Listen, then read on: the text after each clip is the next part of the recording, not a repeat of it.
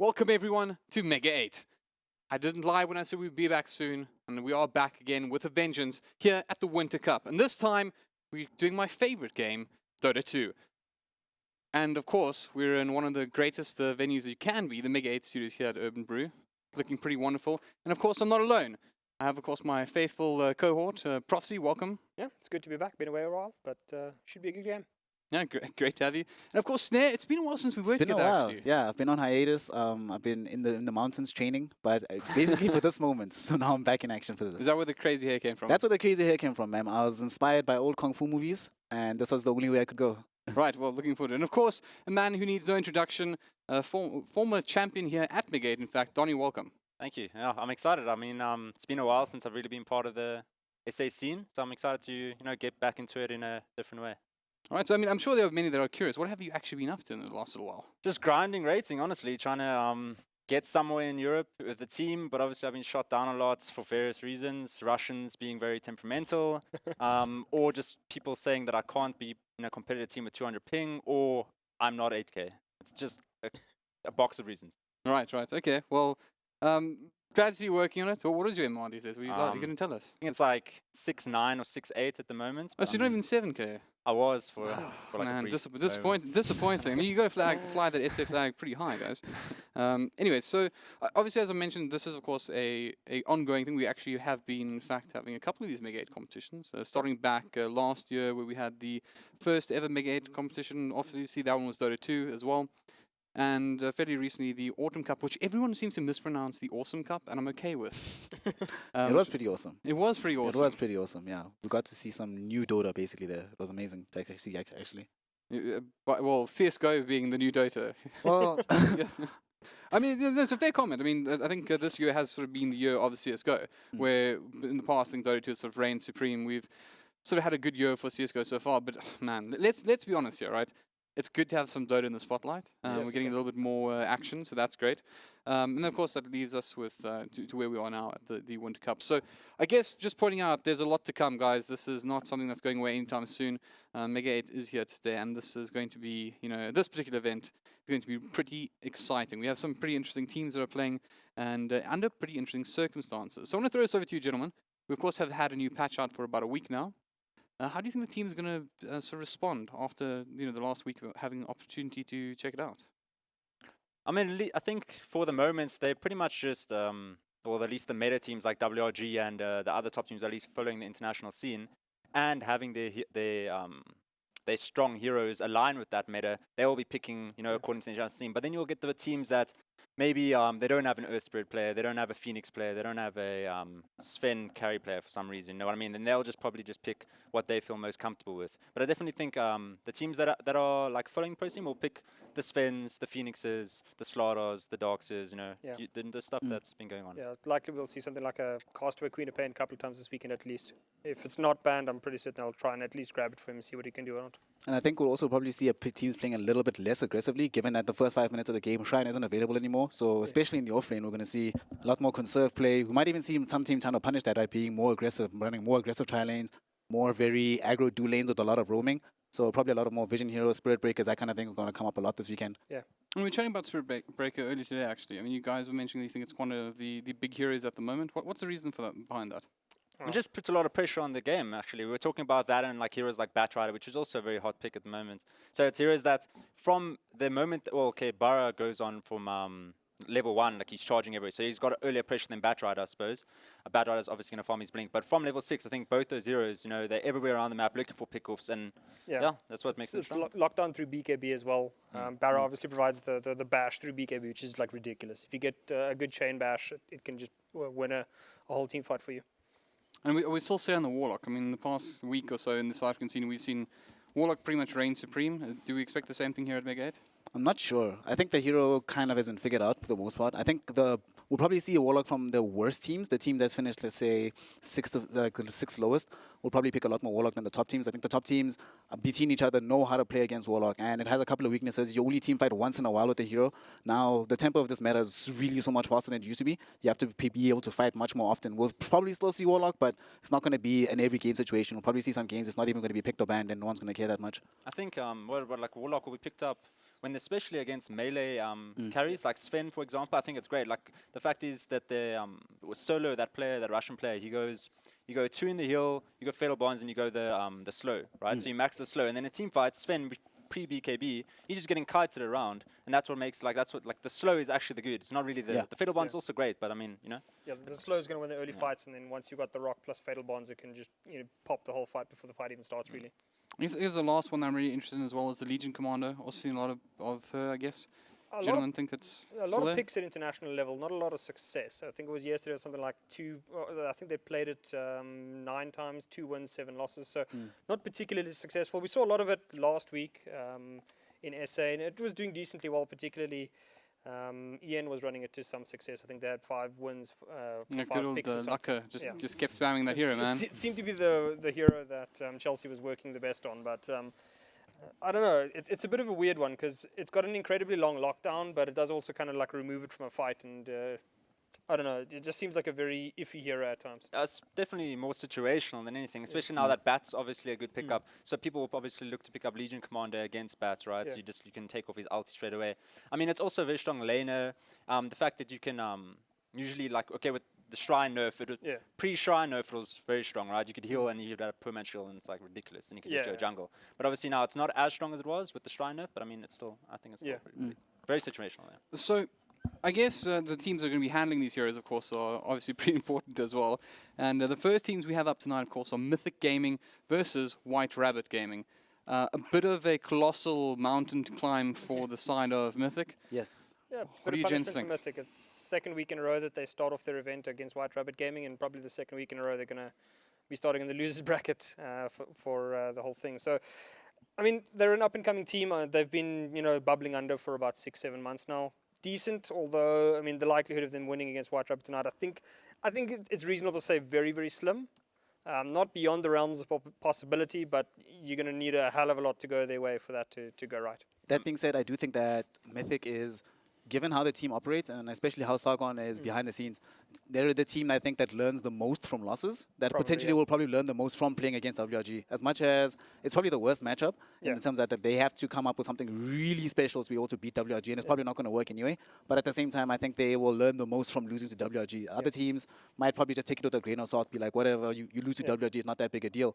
But Mythic will get really deep into those replays and come out stronger for it. Now, So I know that they do have a slight issue with regards to, they themselves have said that like sometimes there are 2 cores, Petunia and Kunchun, tend to farm a bit too much. Against White Rabbit Gaming, that's not going to happen. They just, the tempo that they play at, they're not going to give you time to farm. You have maybe the first 15 minutes, if you can't get any work done in that point, you're going to get run over by White Rabbit Gaming. Because, I mean, the thing is, since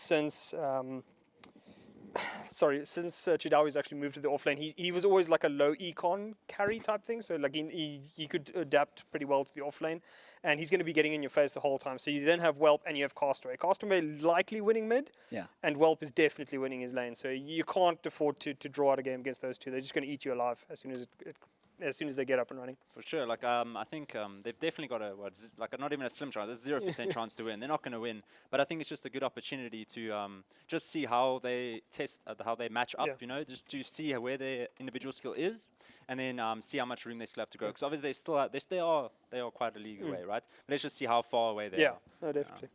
I think they could potentially win the draft, though. I think White Rabbit's going to do something similar to what the old BVD would do. Is like they'll try a funky draft because you can get away with certain things. Yeah. So they'll test certain things, and like maybe it fails, but I think they're going to have a strong enough draft to probably win. Although White Rabbit could likely win, just pure on draft. I don't think they're winning the game. I feel like White Rabbit could get owned on draft. And like probably, but I still think it's good especially for up-and-coming teams. The one thing that's always usually lacking the difference in a really good team and a worse one is just drafting. And I think a team like Mythic Gaming, draft-wise, could probably, of the bottom teams, could probably beat WRG. They're the only team I could imagine beating WRG purely on the draft. Them and maybe XCC. Yeah. Energy beat them last week. Yeah, actually. After WRG twice. So and that was the thing. And then in the second game, like Energy, in my opinion, I think they lost the draft there, and that just ended up spiraling them out of control there. So I think White Rabbit Gaming probably will lose the draft on, at least in our feelings, but they definitely win in the game. I think there's just too much individual skill on those two teams, or on that team, to, drop a loss against a White Rabbit. I mean, against a a team like Mythic at this point. I think I actually disagree with you guys. I don't think it's like important when you're like a low skill team to be good at drafting. I mean, like I feel like you got to make sure you have the mechanics to even, or just the game understanding to just play out your draft. Because you can have a good draft, but you can be 2K, and what's the point? You know what I mean? So like, Yeah, this is true. get the basic mechanics down, which I'm sure they do have. Like I mean, for sure. But get as good as you can mechanically, and then you can learn to have good drafts. It's like much easier to learn than grinding. The only reason I say is like the drafting probably will be better is that like sometimes a draft can extend the game a little bit longer. Like Scans teams often like that the players that he had were probably individually weaker than some of the others, but like his draft would just drag the game another 10 minutes because it's such an annoying set of heroes that he would pick against you, and it's just a pain to get hold of. I think that's where we both come from. I remember with Scant, I used to be quite critical of him, almost like picking heroes that were too. Like, it wasn't that it was a bad draft, but rather that was the case that his draft was actually challenging for his team to commit to and actually pull off. And then his opponents, who were potentially like slightly weaker players, who had an easier draft, would be able to take games, in fact series off them just by playing to their own strengths. Yeah. But talking about all these players, perhaps it's time that we in fact take an opportunity to chat, or rather to see what we had to say with Kunshin from Mythic Gaming.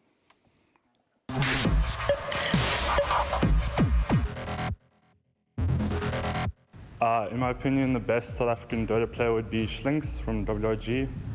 I just really like how he plays. If I could remove a hero from the hero pool, I would pick Viper because my drafter keeps picking it for me. Who's going to win the Mega8? I would say WRG. I would say ourselves, but no hope there. we lost, man. I'm Timothy Kunshin Kun. I'm from Cape Town. I play for Mythic Gaming and I play mid solo.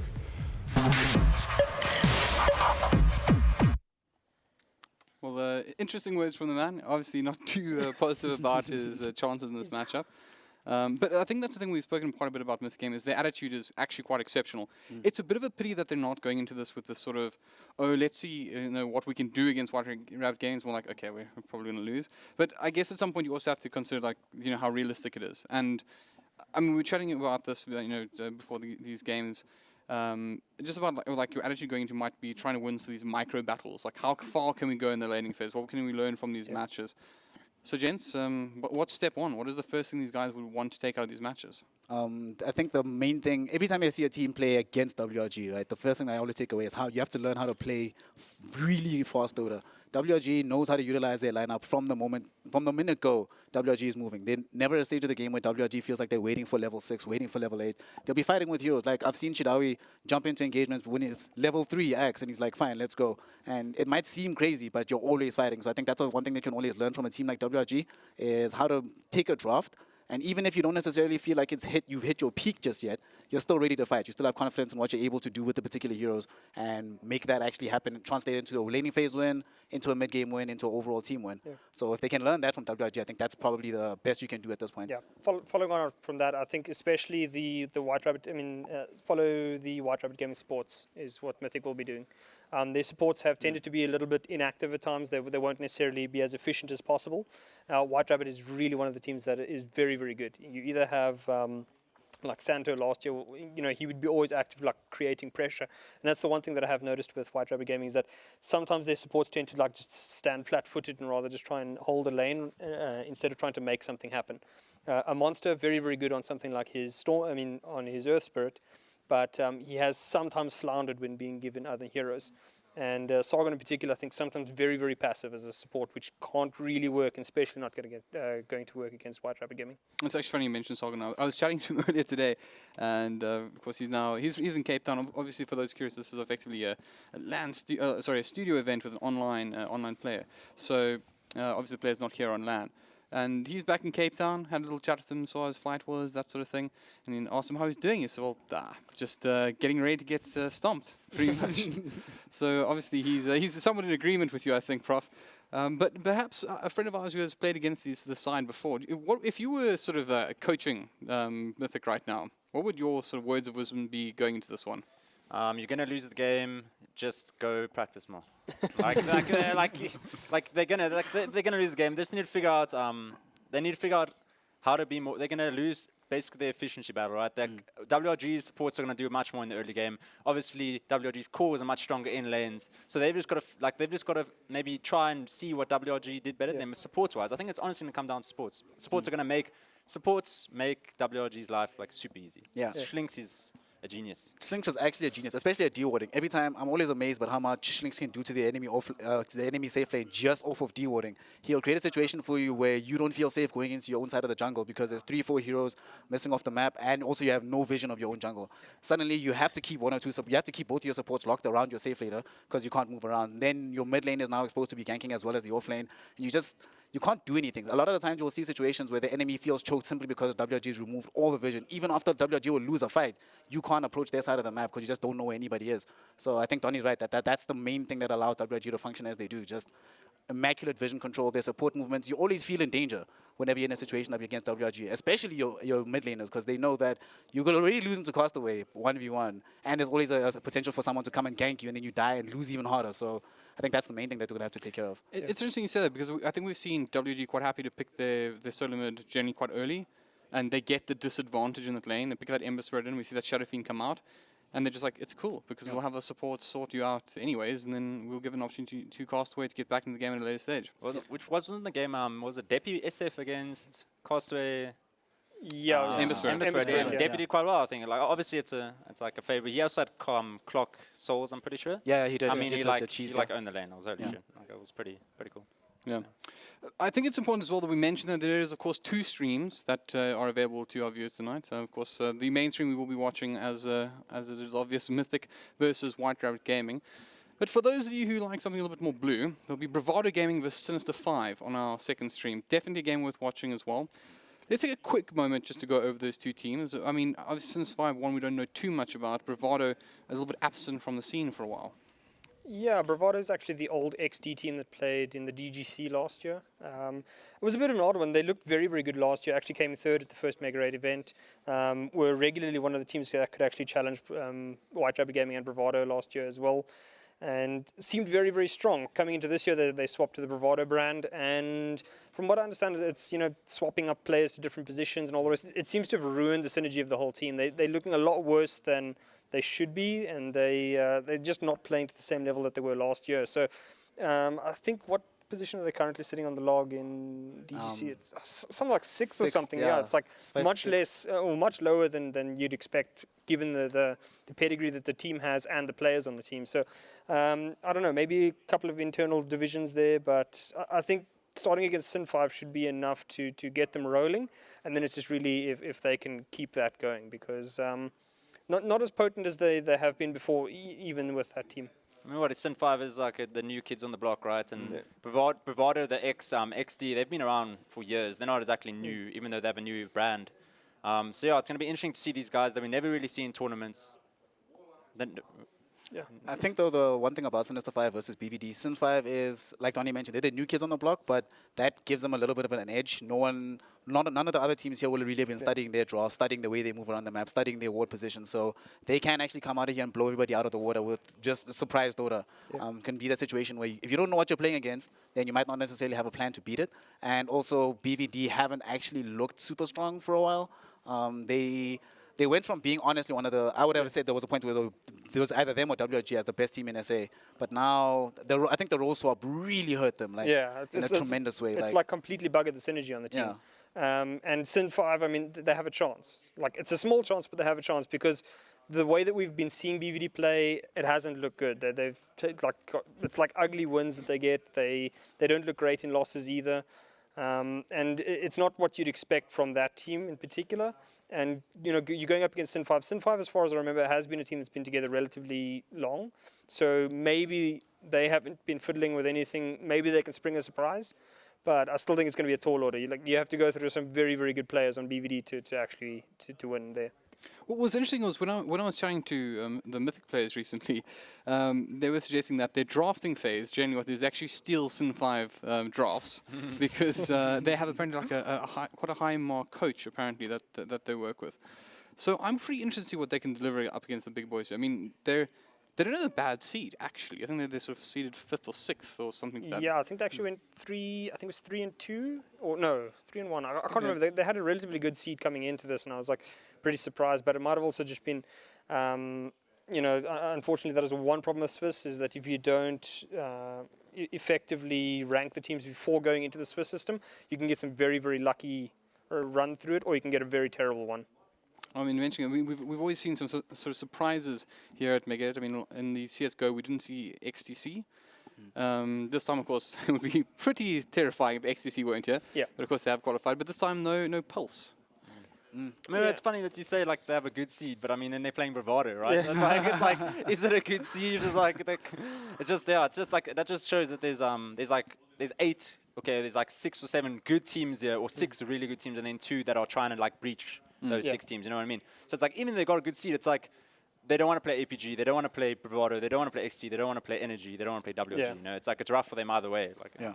I mean, like Danny was saying, the best thing you can do is the likelihood is you're going to lose, right? But what you want to do is you want to look at what the opponents did to actually get to that point. You really want to study. Lose, I'm rooting for Sinister 5. I'm rooting for it. I'm rooting for them. I actually think I'm an underdog kind of guy. I think they can actually beat Bravado. Sinister I think 5. they can beat them. I just don't is think this they happening? will. Is this happening, right? So you're telling me on this panel, we're talking about Bravado Gaming, Yes. right? Literally one of the finest, possibly the finest MGO in the South African scene. I mean, definitely up there, right? With a group of players we've never seen before, and we have a panel here suggesting that they all think, and because I'm with you guys, right? That Sinister 5 might just do this. The thing is, for me, the reason I say this, I watched a lot of their practices, Sinister 5, and I've cast a lot of their games coming up to just now at this point in time. So I've gotten to see how they've improved, and I haven't been watching them as much in the last like 2 or 3 weeks. So I can just imagining how their normal work ethic is and how they normally approach it and how they play it. And also, I think this kind of patch sort of favors crazy teams that are willing to take fights very early on. For example, if you win a fight now in the first 5 minutes, you can actually effectively win an entire lane because there's no way to come back to the shrine to regen. 1 or 2 kills can entirely ruin your whole laning phase. So I think Sinister 5 are the type of players that can actually pressure you so early on that you don't necessarily know what to do and know how to handle their type of momentum. So I do think Sinister 5 can pull out the upset, beat Bravado. Whether they'll beat the next opponent, I don't know, because now they'll be taken a lot more seriously. But at the very onset of it, especially with the surprise factor, I'm pretty sure the Bravado players aren't right now focusing on Sinister 5 as a team.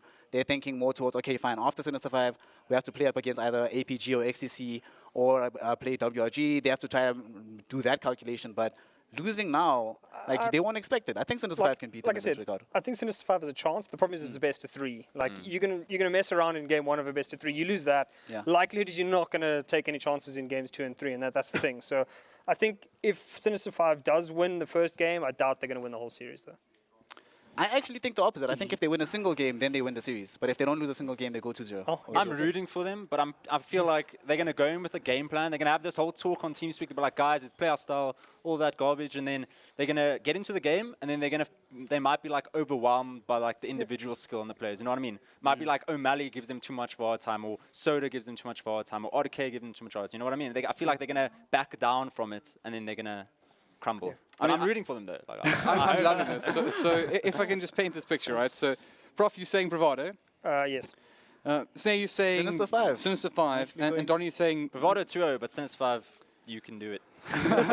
I was going to hope you should have gone for a draw. I hope it's a somehow. close game. like That's I all I said, hope for. I agree with Donnie. It's not that Sinister 5 has like a great chance of winning. They have a chance, but I'm going to go with BVD because I think BVD the team has a better pedigree than what I've seen from Sinister 5. Sinister 5 is still much like Mythic. Like they have those idiosyncratic problems that up-and-coming teams have. It's like you're not used to dealing with that kind of pressure. And then, it's going to be Soda getting in your face, and you're like, okay, I'm not certain what to do. Call the supports, and then as soon as that happens, RDK gets crazy on his lane and then starts pushing there. And it's like all of a sudden you're fighting 100 fires all over the map, and it becomes an issue that you can't deal with. I feel like I should give you a chance to respond to this there. I do think the one thing that actually favors a little bit more for Sinister 5 in this, after the role swap, I've tended to notice that before, Bravado games would be very 4 protect 1 heavy, and you would know that past 50 minutes, RDK will have amassed enough farm, you'll always win the game.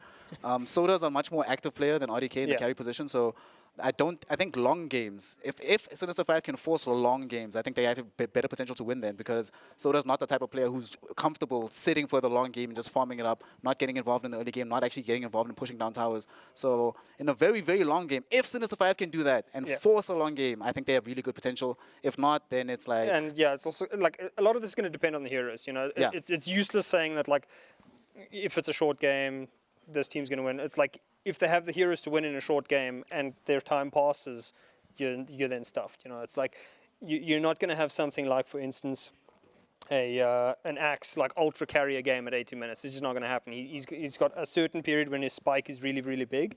If he gets good calls in the late game, yeah, he can maybe change a fight, but he's not going to be the hero that's going to win you an entire game at 80 minutes because he's super farm type thing. You really need heroes that can take it to that distance and then still have the abilities, and you're going to need big plays. Yeah. So a big ask. Donnie, I'm curious to know from your side though, obviously you've played in the highest levels in SA.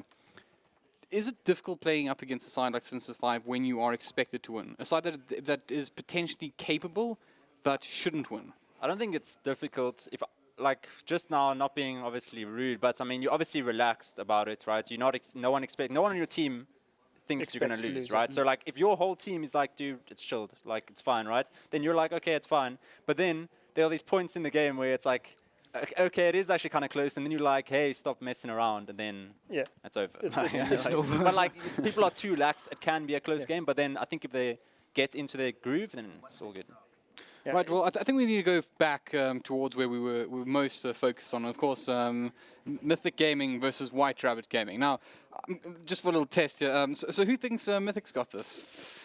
I mean, you backed the underdogs last time, buddy. Here's the thing, I did back the underdogs, and I really like Sargon, and I actually really like Mythic, but WRG is just on another The problem level. is White Rabbit Gaming doesn't have the issues that BVD does have currently. Like if White Rabbit had just done a roll swap and everybody looked a lot worse than they were before, then you could maybe say that Mythic has like the furthest of outside shots. But given the performance that White Rabbit Gaming put up just last weekend, I think they're going to be motivated. They didn't win the first Mega8 competition despite coming in as the heavy favorites. So I think they have a bit of revenge in their minds now. Well, Mythic may in fact be the brunt of that revenge, as we are about to head straight into the draft here. So if you're just tuning in once again, this is Mythic Gaming versus White Rabbit Gaming at the Mega8 Winter Cup. So, our draft screen up. Gentlemen, we were chatting a little bit about the heroes earlier. Are there any particular heroes that you would like to see picked up? Just potential favorites of yours. Well, I mean, Jakira is very popular, and I do enjoy the hero.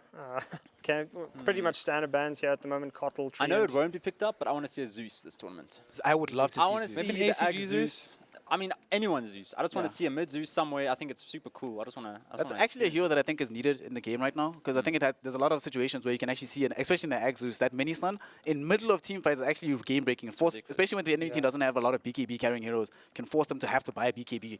So he also got a lot of buffs this patch as well. So I mean, it's reasonable to see him.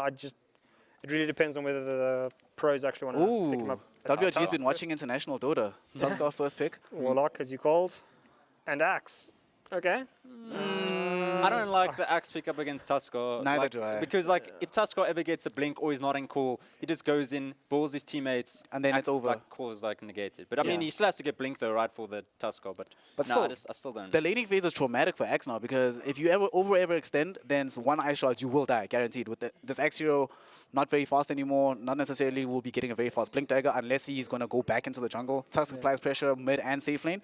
So I don't know, it's really a tough ask to pick Axe directly into the Tuskar. And like, the nice thing about Tusk is like he initiates from range, so it's very, very difficult to actually effectively dodge if he lands a good eye shots. And Marana. I've been wondering where this hero's gone. I think actually it can be a good hero this patch. The Marana or the Tusk? Marana, Moonlight Shadow. In a patch when most teams, let's be honest, and haven't really figured out what's the best optimal vision for 7.0 version yet. So a hero that can entirely mask your team and can come out of nowhere. Like I feel like we've seen a lot more smoke ganks in the later iterations of this patch than we saw beforehand. So because most teams are weaker towards that, Marana can also fill that role as well and really pressure you.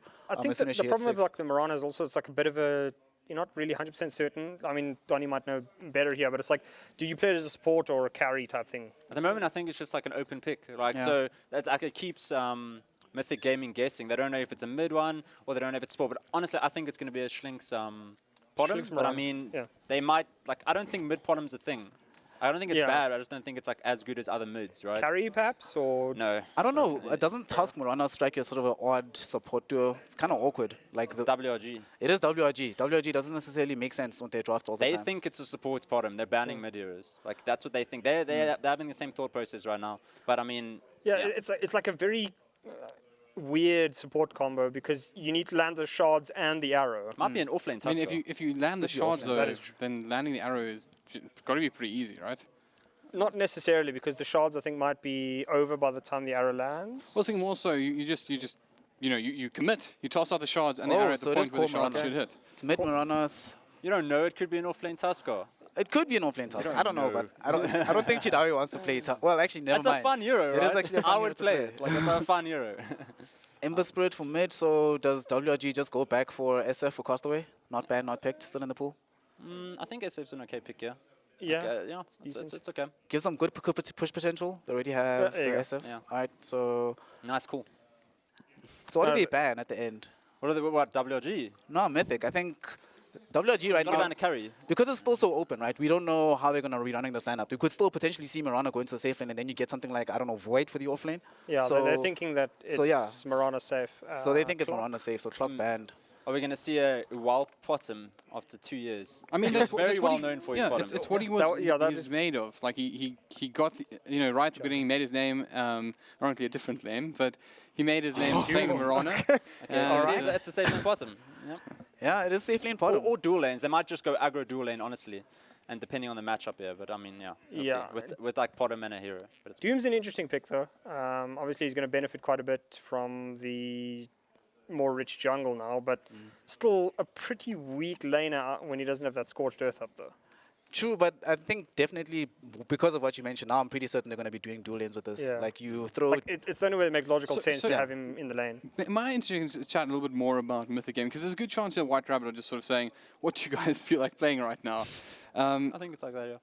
Pretty much. Because there's some push in here, whatever, but it does feel a little bit I think you go. peculiar. I think you go troll here as your carry for Mythic Gaming. You need a hero that can fight while being doomed. If you go something else, like I don't know, Juggernaut's banned, Lifestealer's banned, Sven banned. What other good calls are there? Carries. I mean, Ursa's already out as well, Yeah. so a lot of the there's- main ones are already out. I mean, Yeah. I think we did see a little bit of like TB. Luna, but I don't know if that's. Against Potem, We have- Core, and SF AWLT. Yeah, I don't know. TB is that good. Luna's a bit too squishy in my mind, it feels like. You also Yeah. don't want a hero that is going to be right up in front of the Tusk face, or next to the Doom, sorry. You could just get easily Infernal Bladed.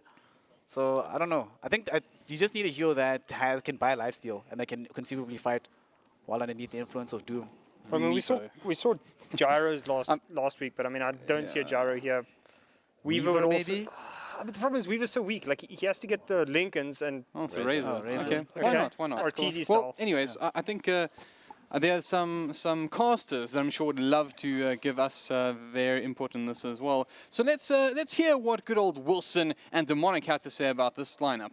Yeah, baby, it's looking interesting. Both me and Demonic are basically salivating behind the desk here. It's looking damn exciting. But I will tell you this, panel. I had a little phone call with Sargon just before this game started, and he promised me 4 bounty runes and first blood. I mean, that is a pretty Okay. big prediction. Sargon's also wasn't very drinking some specific about juice. who was getting those. Okay. Well, on that note, let's give it over, guys. Panel says goodbye, and of course, casters take it away. Have a good one. Thank you so much, my dear panel. You've given us so much to work with, and I'm just loving this draft. Demonic, you and I have been sitting here. We've had a good long chat about things. We're keen to see the Shadow Shaman come into play at last. Shadow Shaman, obviously one of my favorite heroes, one of the strongest level 1 heroes, just because of his skill sets. But an interesting draft coming out of WRG. Obviously, the Whelp is actually going to be picking up that Potsdam, and as pointed out by our panel earlier, it was one of his signature heroes back when him and fellow panelist Donny used to be together on that Bravado Gaming side, the original one. The near unbeatable side, as it was known, yeah. Yeah, so I mean, it's been a while since we've seen that, so it's going to be really interesting to see. And obviously, the heroes changed quite significantly since then. Obviously, we've had the introduction of talents and who knows, or all sorts of things since then. Could we So actually see an Aghanims on the sax?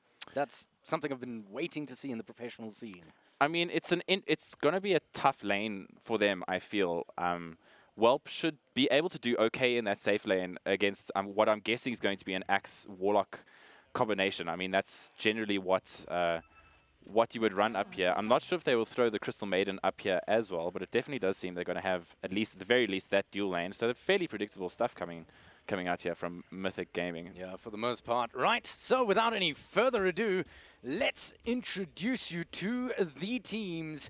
Kunshan will be picking up that mid laner in the form of his Ember Spirit on the other side of the coin there. BEE is picking up this Crystal Maiden towards the bottom. Precious Petunia, who was smoked up and has now obviously broken that smoke, will be picking up the Razor towards the top lane. We've got ourselves Levy on that Axe. What a champion of a man. And Sargon, last but certainly not least, for the side of Mythic Gaming on the Warlock.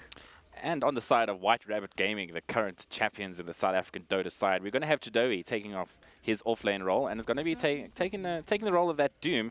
Doesn't look like he's going to be getting any support here, so he's just going to be left to his own devices. Castaway, obviously, one of the most favoured South African players and a mid to watch throughout the tournament. Is going to be taking the role of that mid SF. We're going to have Schlinks taking the role of that Tusk as predicted, so he should be having a pretty good time. I expect to see a lot of movement out of him in the early game.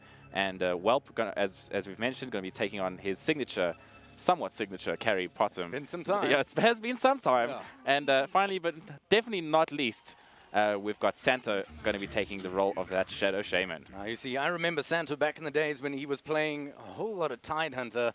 Man, what this guy can do in the off lane is absolutely staggering. I'm very keen to see what he can pull off as the Shadow Shaman, especially since the recent buff. Yeah, I mean, Santo's really sort of flourished in that hard support role, especially over the past couple of months, keeping an eye on the DGL, and that kind of thing. He's just been they've moved. Oh dear, so really got some excitement in the warding games, and unfortunately that ward immediately going to go down. But it looks like we might actually get a little bit of action here. Yep, there's your first little bit of action. Whelp is going to go for that arrow. Sargon healing up nicely. There comes Schlinks, and boom, first blood. Within seconds of beginning this game, WRG have already kicked off to a great start, 1-0, and we're not even 1 minute in. Levy getting heavily plastered out of this lane. No amount of spins is going to help you here, and that's that. 1-0, 1 minute. Yeah, 74 base damage on that Shadow Shaman. Turns out to be quite value when you're taking down a hero like Sargon at level 1. Strong. And of course, setting everything up with the shackles, followed up by the Sacred Arrow from Mirana. I mean, it just couldn't get easier than that. Yeah, and it's going to be an exciting lane up top here, but I feel like WRG are going to get the upper hand here. I feel like the CM is either going to have to come help them and just leave their Razor to go against the Doom, which he should do fine. I mean, that should be a fine solo lane for the Razor to actually sit and get some farm. Although and we are going to have some more action at the top lane. Yep, Levy stepping forward does get healed up immediately by Sargon. And this is exactly what they're kind of looking for. And B is actually there to follow them up, that Crystal Maiden. Santo's going to have to back on off, I suspect. This is the kind of setup they want. They want Levy in the front. He can tank a little bit. Sargon with a great, fantastic heal in the back. And, of course, that extra little bit of nuke and sustain in the form of that Frostbite. Will do well. Santo is going to tank a lot of damage. He might survive this if he doesn't get hit too much. I think he'll be fine, though. Oh, it's going to be really close, but unfortunately he's not going to be able to get it. 2-minute bounty rune going the way of Schlinks, and this is just a really messy off lane here. But the Warlock might actually be in trouble. Schlinks does have that Orb of Venom. Sargon's trying to make his way up, but I feel like he's not going to have to get there. He does cast his heal, so he's doing his best to get away, but his friends aren't helping him out here. He's so alone. He needs to turn around and break the clarity at the very least. Otherwise, he's going to get ice-sharded again, and that's it. Once that happens... Oh, he's actually going for the creep deny. Oh, and he manages. Beautifully done. Schlinks chases until he grows old in the knees and gets nothing for it. I suppose that's a victory. Well done, Sargon. I'm not sure what I just witnessed, but we'll take it. Sargon's going to be happy with himself. Managed to get to the creep deny, and Schlinks does notice the illusion rune down here in this bottom lane. Is looking towards to make that mid rotation, and. Kunshan, it must be said, actually not doing too bad here, considering that he's against Castaway SF. He does have 13, CS to the 18 of Castaway, so actually not doing too bad here for a pretty good start for Kunshan. Do you think his build is the way to go here? You've got Flame Guard and Searing Chains. Is that really the way he wants to go for the early stages of the game? Generally, you only want a point in an early point in Sleight of Fist if you're going to be dodging something early. Okay. I don't feel like he's going to be able to dodge much. Like once the shards go off here, it's not like Sleight of Fist is going to be able to help him get out of those shards in any way. So I feel like this is probably the best idea for him at the moment. It's going to at least make him the most survival and keep him alive. So I approve of the build so far. Yeah, I'd have to hazard to agree there, as I couldn't think of it better myself. It's kind of necessary, especially for that damage block. So that's really all you can say about the mid lane, because it's going to be fairly tight unless we get a few rotations left and right. Nonetheless, Precious Pachuna sitting towards the bottom lane, leading the charge for his team at 18 for 9. He is behind Whelp, but not by very, very much. Castaway obviously leading the charts for everyone. But what do you see this Razor doing here? I'm actually really interested to see what. Think he's in trouble? I don't feel like he's in trouble that much yet. He has been playing quite aggressive, just trying to get, he's got level two in the static link to try and get Chidoe away from this lane and try to get some experience. But I feel like he has been letting these static links go off a little bit, maybe too early. But he does only have a set of boots. Perhaps once he gets his phase boots, he can be slightly more aggressive in this lane, I feel. But we've got some action in the mid. Oh, speaking of aggressive, it looks like Schlinks actually missed his chance there.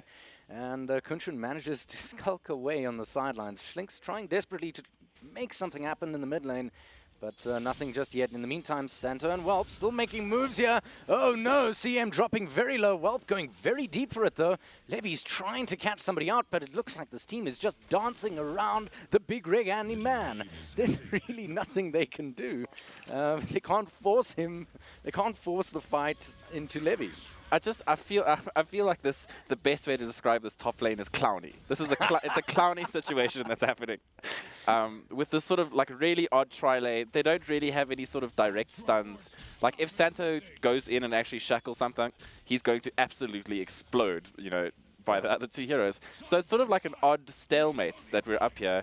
And in the end, that's actually okay. Whelp is ranged, so he's not going to be taking too much harass from Levy, and is doing fine on the CS. So, WG are going to be perfectly happy what's happening in this top lane. Absolutely. It does tie down 3 of the heroes for the side of Mythic, whilst only 2 are tied down for the side of WG. That's really the only reason why I'd hand this lane to them if nothing changes very, very quickly. If you're going to have that tri-lane, they have to make something happen here. Yeah, and try to equalize the scoreline at the very least. I mean, it's either that or they need to get, unfortunately they don't really have the supports to be able to throw it out to smoke somewhere, maybe smoke the mid lane with a CM and a Warlock. I don't feel like they're going to accomplish anything against Castaway. So it's what do? They can try to get enemy bounty runes, but for the moment, their best option is to keep this Axe safe and make sure that he has at least the best time as possible. But unfortunately, the Axe is only got sitting at 16 CS. I mean, I don't feel he's going to be getting a particularly fast blink here anytime soon. So it's a worrying situation, but I don't think Mythic are... Here comes the ball. Schlinks, is he going to actually catch... No, BE is okay. So far, so good. Levy getting one spin, not good enough, though. Schlinks is on his way out in the backlines. The Warlock is going to be the first man down. Levy soon to follow unless he gets another spin. He doesn't. And Whelp gets away with nothing, although he will go down thanks to that final little tick of damage from the Battle Hunger. BE now getting chased out by Santa. Santa might be chasing a bit deep, and he knows it. He turns around and says, well, keep your life, keep that 10 HP. I'm going to keep my success here and keep the scoreline at 1-3. 7 minutes 30 in. Oh, what a slightly awkward engagement. Yeah. The fact that they walked in here allowed Whelp just to arrow straight down here, and there were 3 heroes sitting in a line. So he was basically deciding which hero should I actually choose. In this case, it was Sargon, who then proceeded to explode. But unfortunately, this is the stalemate that happens. The side that managed to get sort of a better position, and if they can actually catch them out, as we see, Precious Petunia actually goes down to an early carry rotation from Whelp. Actually, I really like to see Whelp coming down here to get an early kill. That's not something that you see too often. Well, as a Mirana, I feel if you're not going to be rotating, you're not that amazing. Sure, you can flash farm later with the Aghanim Scepter, and even without it, you can, for the most part, flash farm. But I'd really prefer players who play a Mirana that Sargon are very might be in trouble on across top. the map. Sargon in trouble yet again. Is he? Yes, he Oh, is. yes, He's he is. definitely gone. He's going to try and do what he can for Santo, who's TPing out. Should be A-okay unless the fate... Nope, no more fatal bonds. And that's that. It's now 5-1. And Levi, I think, doing what maybe they should have done here a little bit earlier, just going off into the jungle, now has his Tranquil Boots, and is halfway to that Blink Dagger, 1,000 gold in the bank. Schlinks looks like they may want to try getting up an award here to try a spot out when that Axe is going to be coming into that top lane. And I'm really interested why Precious Petunia has come up to the top lane just to try and decide farming now. Whelp is now, I suppose with Whelp switching to the bottom lane, that's a little bit of a less favorable matchup for the Razor, but it's still not a bad one, I would say. No, it's not terrible. Levy's making a move here. No call as of yet, but there is the root. It's good. Levy not getting too lucky with the spins, and Whelp is just going to leap away after a single spin drops on him. That's basically all that's going to happen in this bottom lane. Unfortunately, Whelp has that built-in escape in the form of the leap and is very, very happy to use it. Yeah, and one of the big things that we haven't actually talked about is Castaway. As we can see, his jungle, he's gone off into the jungle. His CS is now huge compared to everyone else in the game, sitting at 80 CS at 85 CS at 9 minutes, not even 10 minutes into the game. Yep. He is going to get absolutely disastrously huge in no time flat. He's about to take another stack here with the 3 Razors, and that is going to get him to 5k net worth at 10 minutes. Not bad. Not bad at all, but then again, this is the mid player for the giants, the titans of SA esports, and that is WRG. So I kind of feel like we should expect this kind of performance from this man. Yeah, I mean, this is exactly the kind of start that we're going to have. Chadawi looks like he's going to be going for that hand. Rooted up. Is Precious Petunia going to have enough? No, there is no true sight here as of yet, unless somebody's bringing it along. Kunshin doesn't have. Neither does Precious Petunia. Nope, I think they're just waiting for Whelp to maybe make a mistake. There's the courier. He doesn't take the courier bait. Almost walks into a sentry ward, almost psychically placed, but now he is visible. I suspect they're going to rotate Sargon to try and catch him.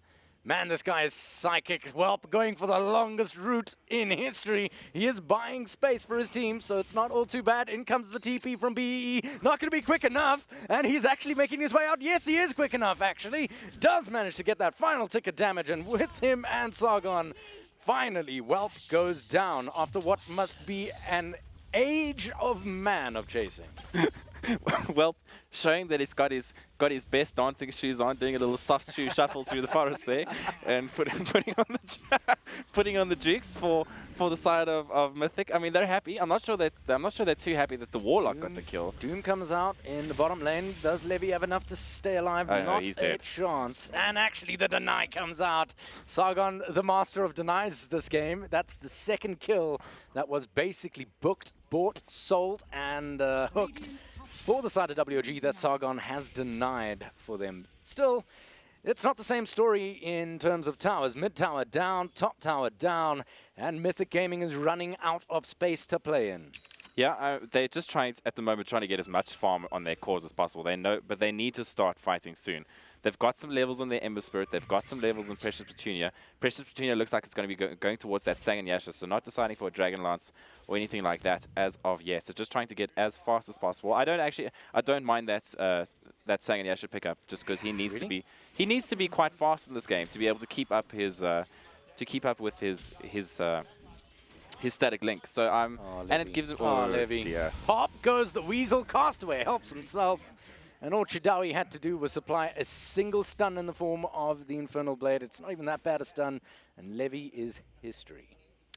And nowadays you can also split the Manta into you can split the Sang and Yasha into a Manta and a Heaven's Hellbird. Heaven's Hellbird now going through BKB, Very I think strong. is... well, it doesn't go through BKB. It's Sorry. not purged by BKB. It's not purged by BKB. Yeah. But it's just as good. it's still very good.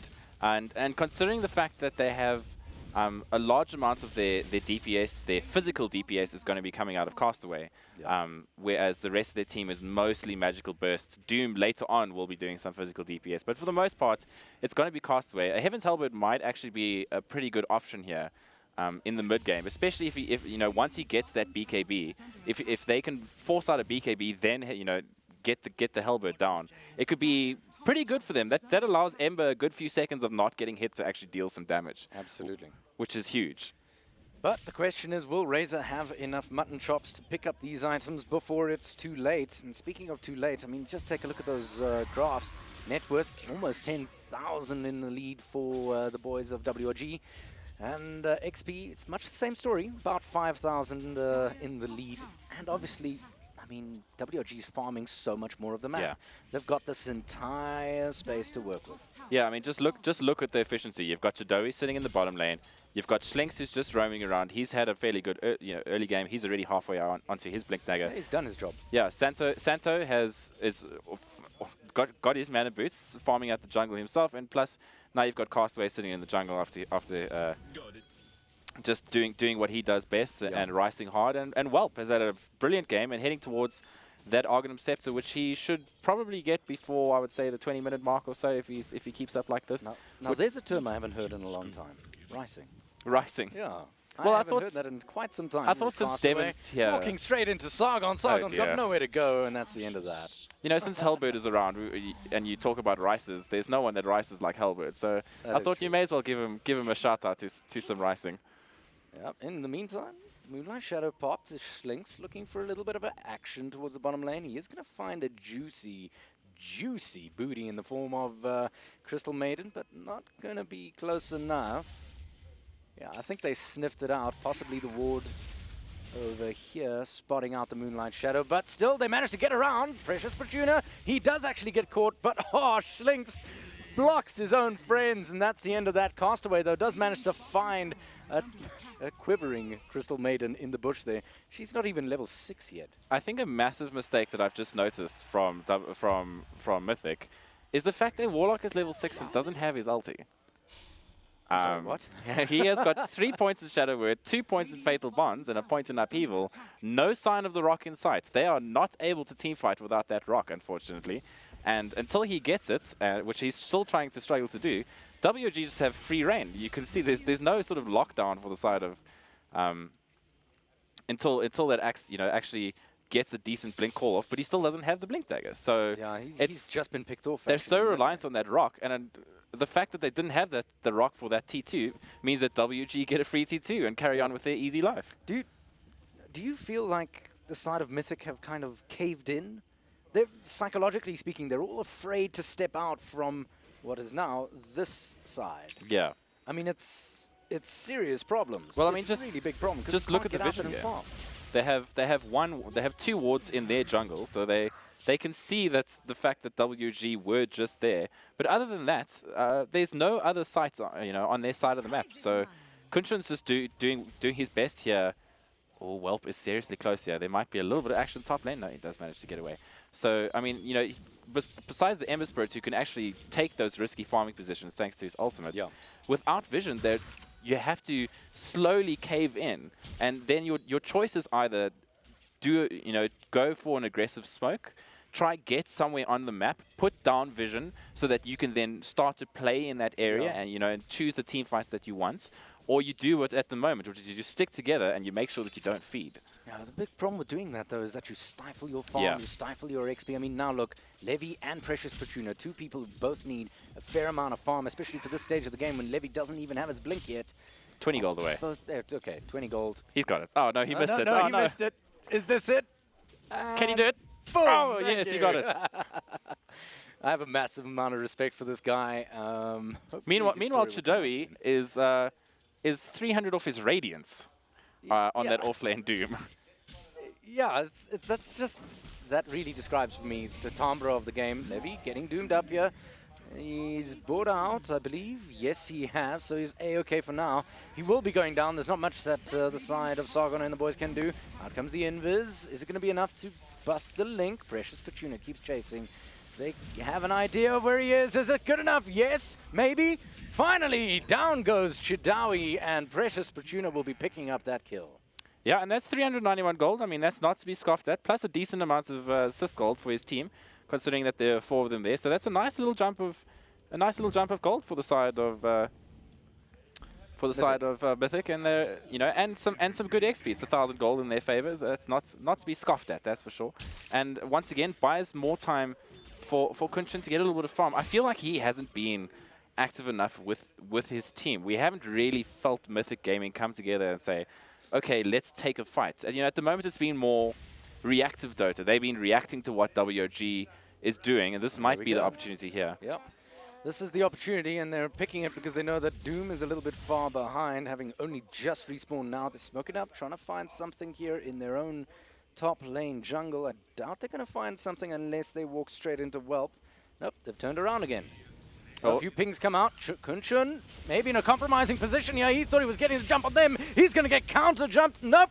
Beautiful, lovely little rock drop down, and Slinks will be the first man down. Santo soon to follow. Castaway is going to hit the deck. Levy's still alive by the skin of his teeth. Nope, he's going to go down to Chidawi as well. And now Whelp comes on in and tries to mop up the crew. B next on the menu, and that should do it. One more right click is all it takes. That's good enough. And Chidawi is actually going to pick it up with the Radiance burn.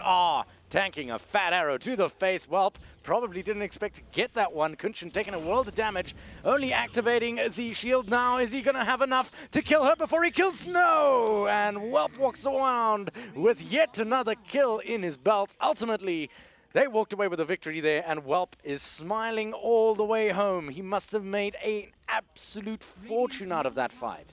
I mean, for a hot second there, I would like to, Wilson, it looked like it might have gone Mythic Gaming's way. When that rock got dropped, there was a lot of damage. Fatal Bonds, obviously, pretty good spell in the game of in the game of Dota 2. But I mean, the XP change and damage done not that bad actually. It's 3,200 to 4,400. So I mean, I would say that's not bad for Mythic Gaming. They did manage to get a couple of kills there. Sure, Whelp came in afterwards and mopped up, and that's probably not the best situation. But considering the fact that you're already behind, the fact that you managed to get a couple of kills with your team fight, you're gonna be okay with that, I think. Absolutely. I couldn't think of anything better, to be entirely honest, especially since they are still 12,000 net worth now, 13,000 net worth behind. They've got a lot of catch-up to do, and at very least they're getting some consolation prizes. 14-7 is better than 5-1. Yeah, I absolutely agree. And once Levi actually gets that blade mail, it might be significant amounts of damage if he can get a good call onto the SF and the like. And that might be, you know, what they need to actually just get that tiny little bit more damage that they needed to get in that team fight. But it looks like he actually might be in a little bit of trouble here. Good old Levy, and might be baited in. Out come the illusions. Starting out with the damage. Schlinks to follow up. Santo there. He's going to start nailing him down. Chidawi comes in and doesn't even need to use the Doom to secure the kill. Schlinks walks away with that final tick of damage from the Ice Shards. Yeah, basically just encircled and killed. I mean, we saw WOG had found their target. I think a little bit out of position. Yeah, just a touch too far forward.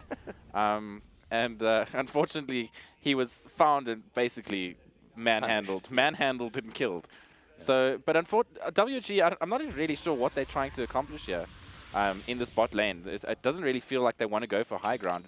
Their vision at the moment is largely on the dire side, sort of secret shop area, you know, to the left-hand side. So, yeah, that's what I thought. They must be thinking about Rosh now, because they've definitely got the map control to do it.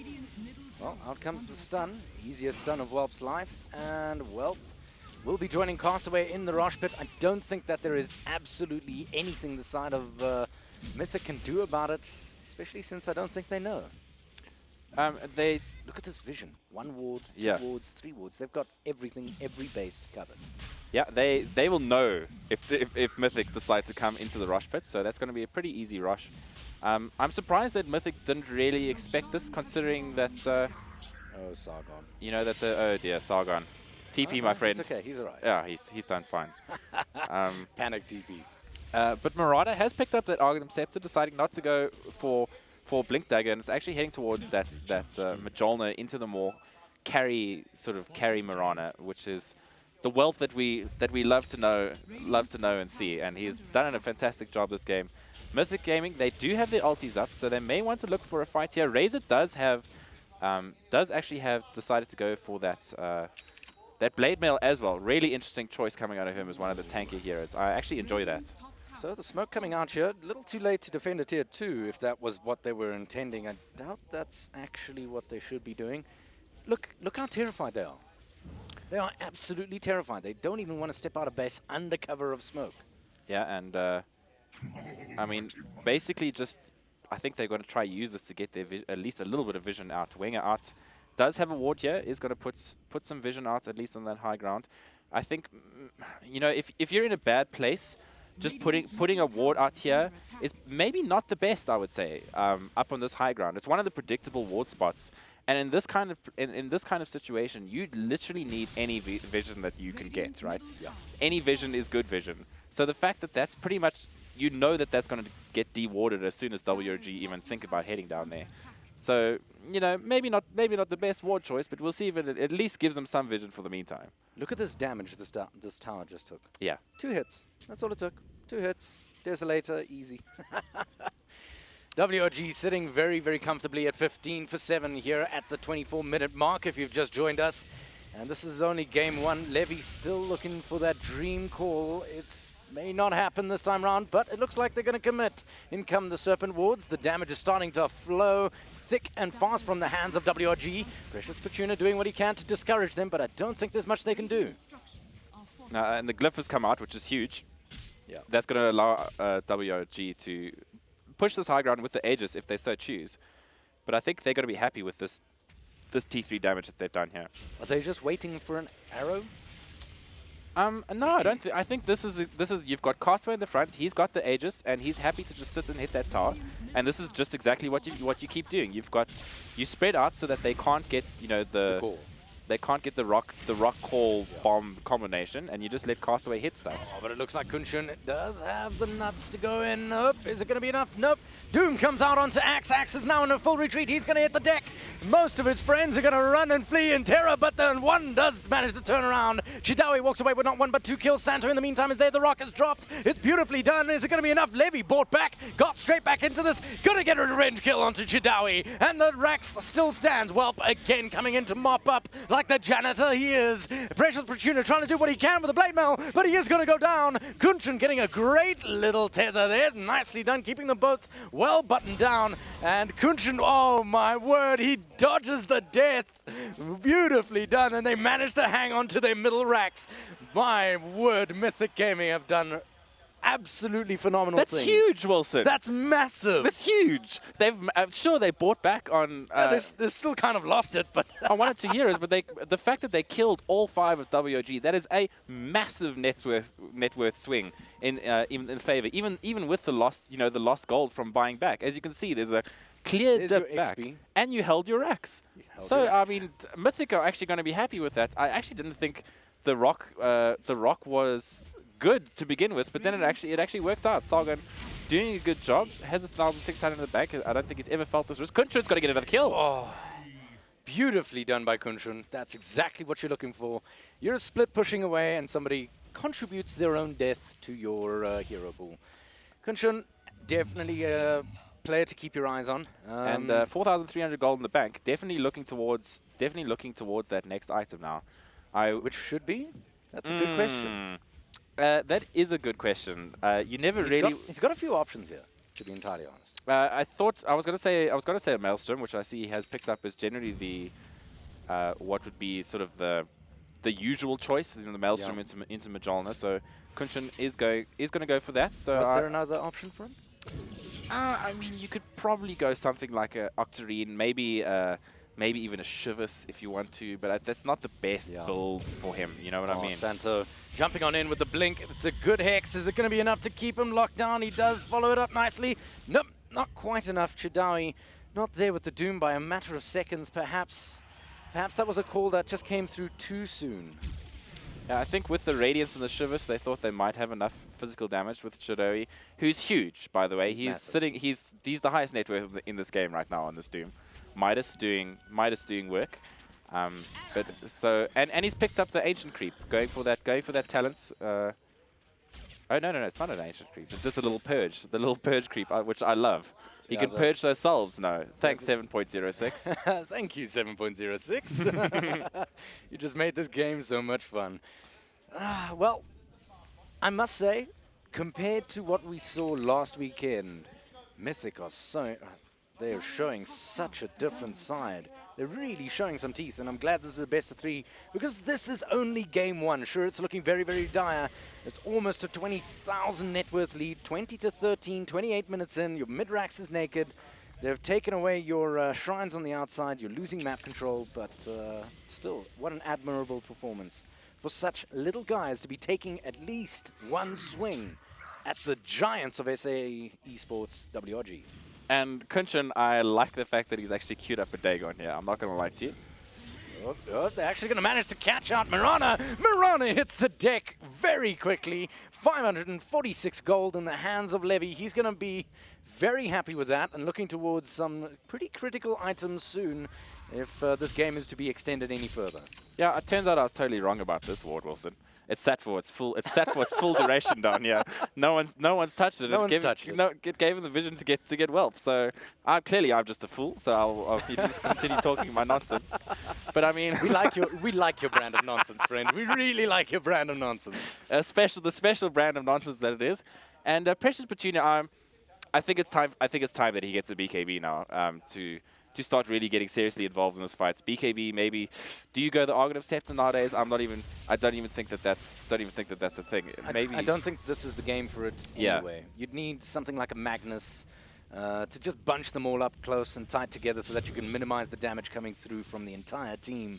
Not really worth, although maybe. Hey, minus 30% damage on Castaway when he's chipping away at your tires.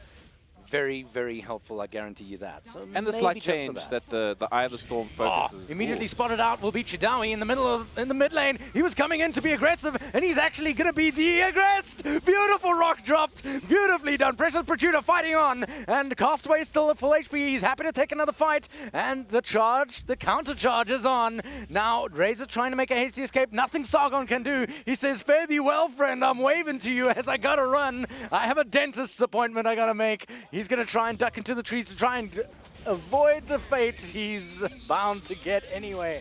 And Castaway is there to secure that for him.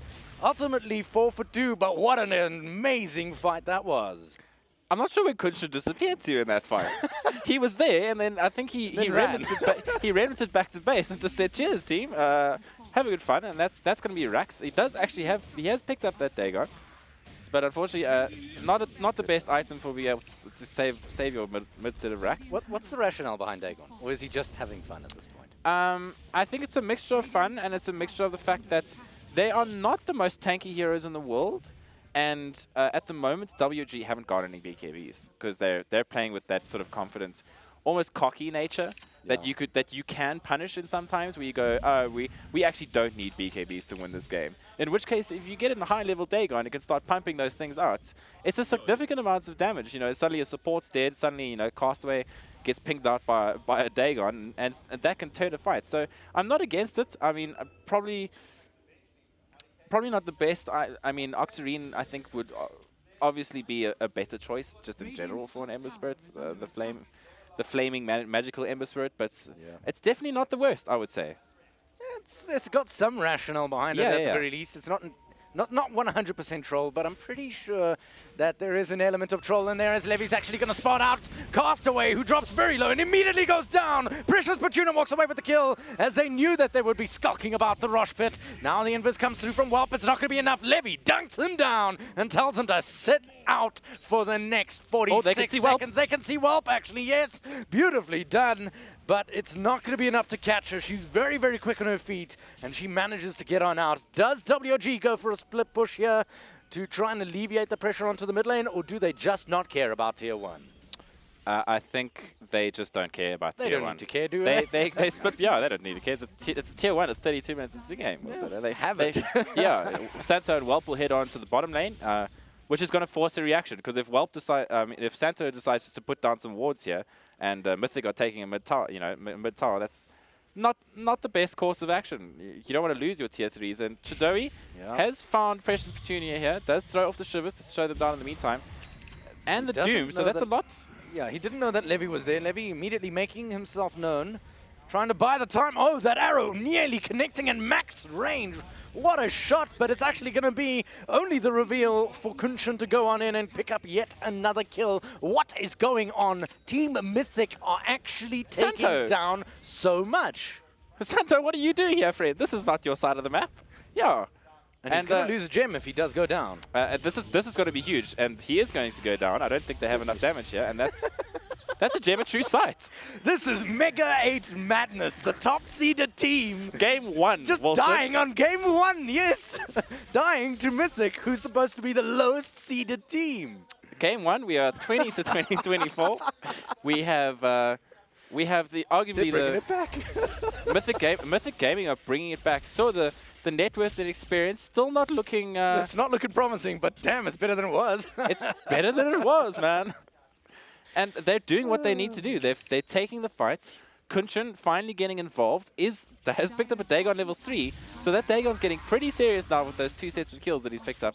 And suddenly, you know, WG, they're running out of vision on the map. They've got just one ward sitting here by the Rosh pit.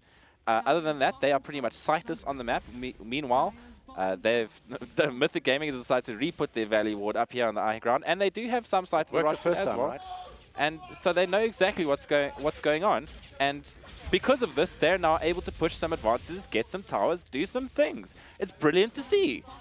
Yeah, this is a team actually working together, which is, believe it or not, a rare sight. As they're taking that tier 2 bottom, though, they might want to take an eye towards Rosh. Where the hell is the side of WOG? Well, if they're not killing you, they're taking an objective, and in this case, it's the Aegis of the Immortal, followed by the cheese. Yeah.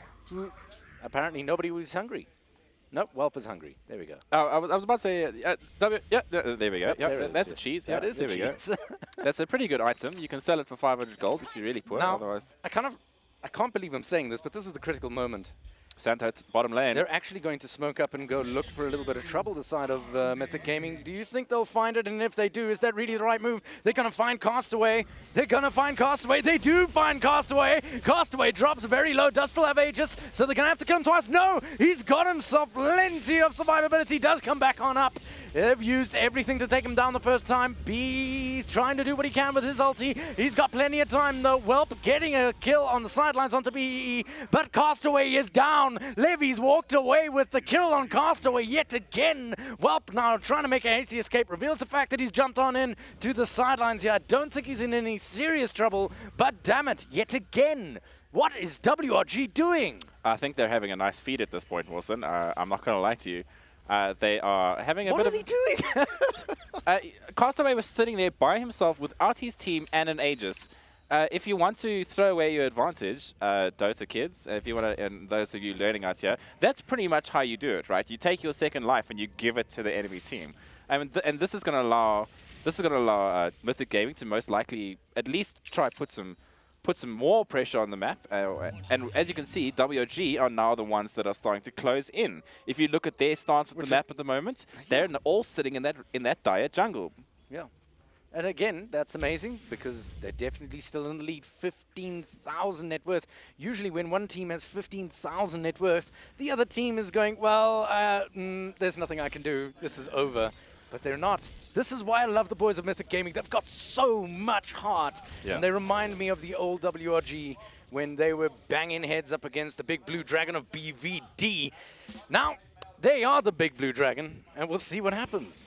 Well, big sort of reddish dragon, right? They're the fire dragon. But some sort of white pachyderm. Yes. Some sort of white pachyderm. Yeah, sure. Let's call them that. The white pachyderms of SA Dota are WRG, and are in a little bit of a tense situation. They're going to go for a 5-man smoke here. All right. Try things to have gotten wrap serious now. Yeah. Now they've stopped playing around. They're going to go for a smoke and try wrap around and find themselves a pick-off. Whether or not they'll be successful, at best case scenario, they'll pick up Sargon, which is actually kind of useful, to be entirely honest, since the Rock does play quite a big part. There it is, blinking on, and there's the snowball. Is it going to be enough? It does catch him, and Castaway walks away with the kill. Yeah, and they have to be careful. Yeah, Levy.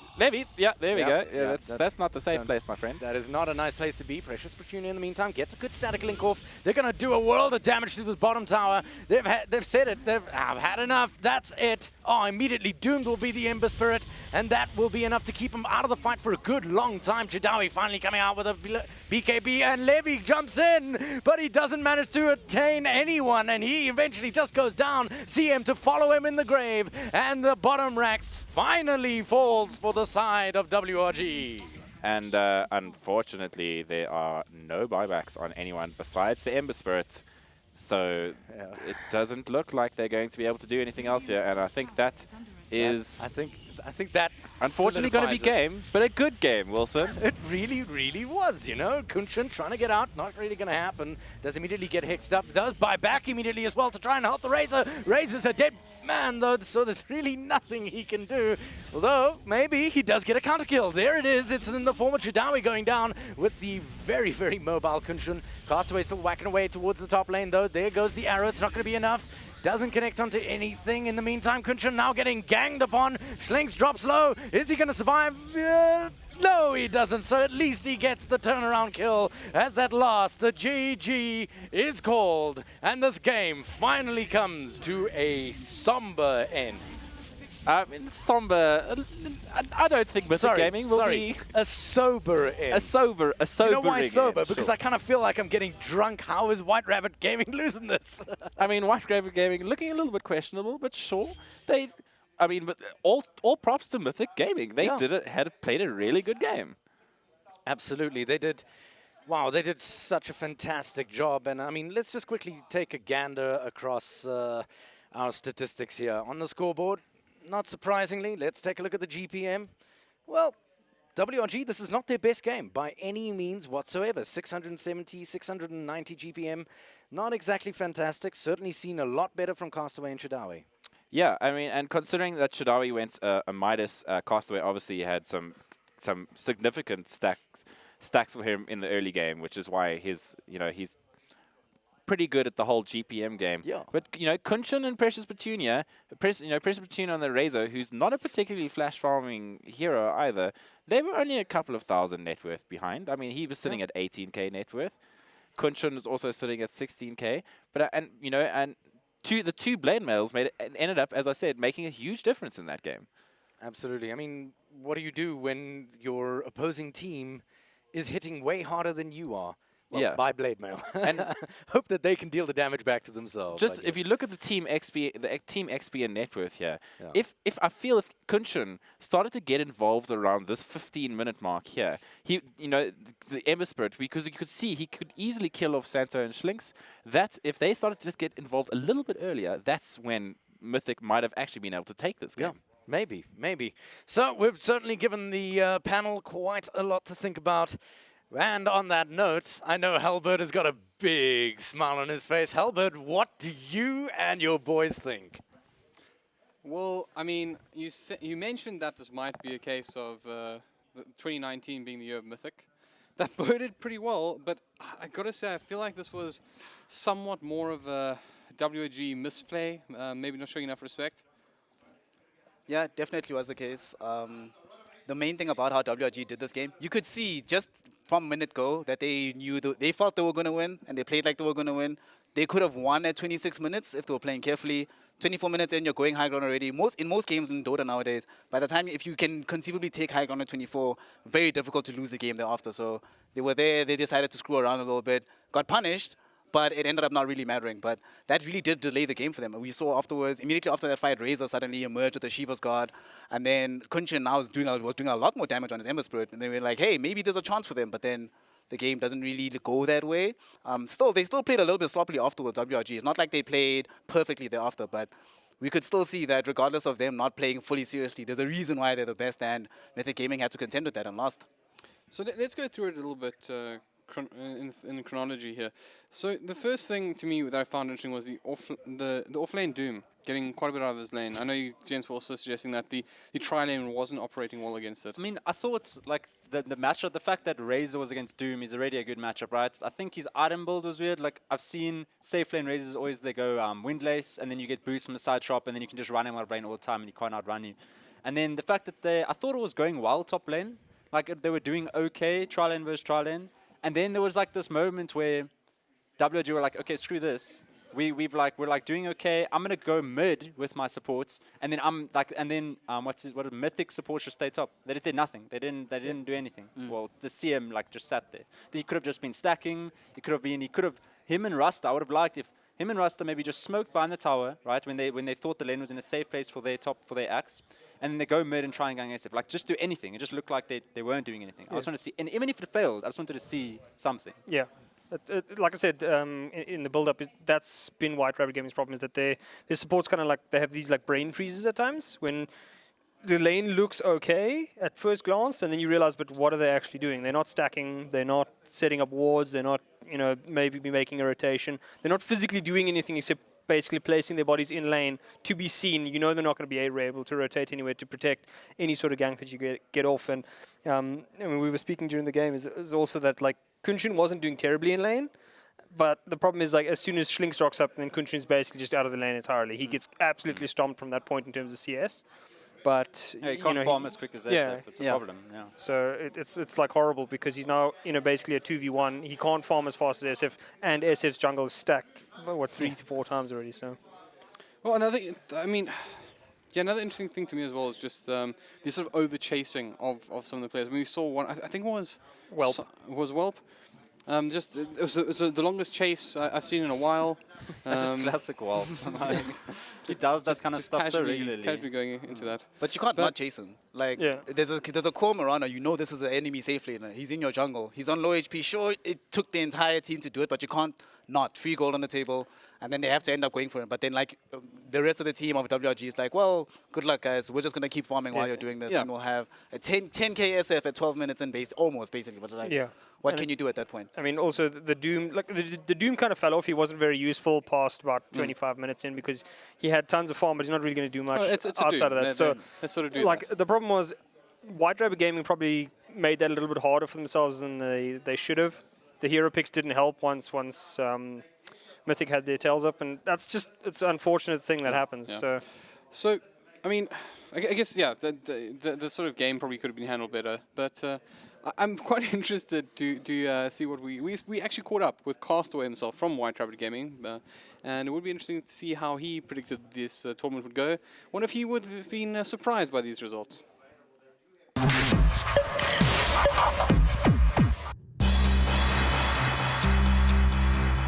The best Dota player in South Africa, sadly, I'd have to say it's Whelp.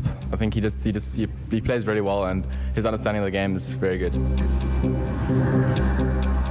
My top 3 heroes currently will probably be Invoker, I don't know, Queen of Pain, probably Alchemist.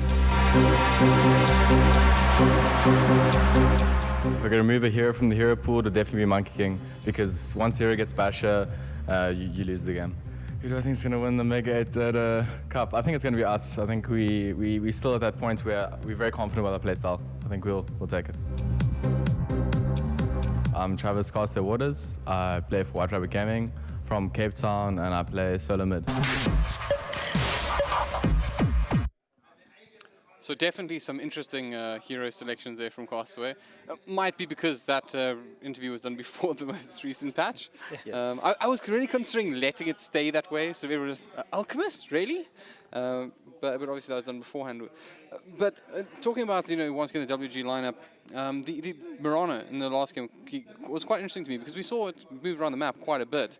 Not quite what we anticipated it would do from our drafting phase. I actually think he actually played quite poorly. If you think about it, he created a lot of space, but only because a lot of the space created was kind of Mythic's fault, right? Like they let it, but he actually played pretty poorly. I think he just said at some point top lane he was like, screw it, I'm out. TP'd bot lane, and then he just ran around doing shenanigans, which is normal Shaw things, which Whelp is, that's what his name is. He just does those kind of things. I think he felt confident. And then what actually led to the game being hard is that the Doom was actually the top heavy hero, right? So Doom had all the farm. Potom had 15k net worth, which was 7k less than the Doom. Obviously Doom's in a farm faster, but it just seemed like Potom didn't have enough. I think he actually played poorly in that game, but I think he's just maybe not respecting his opponents. I think Donnie's right.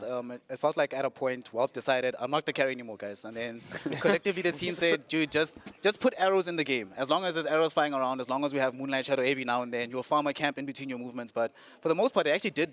It sort of felt like he swapped roles.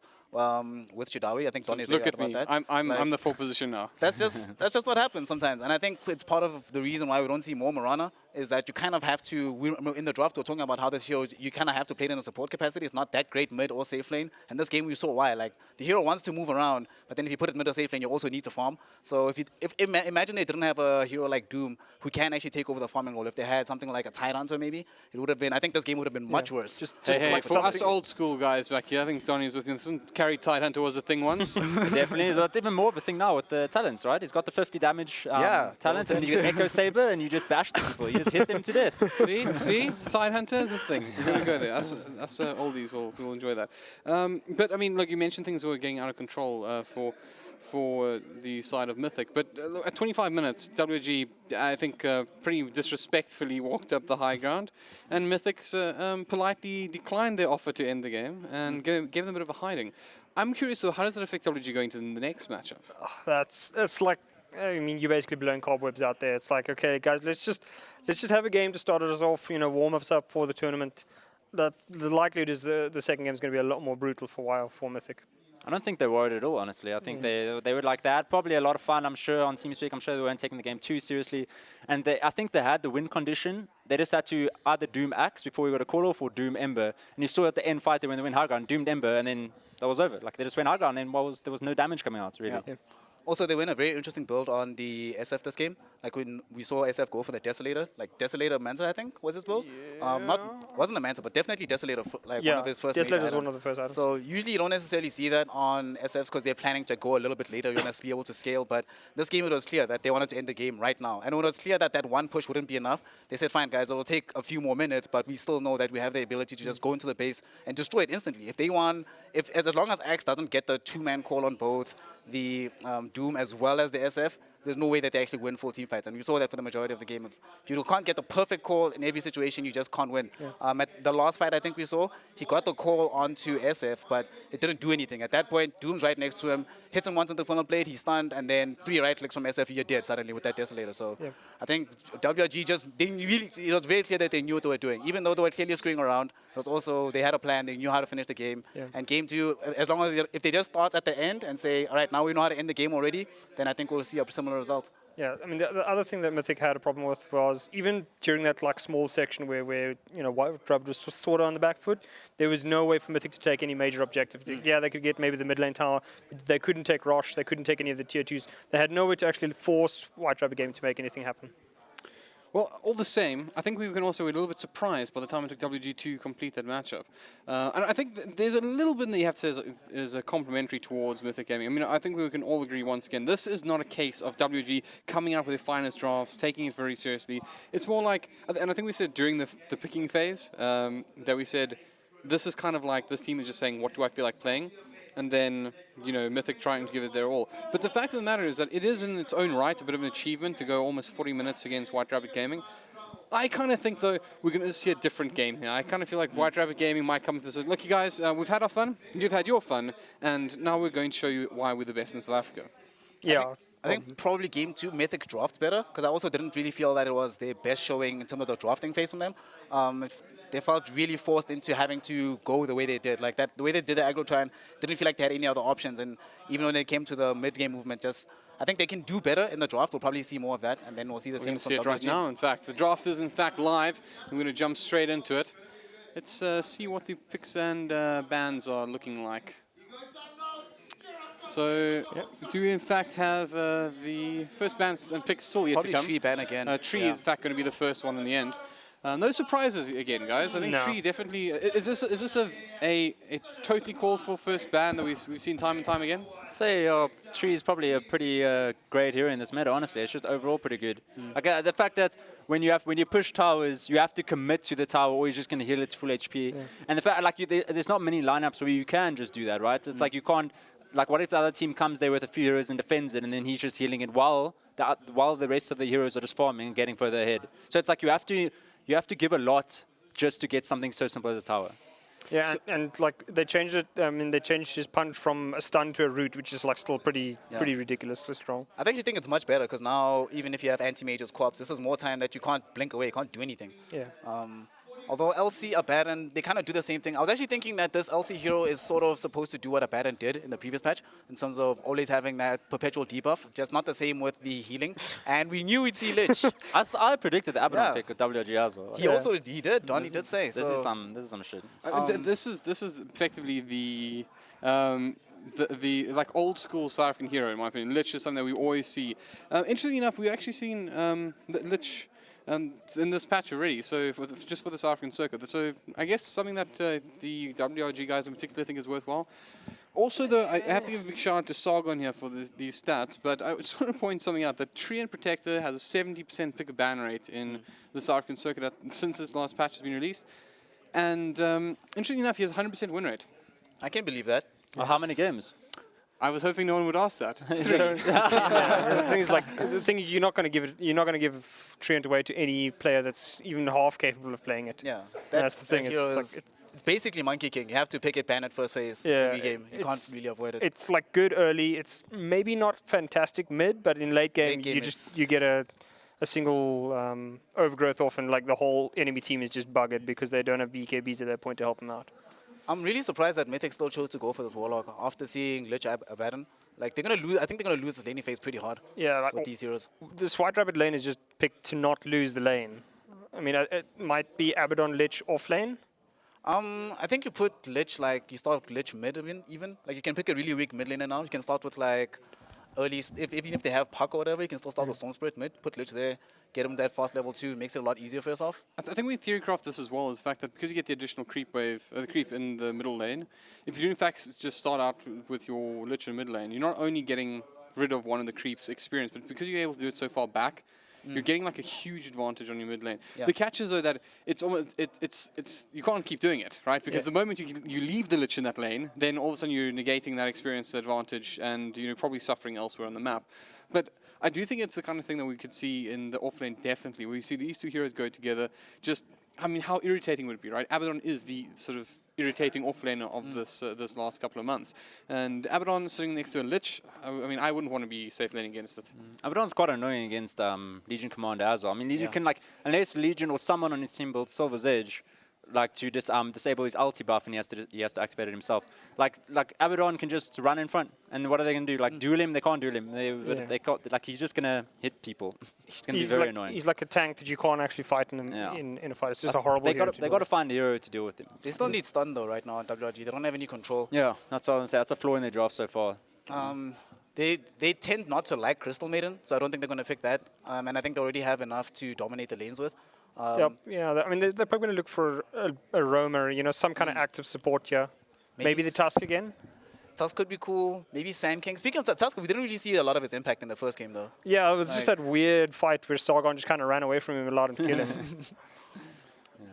So, I mean, let's go over the bans. We haven't really spoken about them. There's their control, I guess. The Lifestealer, as well as the OD banned out, as well as the Ember Spirit and Venomance on the other side of the river. This is the purple strat now, right, boys? Yeah. Bane coming out from WG. What other purple heroes do we have left? Enigma. Sven's blue. Enigma. Sven, Enigma. These are also kind of blue as think well. it's It's like the darkish color strat. Legion's like okay against Bane, right? Assuming actually pretty- only Legion doesn't. If Legion just doesn't get controlled, like it doesn't get slept or something, you can save. You can save All whoever. the time. It's actually really good. I'm kind of surprised Mythic bad Lifestealer. I think this would have been really good in the lane versus Abaddon. It's one of the few heroes that you can actually bully the Abaddon with. But now Bane in the lineup as well. I mean, I don't think actually Bane even bothers going for the sleep potion. I think he just go in Feeble, right? And then just make Legion's Commander's life hell, force us to have to overwhelming odds everything. And now without the shrines, you run out of regen soon enough, so you can do that. Maybe Mythic also probably need a little bit more team fight, because right now they have one way to start it off with Duel, and then follow up with the ultimate from Warlock. Maybe like Sand King, a hero that can also disrupt the channel from long range. Do they play Sand King? They need a strong safe laner, like to deal with this duel lane. They need like a TB or something, like with his meta. Like they need to do something. They, like the level 1 and 2 is going to be like the most important part of that lane, and then like I feel like they're just going to run away with it. Like, you know, if they don't challenge them. That Abaddon Lich is never going to die, so you need to get them out of the lane or force them to do something. Burn their regen or something. Yeah. Yeah, do something, take advantage of the no shrine. They're really taking a long time here. Like, this is all the reserve time. dying. Okay. Fight this is early, team fight fight. often. I hope they This is don't some do a heal. trial lane against the duel lane. Like I hope that doesn't.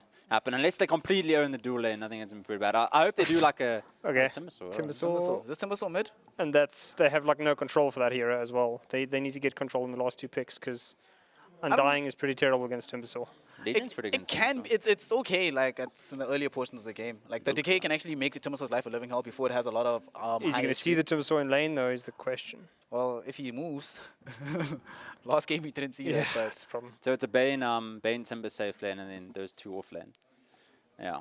Can I Seems- say as well, like a Kunjun Invoker sounds pretty interesting to me. Is he a known invoker? Like, I don't know his He's a heroes. decent invoker. Is it?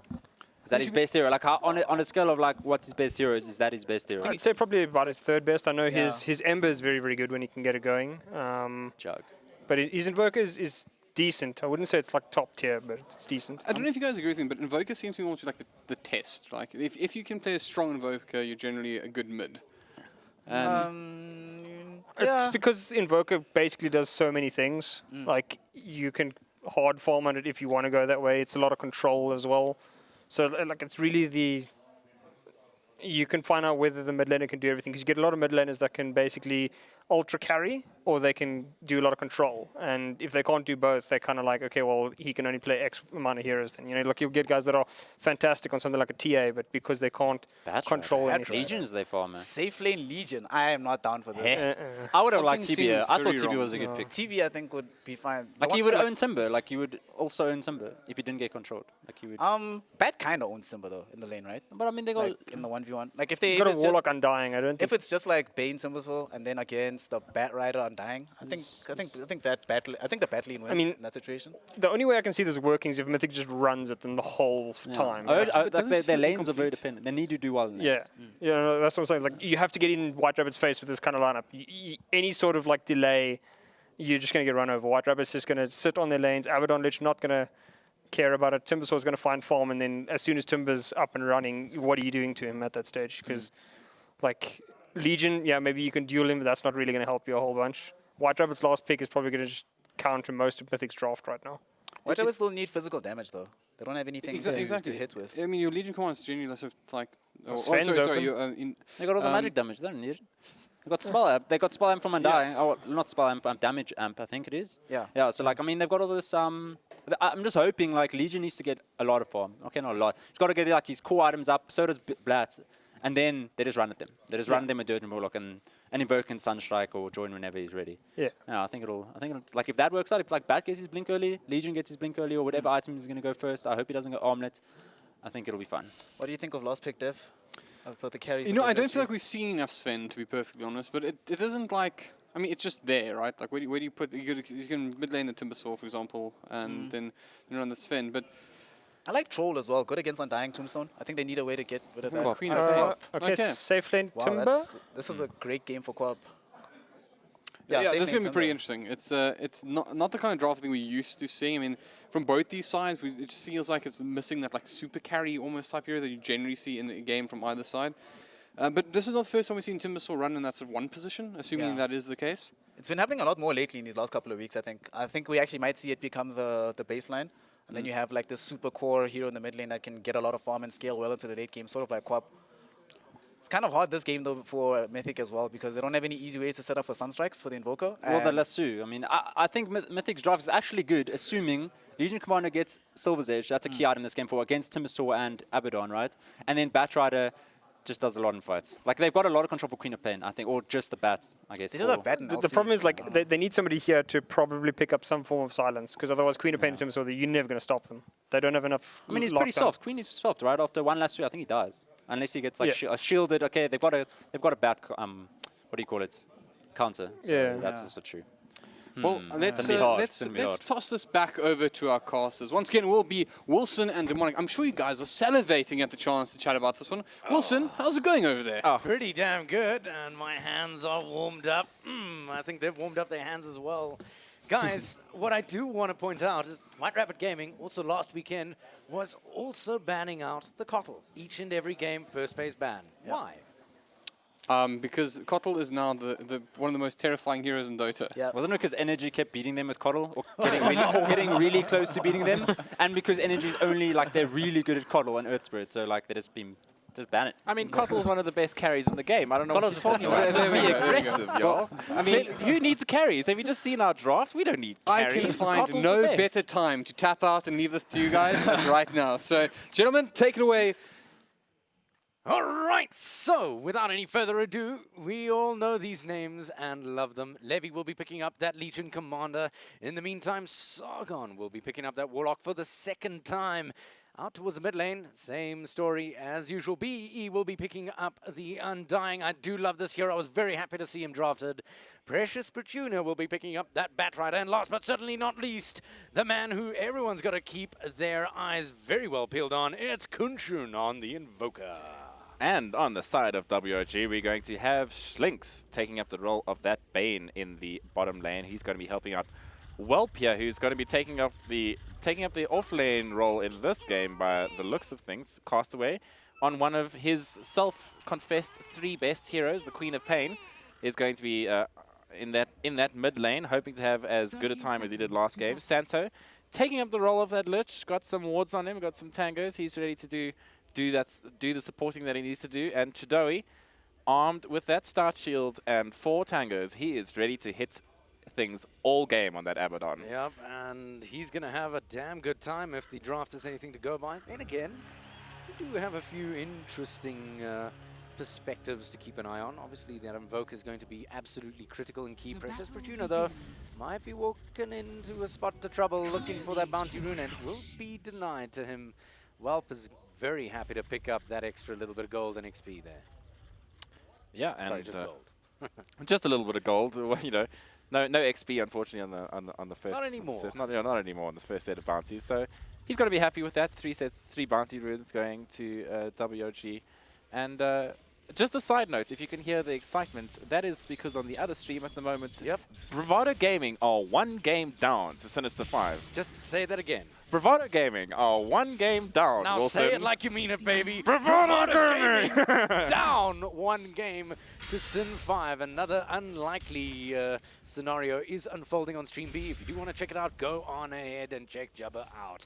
He is a lot of fun. But in the interim, don't leave just yet, because Precious Petunia is doing a little bit of nonsense and city business here to WRG. And WRG is actually doing seriously well. Usually, Precious Petunia, he does have 5-6 stacks now of sticky napalm.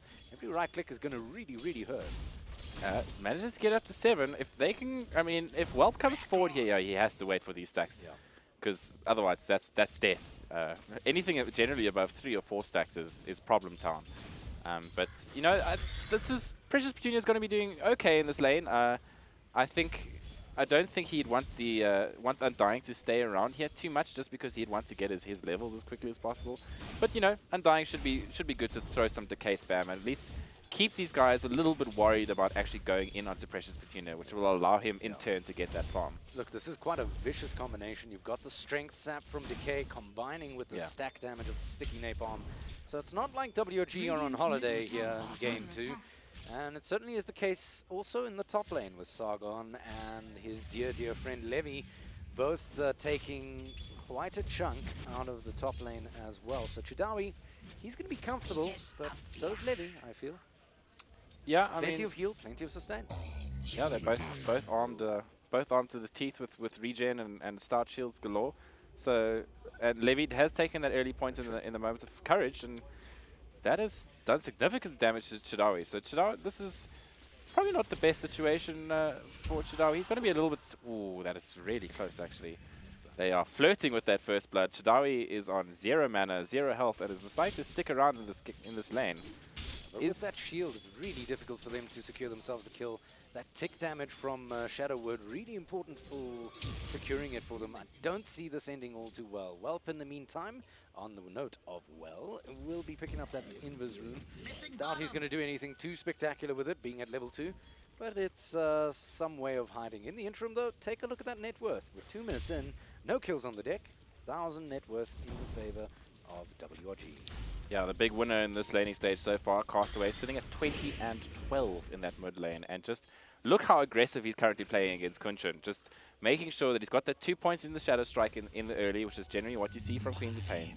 And getting as far up into that Invoker's business as you possibly can in the early game. Just allows him to secure this farm. And don't forget Schlenks. with... Schlenks. Oh, he does actually find him. There is a Brain Sap available. It's only 90 damage at level 1, but it is damn good damage. Nope, the TP is there from BEE, and immediately Schlenks knows that his ganking days are over here for now, but he will be able to deny a little bit of mana from BEE at the very least. Yeah, I mean, it's also important to remember that denies give you experience now. So the fact that he's 25 and 16 has put him at level 5. Kunchun's only sitting at level 3.5. There's already over a level and a half difference between the two mid laners at 4 minutes into the game, which is definitely not good for Kunchun. And the fact that Wenger's that BE has to come out here and I keep on wanting to call him Wenger. Kiva BE has come here and with his Wenger out in the mid lane and stealing that experience, it's just not, that's not ideal for Kunchun. Certainly not the optimal situation, but at very least it secures himself his life, although Castaway's going to jump on in, do a little bit more damage. Suddenly Sargon makes an appearance in the mid lane. And again, Castaway is stuck to sitting back and just watching the damage tick away and do what he can, but they're still winning it. They are still winning it here in the mid lane, and I don't see that changing anytime soon. Castaway is certainly keeping Mythic very, very busy here. A far more active game than the previous one. You know what?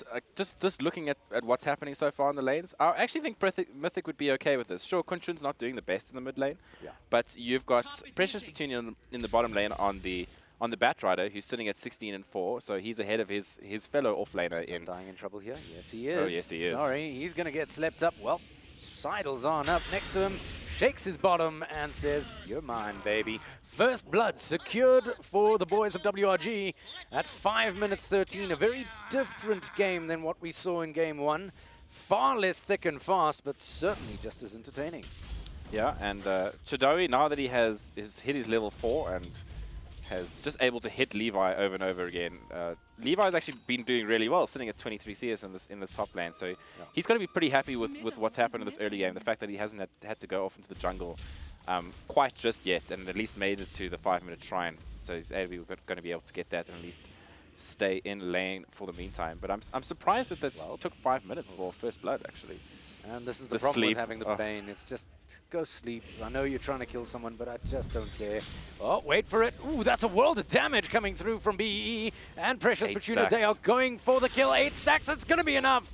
And Schlinks can't sleep his way out of this. He's going to have to live through this nightmare as BEE charges on, trying to find himself the kill. Doesn't have the creeps around to secure the final little tick of damage, even though there were 2 stacks of decay available on him. Whelp is now back in business, and BE is going to have to step very, very fast if, apparently Whelp doesn't care, so BE and in response, the combination of Castaway and Santo on the Lich took down Kunchun in the mid, which is not good for that Invoker. Tragic. He hasn't even started his Midas at 6 minutes into the game, sitting with just these boots and a null talisman, so definitely is going to need some help to get himself in the right direction. And they're trying to do what they can here in the mid lane. But unfortunately, Quap versus Invoker, when the Quap has managed to get this much of an advantage, now sitting almost at level 8 to the level 4 of Kunchun. I mean, that's savage, man. Yeah, certainly. It's by no means an easy time for Kunchun. And we kind of expected it, I guess, you and I. Still, they're going to have to look to the other lanes to try and pull out a miracle. Now 2.3 net worth difference. It's not the biggest net worth difference in the world, but at 7 minutes, it is quite considerable. Certainly considerable to start taking a look at the net worth graph. And no surprise, top 3, all WRG. Yeah, I mean, they're having the early game that they sort of want to at what the are they moment. doing?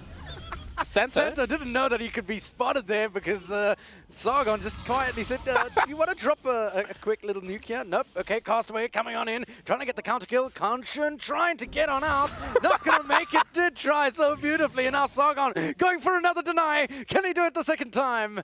And my word, what a time to pause. He's going for it again, though. Do you think he can make it? Can he go 3 for 3? Anybody on stream right now, if you can predict this correctly, give us my 5 rand's down. My 5 rand is yours if you get it right, baby. He's gonna die to the neutrals, I believe. I don't know. It's a Quap. with this, if there wasn't the pause, yes.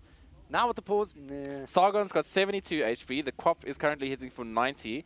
So if we take into armor, it might be enough to kill him. With one hit. The big problem is He's only got 5 armor. So how much? the big problem is the ancient creeps are hitting Castaway. This is true.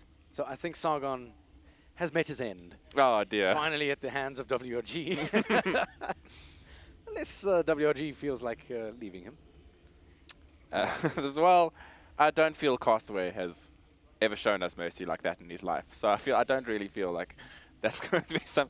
He wants this kill. He does. He wants it. He certainly deserves it. He does certainly deserve it. Oh man, that juking in the trees by Kunshan, I'm still having a giggle at that. You can run wherever you like. You're still going to hear my screams, baby. You can run as much as you want from Travis. He will. Castaway, he will find you. Yeah, good old Castaway. And, Good old reliable. And I think for the Invoker at least, he is going to be able to get back into this game once the other 4 heroes of Mythic Gaming actually band together and start doing some work. Once you've got the Bat Rider with the Blink Dagger, he's sitting at 1,600 gold now at the moment. Is this really a full protect 1 strat though? I mean, this is not a... Sit back and let, I know you can't sit back and let the Invoker farm, but is that really the way to victory here? I think at the very least you need to get that Invoker his Midas and a couple of levels in the bank, just to get. Once you have the Sunstrike up, I mean he can contribute to kills. At the moment, I mean he's only level 5 compared to the level 9 of the Queen of Pain. So level 5. Let's see if the 5 rand's going to be enough. Sargon. Oh, damn it! Castaway takes away the final line. Right click. Sargon does not get the deny he's been looking for. And I'm 5 rand poorer. Yes, you are, but it's okay. I'll buy you a lollipop. Oh, excellent. We're certainly having a lot of fun here. Wenger, he's in trouble in the bottom lane. Unfortunately, getting sourced out by Welp and Schlinks, and he's going to get sent home in a body bag, unfortunately. And he certainly didn't call this game in a body bag, so he's not looking all that confident. Difficult game for an Undying here. There's a lot of stats trading. He's not going to find the farm he's going to need for something like an Agnum Scepter to really bring him powerful. And they're certainly not aggressive enough to capitalize on the Undying here at the side of Kuntran and friends. And that's also just one of the things is that if you pick an Undying, you want to fight. Eh? I mean that's generally you have to fight. Sure, they've given him a couple of better answers in the form of his talents to at least take him a little bit further away. Kuntran may be in a little bit of trouble here. They do manage to get at least the cold snap off with Castaway. With that Arcane Rune, is feeling plenty tanky. Does have an ulti here, plus a level 4, but he's deciding not to go for it in the meantime. Is he worried about Sargon? I don't think he should be, or he could be. I'm not entirely convinced that he's worried. Bottom lane again, Wenger. Yeah. This is the problem with the Undying. Yeah, this is the problem with Undying. You're sitting 9 minutes in. How many kills have you got? A little bit far behind, my dear friend. And it's certainly not going up daisies for him. As an Undying, you have to be in the front lines, you have to be aggressive, and you have to get those kills early. He's only sitting with 1 kill and 3 deaths at this point. So it's certainly not going to steamroll the way you wish this hero would. Yeah, it's reached the point that Undying needs to stop coming into this bottom lane, unless he's got friends with him. Because Welp has now reached the level. He's level 7. He has decided to go 4 into that reactive armor. So not going sort of any major DPS build, but even with the combination of Chakra, Timber Chain, and Whirling Death at level 1, that's still enough damage to take down a support Undying really easily, especially if they've got the Bane hiding out there as well. Yeah, certainly. So BE going towards the top lane, maybe seeing if you can do something with Chidawi. Try fiddle the side of WRG towards the top lane instead. Banging on up with Kunshan. Yeah, what's going on now? Oh no. He's flirting with death here, and I'm not sure that he's actually aware of it. I think he feels it between the cheeks. He's moving as though he knows something. There's definitely a little bit of knaping, I feel, somewhere. He's just feeling a little bit uncomfortable, sitting well behind his tower.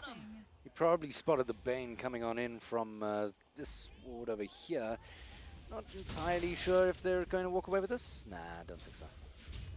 Very well positioned now. Yep. No. So, no kill there. Kunshan using that 6th sense to his advantage to actually stay alive. And Schlinks is still sitting around here, sitting at level 5.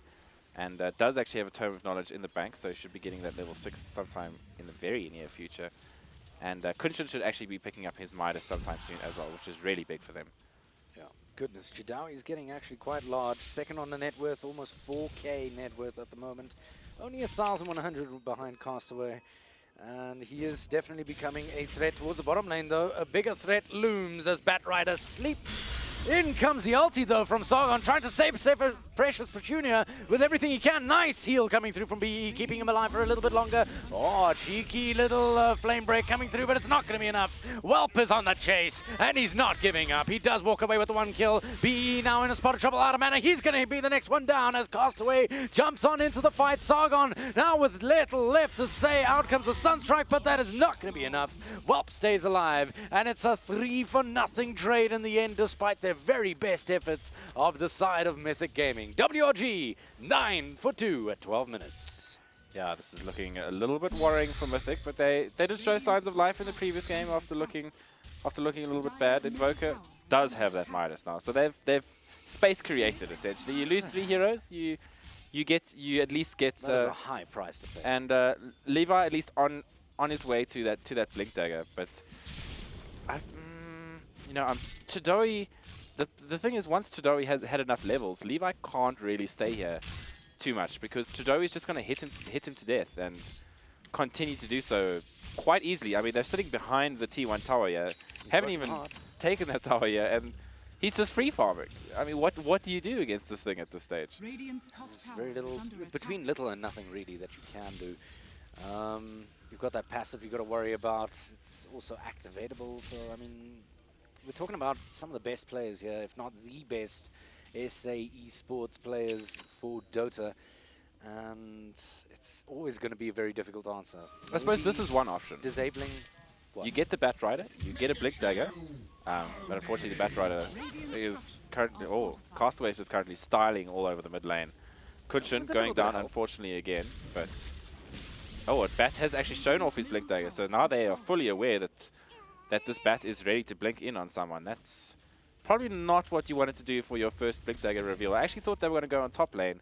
The Bat did make his way up here, but then decided to sort of float towards the middle lane and ended up doing nothing instead. So perhaps a little bit disappointing, but he still has a sentry here and that Blink Dagger. So I really feel they need to make a move on at least something here, whether it be Whelp, Santo. I mean, any kill here at this stage is a good one for Mythic Gaming. They do need something, some sort of Hail Mary. The graph certainly reflects it, as we are now at 9.3 net worth difference, and so is the same with XP. WRG are slowly but surely making sure that they're nailing each and every nail into the coffin here, 1 net worth at a time, and they have to come up with an answer here. If you were sitting on the side of, oh dear, Kunshin's in a spot of trouble. He does manage to invis on out, though. In comes B.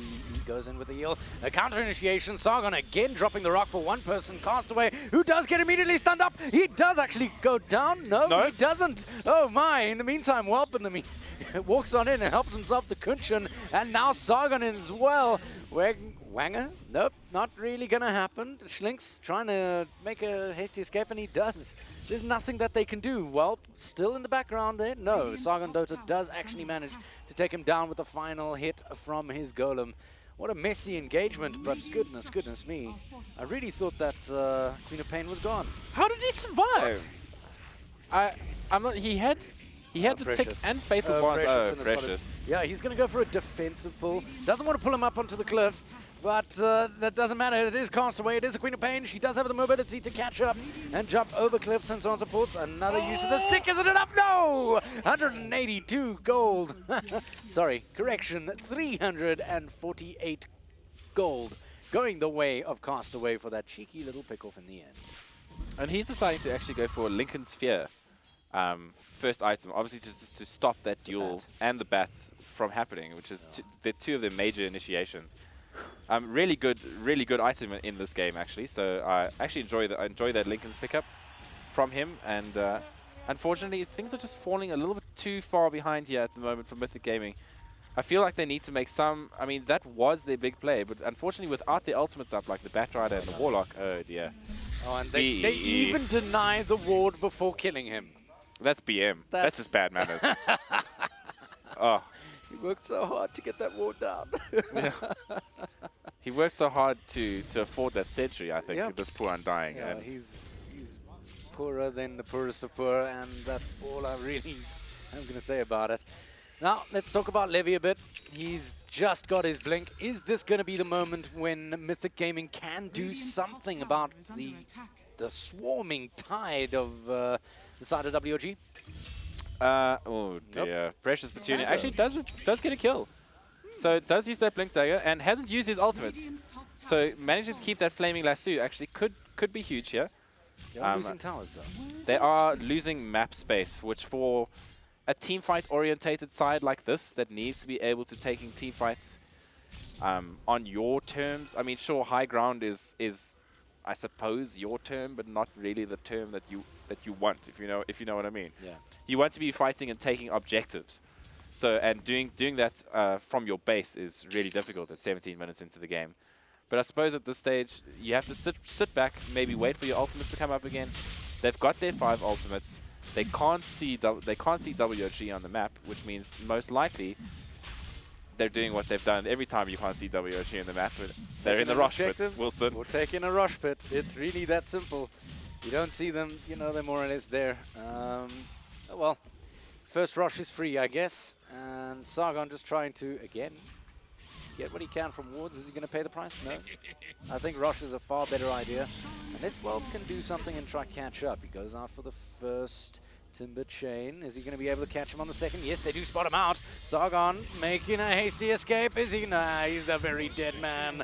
And he's going to kiss his buttocks and his demons goodbye for this next push. Shame, he's not even worth 200 gold at this point, Sargon. Feeling the wrath of Whelp's early game against him. He's worth a fair amount of experience at least. I mean, yeah, but being worth experience and not gold is not a good thing. You know what I mean, Wilson? It's like a constellation prize. Sargon certainly taking it well. These guys have one hell of a sense of humor. So the high ground pushes the call, and it quite rightly is so. Chidawi sitting there and yet to go down, still has his borrowed time. Castaway with the Aegis of the Immortal and the Lincoln Sphere. I hope they spot it out and don't waste anything too significant onto Castaway there. Well, and Chidawi just sit there whacking the tower up. Good enough. They did spot it out. There's the duel. It's a good enough initiation. In comes the Lich ulti. It's only going to bounce twice. Not quite good enough. WRG now getting wrapped up by the Bat Rider. Bat Rider immediately ultied up by Schlinks. He's going to be the next guy down. And in the front line, Sargon now dropping low. No rock to really speak of, as that's the end of that. Kunchun is now the next man down. Down goes BEE, and that is a good GG. Yeah, I mean, just a beautiful showing from WOG here, picking some very heavy early team fights, getting the laning stage that they wanted. I mean, they had all 3 of their cores sitting at the top of the net worth by 10 minutes. You have all the items that you need. You had the Abaddon, who had the Solo Crest, he had the Vlads, your Bane had an Urn, you had Whelp that had the Hood of Defiance. You had all those team fight items that just nullify that everything that Mythic Gaming was bringing to the table. Yep. So, I mean, and that just makes it so much harder to fight into this. And unfortunately, having your Undying sitting at 1 for 7, Levi sitting at 0 for 1, they just had no impact this game, unfortunately. This game lasted less than 20 minutes. That's certainly the fastest one so far. And I mean, it's well deserved. Look at the GPM. That'll tell you all you really need to know. Take a look at the graphs, the player net worth. Look at how much he skyrockets. 11,000. Yeah, that is a man that knows how to hit creeps and to hit them well, Wilson. Yeah, because well, I think he was farming heroes at the end there. But this is when this is a glimpse of what WOG do when they're playing seriously. Yeah. Game 1, they were kind of playing around, I feel, and they kind of, I don't know. It was clowny. It was clowny. It's exactly how you describe that top lane. Yeah. And, so that's pretty much what WOG is capable of. Well, I mean, what a great first series. I'm perfectly happy. Mythic Gaming go down to the lower brackets, obviously, but they've still got plenty of life left in them, I'm sure.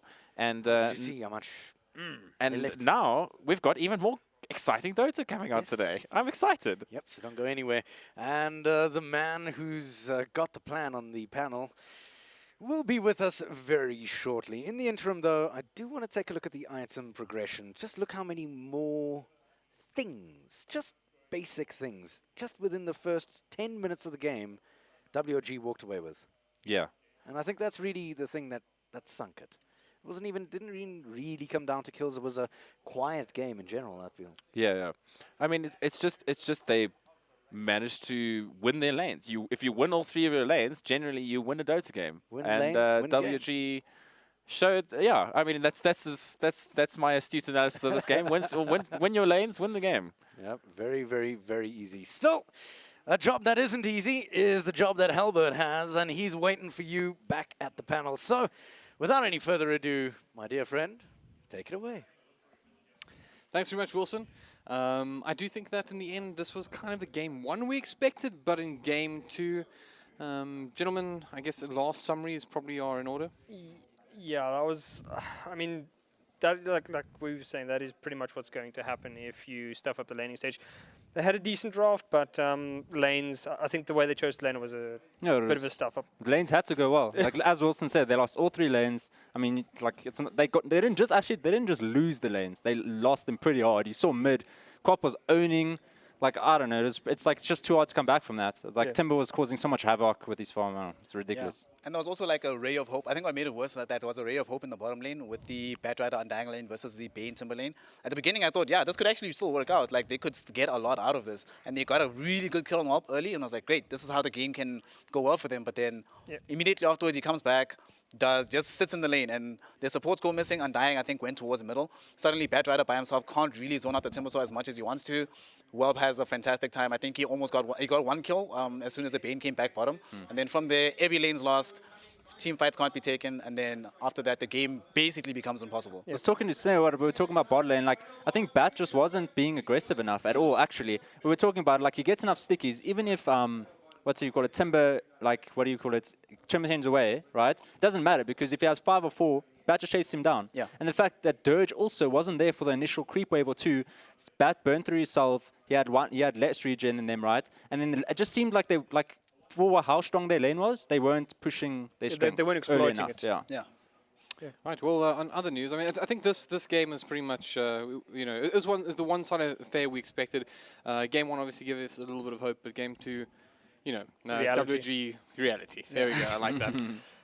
But there is something a little bit interesting happening over on Stream B. I'm not sure where we stand right at this moment, but Sinister 5, as I understand it, beat Bravado Gaming in the first matchup here in this best of 3. So from our panel for now, we're going to say goodbye to you. However, I do recommend you go over, check out Stream B as well, and see the result of Bravado Gaming versus Sinister 5, where Bravado are in fact on the back foot, at least as far as games in hand go. Otherwise, from us, we'll be back at 9 p.m. for some more action. I believe it'll be APG versus XTC. And our panel will start off at 8:30, and the other game going on Stream B at that time will be Energy versus XD. So until then, thanks for joining us, guys, and we'll see you soon.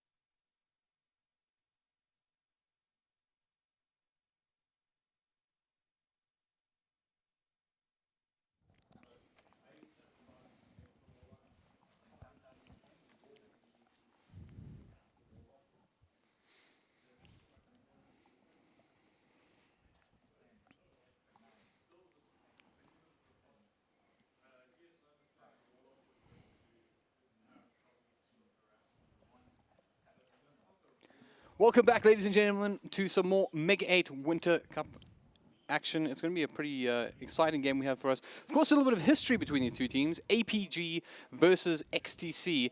The former being in a little bit of dire straits lately with their rosters and the ongoings of their results. Gentlemen, welcome back to the panel. Prof, maybe you can give us a little bit of background information on the APG squad. Yeah, APG squad is actually together for most of last year and a little bit of 2015, and then surprisingly enough, beginning of this year, they ended up removing Adestam from the carry role. He actually then kind of floated around for a couple of months and it ended up at XTC. So it's a bit of an odd one. A lot of people felt that Adestam, or Adastam, as he likes to be called. Or Adam Moore, as we now call him. Well, regardless of what we're calling him today, I mean, a lot of people felt that he was probably one of the strongest players on the team. Certainly he and ACG were keys to victory for most of last year. So removing him didn't make a lot of sense to us, but obviously we don't know the internal workings of each team. He ended up going to an XTC team that was on the rise. They picked up Deppy, and I believe it was Blue Cat at the end of last year. They dropped Blue Cat now and stuck with Deppy. And well, I mean, they came second last week at VS Gaming. So certainly it seems like something's worked, but also doing quite a bit of work online. So it's looking like a roster with a lot of potential. Hopefully they can stick together. So before we go too much into this, I feel like you and I had a conversation last year, really early on, about Deppy in particular. And I recall you telling me he was, one of these real top up-and-comers. And at that stage, he was pretty much unknown. I don't think I actually had any opinion of him last year. Like, I only started recently seeing him now. Like, I saw him do pretty well against Castaway and laning, I guess. Maybe it's not a popular opinion, but I think he's actually better than Castaway at laning, just with laning. But I just think he has a worse team. So I think if he was in WRG, he would shine about as much as Castaway. So I think that's just that part of how much I think of Deppy. It's like people underrate him. I think they underrate him a bit too much. He's actually on par, I would say, or better. As for the roster change in APG, it's not only just PSL. There was what's his name? Filthy Frank was actually also in APG, and he got kicked. So I just assume there must have been a lot of personality clashes, to have two roster changes so quickly, and then now again another roster change. I mean, do you think it's maybe the older players, it's something wrong with them? They're the toxic part, or is it these players are actually toxic? It's hard to know if you're not actually in their inner circle, in their team speaks during the game. If you were a betting man? If I was a betting man, it's difficult to say. I don't like it. If I say commit to it. If I say APG's players are toxic, it's I don't actually know them well enough. You know what I mean? I've never played in a team with them. I've never played in a team with Filthy Frank or Adestam or any of them. But I do play social games with Filthy Frank, and it doesn't seem too toxic to me. So yeah, you can read what you want there. We really went for a long way to say. Are you concerned about being a little PC then? Any Vietnam flashbacks you were getting? It's just you don't want to give an uneducated opinion on something, right? I don't want to tell people about relationships I have no idea about. So I don't want to burn some bridges. Gentlemen, obviously though, as mentioned, a lot of roster changes on this team. And I think in the past weeks we felt that their performance, particularly in the APG, has been very underwhelming compared to how they were last year. Yeah, very mixed results. I mean, what's happening here, guys? Where do we go from here? I mean, is this a team that's about to fall apart? I think in this situation, we get an example of what can happen with a roster change with the two teams that we're going to be seeing today. XCC had some roster changes, but it seems to have worked magnificently for them, giving them that extra juice, that extra bit of energy that it's always felt like XCC was sort of this gatekeeper team. You weren't necessarily tier 1 until you could beat XCC, but then XCC themselves never could rise above their own gatekeeper position. But now they've obviously gone past and beyond that because of the roster changes, whereas APG, before, they were the team that had broken the furthest past the gatekeeper point, because before then it was WRG, EN, and Bravado, they were always on top no matter what. Then APG just burst through everybody, destroyed everyone, but then now you change a couple of things in your roster, and even though the way that they're trying to formulate their strategy seems more or less the same, how it's actually coming together in game, completely different. Honestly, if you look at how APG are playing now, compared to 6 months ago, it does feel like two radically different teams, even beyond the team members. Just the way they're executing their game strategically has changed everything. So, and I think one of the main reasons why APG hasn't been able to find that success is that they no longer have that early dominant control. Normally we would expect from APG that no matter what, every single game, even if the mid game goes sour, the lanes would be strong. That was what you expected from APG. You know Adestam's going to do well in the lanes.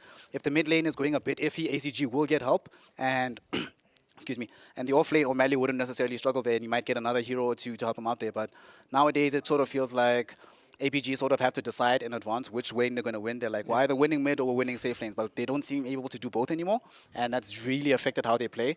Whereas with XTC, for the longest time, their particular problem was that they were bad at laning, but now they know you have a carry player that you can leave alone. You never have to really take care of Adestam. He can really take care of himself. So now it frees up so much space on all the other sides of the map, and we've seen XTC take advantage of that. So this is an example of what a roster can do. Roster changes can do, both good and bad, that we're going to be seeing coming up today in this competition. I actually disagree with you. Like about leaving their carry with APG, right? Yeah, like it's XTC, sorry, Adestam, right? Yeah. So like people are like he's definitely. It seems like he's a shell of his former self as a player. Like in XTC, I would not put him in the top 3 of the players. I think it's like Depi, Dota, and Dai. Should get way more praise than I think he does. He was actually really good at offlane. Like, you know, now he's playing Sporty still as well. And then like one of the supports, Scarnet, I think plays well. But like, it's not Adestam he's bad. I just think he's like not as good as he was, or he got patched or something like it. Just didn't. He's playing less or something like that. You know what I mean? Like something like that. It just seems like he's not. Usually the core players are meant to be your strength. You know, they're supposed to be the strongest players. You play off them, and it just seems weird at the moment. Yeah, especially last week at VS Gaming, it just looked like there were a couple of games where Adestam had pretty terrible laning. It was like he would just get absolutely wrecked and just never seem to be able to recover. And that was the one thing when he was on APG. It's like you could count like if he has a bad game, he's going to recover. He's going to be once it's 25. 30 minutes, like he's capable of holding his own in a team fight. And right now, even on heroes like the Ursa, it's just like he seems to get run over in the lane, gets 0 farm, and then when it gets to like when he needs to be fighting, it's just he's basically doing nothing at the stage. Let's go back a step here, because I agree in particular with something you said, Donnie, about Dota and Dai. Now, he kind of made his name for me as initially a mid player who was like a pocket Castaway. And I called him on many occasions. He had a similar hero pool, and effectively just wasn't quite as effective as Castaway.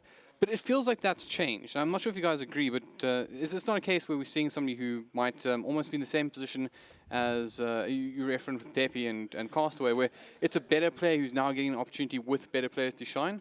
It's possible. I mean, like, I think... I don't think he was ever actually. He's been around for a long time, right? Dota and Down. I don't think he was ever actually good. But it also could be his team bringing him down. But I don't think so. Like I played against him, I didn't ever think he was that good.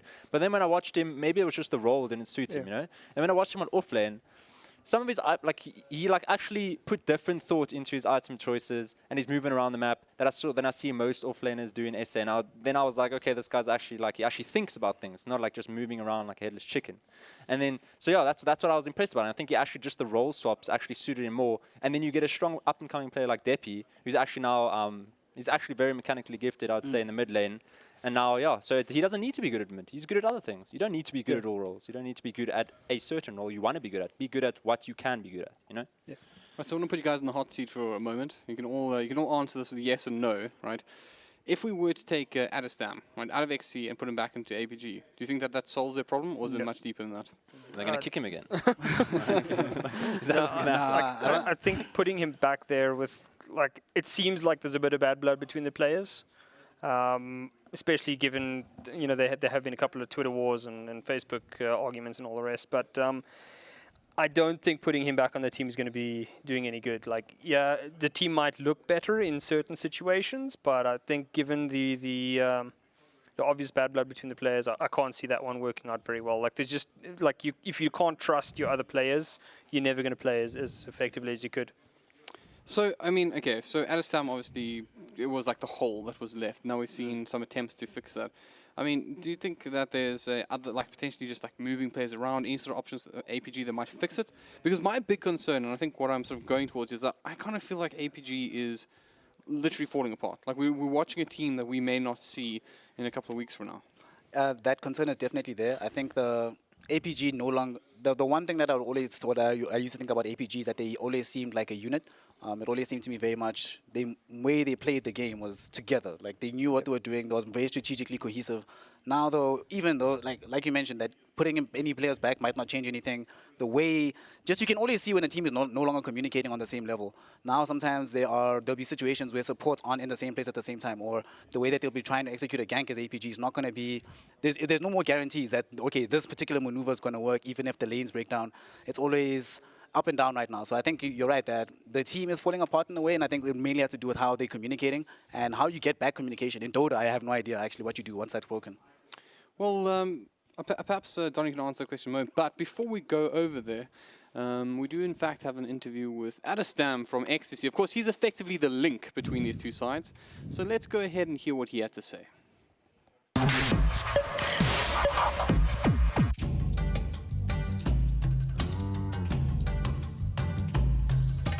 My name is Adam Adastam Moore. I live in Cape Town. I play for Ecstasy, and I'm the position 1 carry. I'm the guy who hits the crepes in the safe lane. My top 3 heroes currently, I would say, is Juggernaut, Ursa, and Lifestealer. If I could remove a hero from the hero pool in Dota 2, it would be the Axeman. Because once that thing gets Blade Mail plus Blink, it doesn't matter how farmed you are, you're dead. In my opinion, the best Dota 2 player, I would say, is Donny. Ecstasy is going to win the Dota 2 Mega8 Winter Cup because we can. Yeah, so that is probably... I don't know how we're going to top that interview, actually. That was, like, really entertaining. That was hilarious. The best part is, like, he has such a straight face when he says things like that. Like, you're never 100% certain if he's serious or not. I mean, we're going to win because we can. It's like Why PSL. not, right? PSL has a similar deadpan humor. You know, they just keep a straight face, and then that's how they carry out their jokes. I think it's funny as well, honestly. I think that what's happened here is that he must have been aware that Donny was on the panel. And he's just like, setting up. I mean, you were saying that he wasn't in the top 3 players in XTC before the interview. How do you feel now, Donny? Yeah, he puts me in a rough spot. I mean, I can't really blame him anymore.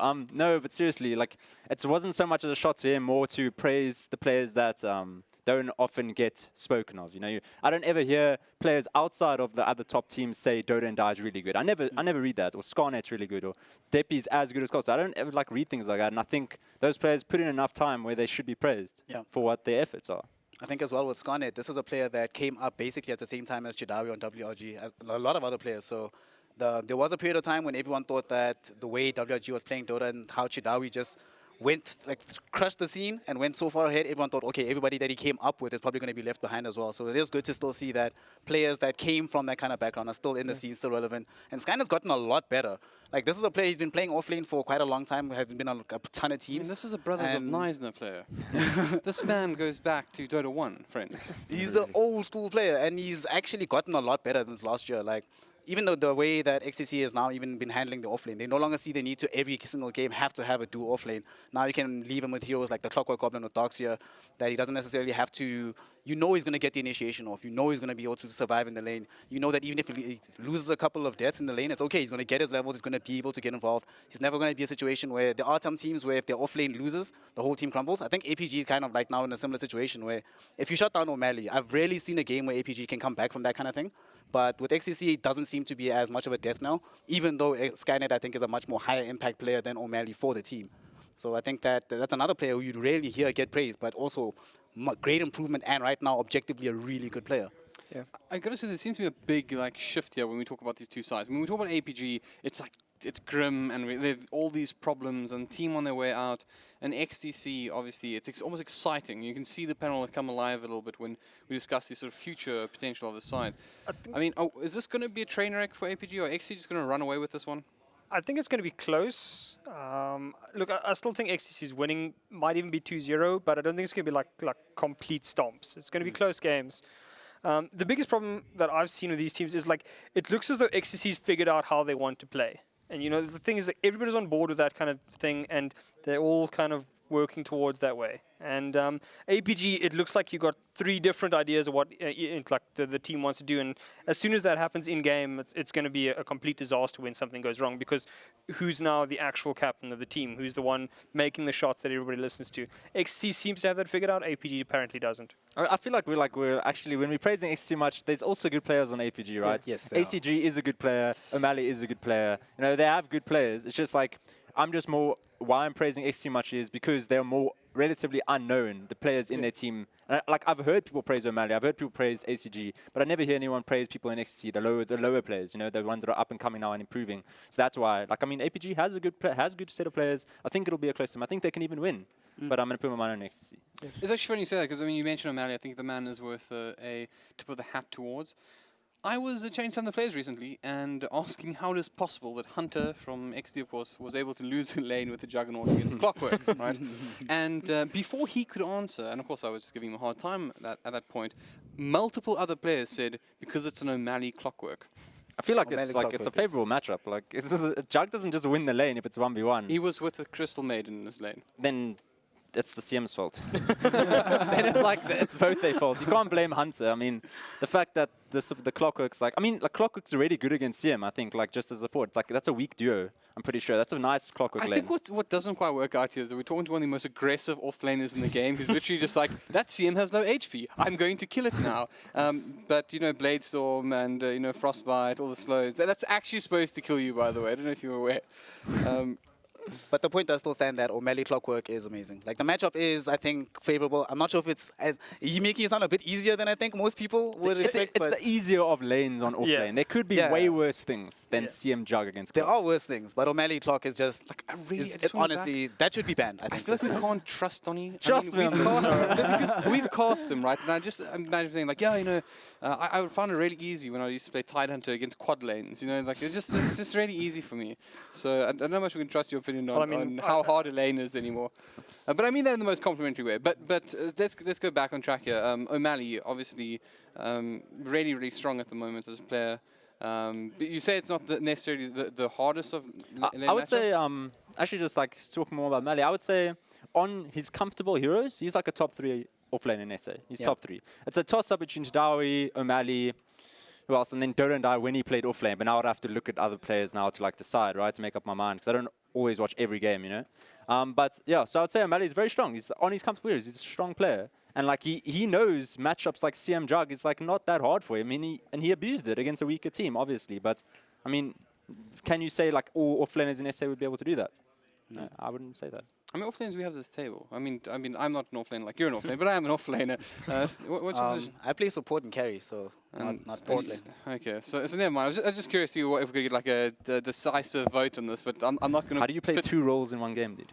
Oh, I used to play support, but then basically when there's a better player on the team, I go support. All right. So we are in fact going into the draft in just a moment. So perhaps we will get to see that O'Malley Clockwork or any of those other interesting things. But of course, at the same time, it's worth mentioning that the entire panel has changed now. And I like this, right? Because before it was in fact quite pro XTC and very negative towards APG. But now I'm feeling a little bit more relieved because it does seem to be something in it. So let's see if the boys at APG can impress and bring down XTC, who I think are probably the favorites into this one. Gentlemen, before the draft completes, let's go with some predictions here. I think this one was worthwhile doing. From Donny, across back to me. Where do you guys see this one going? I'm going to go 2-1 APG because ACG is my late night surf companion on CSGO. I say 2-1 XTC, Deppy too good. I'm going to go 2-1 XTC as well. Okay. APG does obviously have that the new carry stand-in Muzzy, so I wonder how he's going to synergize with the team. Right, well, let's go over the bans quickly. So we've got the Treant Protector banned out by APG as well as the Keeper of the Light, and XTC going to ban out that Warlock with their second ban to come. Any surprises, gents? Nah, not really. Treant ban again. Tree ban, Warlock ban, Coddle ban. This is what we should expect to see most games. This is Muzzy playing though, so we might likely see a Sven either being considered. What do you guys think? Muzzy versus PSL in individual skill. Do you think it's a big of a loss, or do you think it's gonna be okay? I think it's okay. You think it's okay? Yeah, I think in straight playing terms probably equal, but you know, Muzzy has a bit of a reputation as not an easy player to deal with at times, so Really? depends on how he... PSL is definitely like the opposite of personality, I would say, like after seeing some of Muzzy's Facebook posts. Alright, let's see. There's a clock, so panel high five. Yeah. Let's go. I mean, it's a top tier pick, and Yeah, if your it is. player is comfortable with it, pick it. I mean, Interesting that they decided to pick it over the Darks here, though, given that they did have the option on the DS. I mean, it combos well. Okay, it's like they could go Darkseer Slaughter now, but I mean, it's like depends what kind of team fights they're going to have. They can have Kiro now with Clockwork. They can have Phoenix. They can have some other heroes that profit off of heroes being stuck in cogs. You know what I mean? Like easy setup. That's basically it. Also, I think the reason they go for Clock most, they prefer Clock over Darkseer. ACG really likes Invoker. and it makes it a lot Yeah. easier to play Invoker that is with also Clockwork in the game. That's also good. Yeah, you're right. Yeah, O'Malley's drafting. Is O'Malley Wisely. drafting? Yeah. That's interesting. Oh, Oh, I now we mean, know he gets the clock right off the bat. Like, picking for me, boys. So I have a question for you guys. I mean, Darkseer, obviously, as mentioned, has been one of the big pickups this patch. But I kind of feel like teams aren't picking with something that really works with Darkseer. And I'm curious to know if anyone has any thoughts about why that might be, or if that's just an actual mistake in the drafting. I think it's just most teams haven't been picking Darkseer in general. Like, the Darkseer vibe hasn't really caught us. So I think when that happens, we're going to start seeing more Darkseer combos, so more Darkseer slaughters, more... Are you talking about pro teams? no, I'm talking about pro South teams. African. Yeah. same Okay, teams. that's just like It's just us, yeah. Everybody else is picking Darkseer because... Well, I think we're seeing Darkseer, right? Maybe But saying we're about not the combo, seeing the yeah. combination. So Oh, like, yeah, the like combos, for yeah, me, yeah, it's like really easy and strong for me is Darkseer Jakiro. You know, but we're not seeing a huge amount of it. I'm just curious if you guys... But we are seeing Darkseer. it's just them Yeah. probably not like maximizing a hero strength. You know what I mean? They're like not picking Darkseer slot or like just picking Darkseer and they're not picking anything that comes with it. Like no melee cores, no AoE stun that like goes on the vacuum. No, that's just I don't know, Yeah, draft I mean, flaws. Doxy is like this. Really is his patch. They Yeah. they buffed the jungle all over again. I mean, he's obviously gotten the creeps closer to his own tower. So, I mean, he's pretty much in vogue for very good reasons. It's just odd. Do you think it might have something to do with the fact that no one picks Earth Spirit, Monkey King, and Ricky Bounty anymore? A I lot mean, of Monkey SA King teams, got nerfed. yeah, to knocked to hell. the ground. But like these are the Earth heroes that like everybody trained in SA, like in terms of roaming supports that could combo well with the Darkseer, but nobody picks those heroes anymore. So I'm still surprised that we don't see as much Earth Spirit as we could. Well, 'cause maybe it's just the teams. I mean, Yeah. let's look at the teams. Maybe they just don't have a I hero mean, I that's... know you guys in White Rurik, Rubber Gaming were playing it last year, but you guys never felt that it was like as We potent told as it should have been. Habibi that he was never playing the hero again. But that was like a decision we made because it was like something horrible went down in Instagram. I don't know. Well, there's a hero I'm pretty happy to see, Rubik, being picked up here by APG. I think good old Bobby Wills made a good name for himself on the Rubik back in his sort of heyday, the glory days of APG. I think that's still probably his best hero overall. Like he's that Bobby or Wills the- Rubik is and really his, good. and his Wisp is also pretty top Yeah. tier. I like the SF kind of pick. Like they like the First pick though. SF. It kind of has to clock. happen though. Like you don't want to give them that. And Yeah. like I think now that they pick CM, as I mentioned, the lane, they need to pick a super strong safe lane carry. Like Troll or something is really good against Clockwork as a laner. Yeah. Or they need to pick something. Or go try lane and then like nerf the Clockwork so hard into the ground that like he can't like Yeah. do anything. Do you think this is the kind of game where XCC could go Razor carry, knowing that you'll have some late game insurance with SF already, and you need a hero that can demolish the Clockwork in lane? Yeah, and you generally like a front line a little bit more tanky than an SF. It could work. It depends on what they want to run on the off lane though. banning Gyro? They're banning all Gyro, heroes that bro. maybe he's banning heroes that like would be super annoying to play lane Like against. super farm Yeah. lanes. I mean, there's also heroes good in the patch, like these Gyros. It loses a lot, but it's good in the patch. And the thing is, Gyro profits so much from the stacks these days Yeah. that like Yeah. it gets fat. He has super the quick. tools to be good in the patch, Yes. even though he loses. Even though He's got like the tools of the hero. I wonder what APG put mid here though. I don't think. Do you want to lane? How did you guys think of Puck actually? Although they do you think they have too much tempo control with the Clockwork already? I think the SF against the puck is going to be a very easy lane for the SF unless they gank that SF a lot. 'Cause the problem is the puck is not going to be able to hang in that lane for very long once the SF starts building souls. I mean, like it's a different style of play, right? Like SF wants to rise, and then Puck wants to get his levels and then leave and go gang. I mean, you can also farm depending on what's happening in the actual game, and they could be losing. But Do you not just look for the ACG Invoker, one of his comfort heroes? Works already with the Clockwork. yeah, we spoke about that, yeah, with the combo. I don't know how I feel about third pick Invoker this patch though. I don't think the hero is ultra strong anymore. Yeah. So I don't know. Like if you go third pick Clockwork or third pick Invoker, then you're not necessarily sure what XCC are gonna do just to shut down your Invoker. So Yeah. I don't know. I'd rather see it last pick for the mid, especially if you're not ultra confident or you need a hero that definitely beats this SF mid. Deppy's pretty good at that, like maybe Storm or TA or something Yeah, like that. that's the problem with going up. Doesn't have to beat him, just farm. Yes, this one, yeah. Break even is fun. Yeah. Like that is the problem. Like mechanical mid laners have just gotten a crazy boost this patch because like if you dominate the lanes, you can just run over the opponent so quickly with the level advantage. There it is.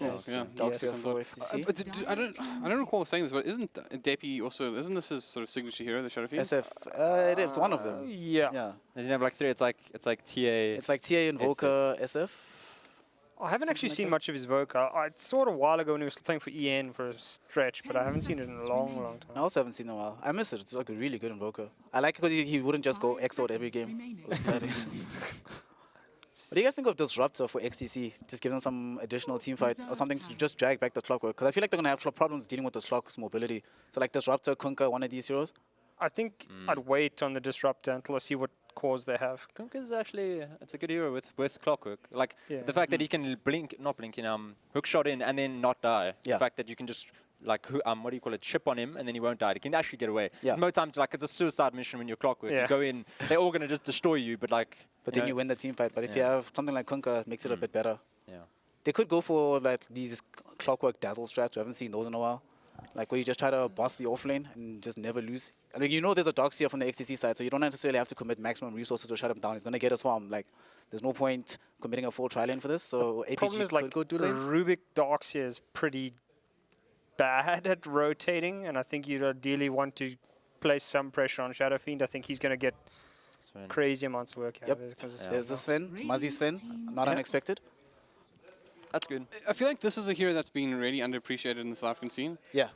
We haven't seen Sven being picked up a lot, and I mean, I'll leave the analysis to you guys on why it's good, but it just does feel to me that this is a hero that needs some more action. And I kind of like the pick as almost a bit of a block pick as well, since it is something that would work quite nicely with the Darkseer. Yeah. I mean, it kind of negates a lot of SF's things, like the damage reduction on the ulti. So he's got God Strength. That, like, it's like 50. What is it? A 50%? I think the damage reduction on SF. Yeah. Yeah. Something. He gets nerfed, but it's not like he's in the ground, right, with damage. And then he's also got armor for SF's minus armor. So like, it's a good hero, I would say. And he basically gets that. Like, the reason why he is considered so potent at the moment is he basically gets 32 free mana when he pops ulti now at level 18. So it's just like. Strength. Yeah, sorry, strength. So it's like it becomes so much more tanky just by hitting ulti. And he can farm super fast, right? Yeah, The it's, cans it's like thing. it's horrible. Troll's actually very good against Sven. Like, the fact that if they on equal, like, if Sven gets ahead, okay, then he's gonna annihilate Troll. But if they're like equal farm, I Yeah, think Troll just destroys like him. just bashes him to shit. Like, he's going down, and yeah, I think it's cool. Nice pick. It's like, it feels like they baited it actually. That being said, though, if Sven does get ahead, like gets the early Blink Dagger before BKB is online, it's one of the few heroes that can actually kill Troll faster than Troll can actually turn around and start fighting. Because most of the time, the main problem with most melee heroes, you go on Troll, you try to kill him, he pops W, pops R, you die instantly. So now it's a bit harder. But Quap, this is I like that. This is a really good Quap game. Actually, they have zero lockdown. They have like Frostbite to do with this hero. Frostbite's good Oh, again. but the Frostbite is like super Like good against Frostbite Clockwork. is the best, but like you can. This is one of those games where if Quap gets frostbitten, right, Clockwork can just run around him, press Q, and then what? Like none of these heroes, with the exception of SF, can actually hurt Queen of Pain from really far away. So I think they have tools to somewhat deal with the Frostbite, if it's the only stun that XCC has right now. Yeah, and I mean both SF and Troll are going to be buying BKBs, which Queen doesn't really care about either. So Yeah. it's a lot of burst damage that she can get off. What's the prediction last pick here for APG and SC? APG. Go. Let me think. Which Doctor APG? I'm gonna go Kunkka APG. Kunkka APG. I'm locking I like that in. Kunkka. I'm locking it in. All right, I like Kunkka. I'm hoping for an Don't IO. steal my pick. I said Kunkka first, I'm though. hoping for like Early a in the hero draft. or something for Wexy that works with Darkseer. Because once again, same sort of thing where you're not getting any of that sort of real. Oh, That's Let's okay. check it. it's one of my absolute favorites, actually. All right. This is actually good. It's Let's a check hell it. of a lot of lockdown on APG. Yeah, this is actually really good. I really like APG's draft. Like XCC now, I can't think of any last pick which would actually really be okay for them. Maybe they go Silencer or something, just so they can actually team fight. Because if they don't have any disable, like mass disable, they actually can't team fight right now. Any team fight jumps in. If Earthshaker gets there first or Clockwork gets involved, then I think they will auto lose any ensuing fights. There's just too much damage right now on APG Nyx side. maybe? They pick Kunkka. XTC picks Kunkka. Kunkka could actually work for them. Like when someone hooks in, they say their team, right? I'm just gonna keep saying the Kunkka pick until they pick it. Oh, good game. It's the panel Zero that for wins two. this one. All right, guys. So let's see if Wilson, Triple XL, and Demonic agreed with the Jakiro pick at the end. Gentlemen? I'd have to agree with 99.999%, except that I'm loving the Earthshaker pick more than I think the panel is. I hear you. No. I'm an Earthshaker man myself, so trust me, we're going to enjoy it. But Wilson, Demonic, why don't you guys take it from here? Give us some awesome echo slams with the casters. Not curse, but you know, whatever the opposite of that would be. Take it away, boys. Excellent stuff. So, yeah, one hell of a draft. A lot of mind games going on here. And not least of which is that Clockwork followed by the SF. Kind of a catch-22 if you leave it for the second pick there. Clockwork SF right in the beginning. Fantastic way of setting up your mid lane. And very interesting to note that Phalanx taking up the role of the Clockwork, so it's actually going to be a core Earthshaker in this case, which is Could it be a crit extremely shaker? exciting. I mean, Earthshaker is one of my favorite heroes personally. So just the fact that he's in a match already in the second series so far is just incredible. So I'm really excited to see what they have to do. And as you said, there are a lot of mind games here. Both teams have pretty good team fights. I would have liked to have seen, as our panelists have said, I would have liked to have seen Kunka, I think, is strong in this meta at the moment, just because of the way that they've changed his pirate boat, being able to put it exactly where you want. You can now park that boat exactly where you want to. Especially, that's the really big one. You can use it as a kind of group hook if you're positioned in just the right place. Trying to push them in towards your team, you can actually do it these days. Nonetheless, let's get straight to business, baby. So, I'll be introducing the side of the Dire, which is played in the safe hands of APG. Muzzy will be standing in there on his fin towards the top lane. Phalanx right behind him on that clockwork. Towards the mid here, Bobules is loitering about, but I suspect he'll be headed towards the top lane soon. And ACG loitering above the bounty rune, and he's joined by the man himself, possibly one of the better offlaners around in SA Esports, O'Malley. And on the side of XTC, who managed to get the better in this matchup the last time these two teams met, if I'm not mistaken. We're going to have XTC Doom Bunny taking up the role of that Crystal Maiden in the safe lane. He's going to be protecting Adestam, who takes up the Troll Warlord, a hero that he has been playing a lot of late, if you ever happen to look at his profile.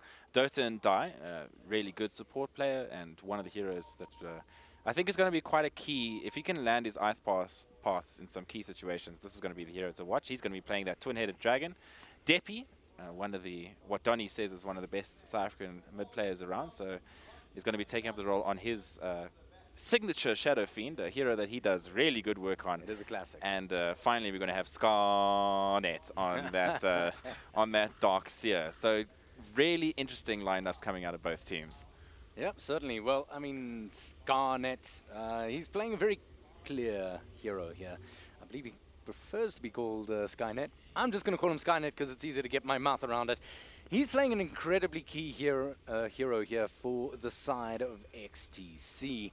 Darkseer usually responsible for setting things up with the vacuum and following it up with a wall of replica, but I mean the real kicker here is that if he can bunch up a big group of players and have a nice Requiem of Souls to top it all off with the spread damage of a Crystal Nova and the axes from the Troll Warlord, I mean, just about anything that's in there is gone. So keep your eyes very well peeled on the Darkseer for this game.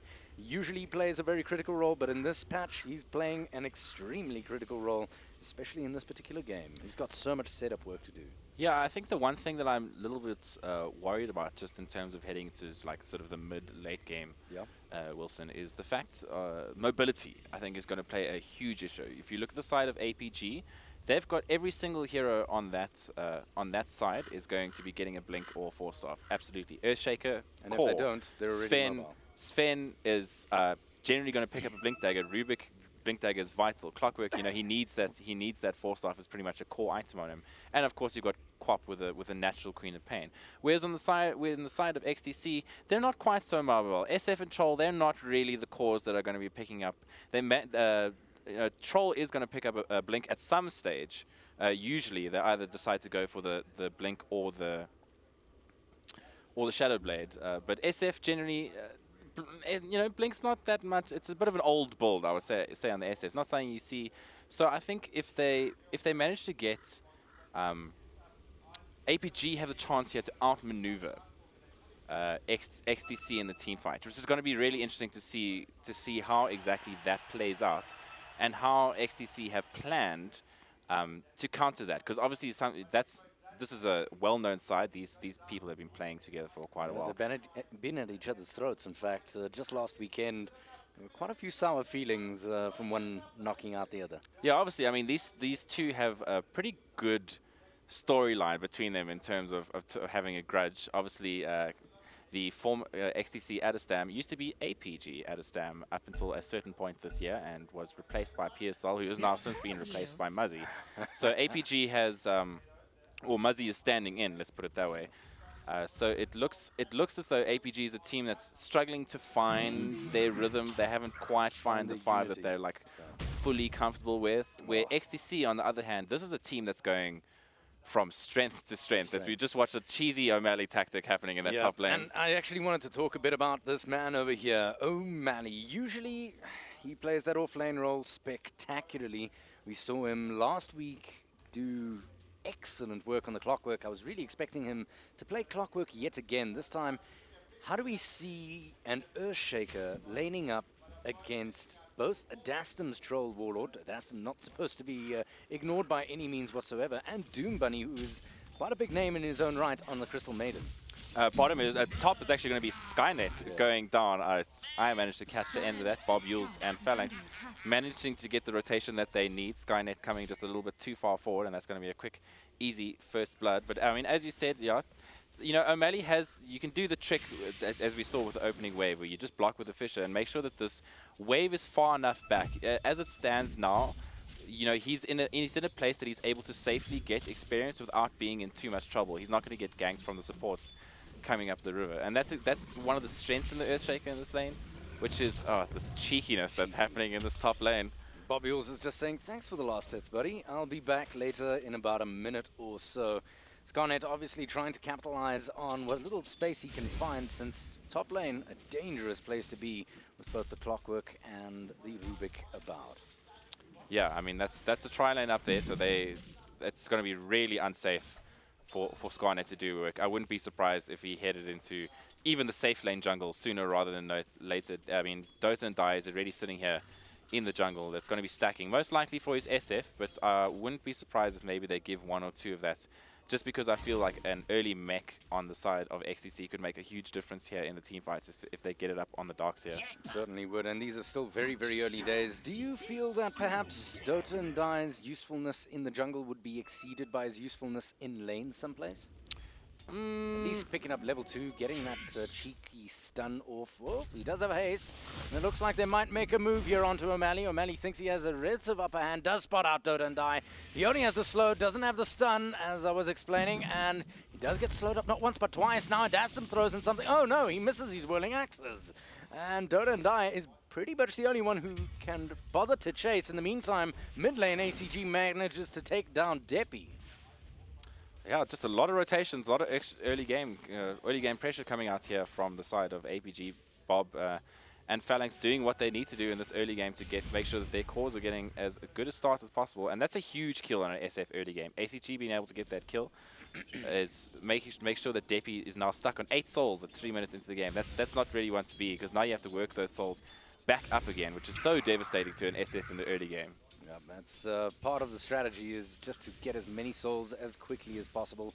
A lot of his damage does come from that Necromastery. Still, he's doing okay-ish in terms of last hits, sitting third on the deck, 14 for 6, 15 for 6 or so. Top of the board, Muzzy from...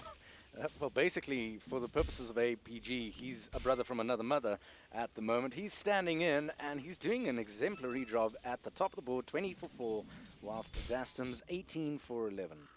Yeah, I mean, Skynet has to abandon that lane. It's not a safe place for being. He has no vision, and you know, his vision goes as far as his tower, because he's got the high ground ward. So that's pretty much as far as he can go. So he's off into the jungle, and is already starting to work on those jungle creeps and has stacked and just try to do what he can. And Muzzy should be able to get a free lane here out here with relative ease. Yeah. Do you feel the skill build could use a little bit more work, other than the 2 levels in Stormhammer? I've seen plenty people max out Cleave.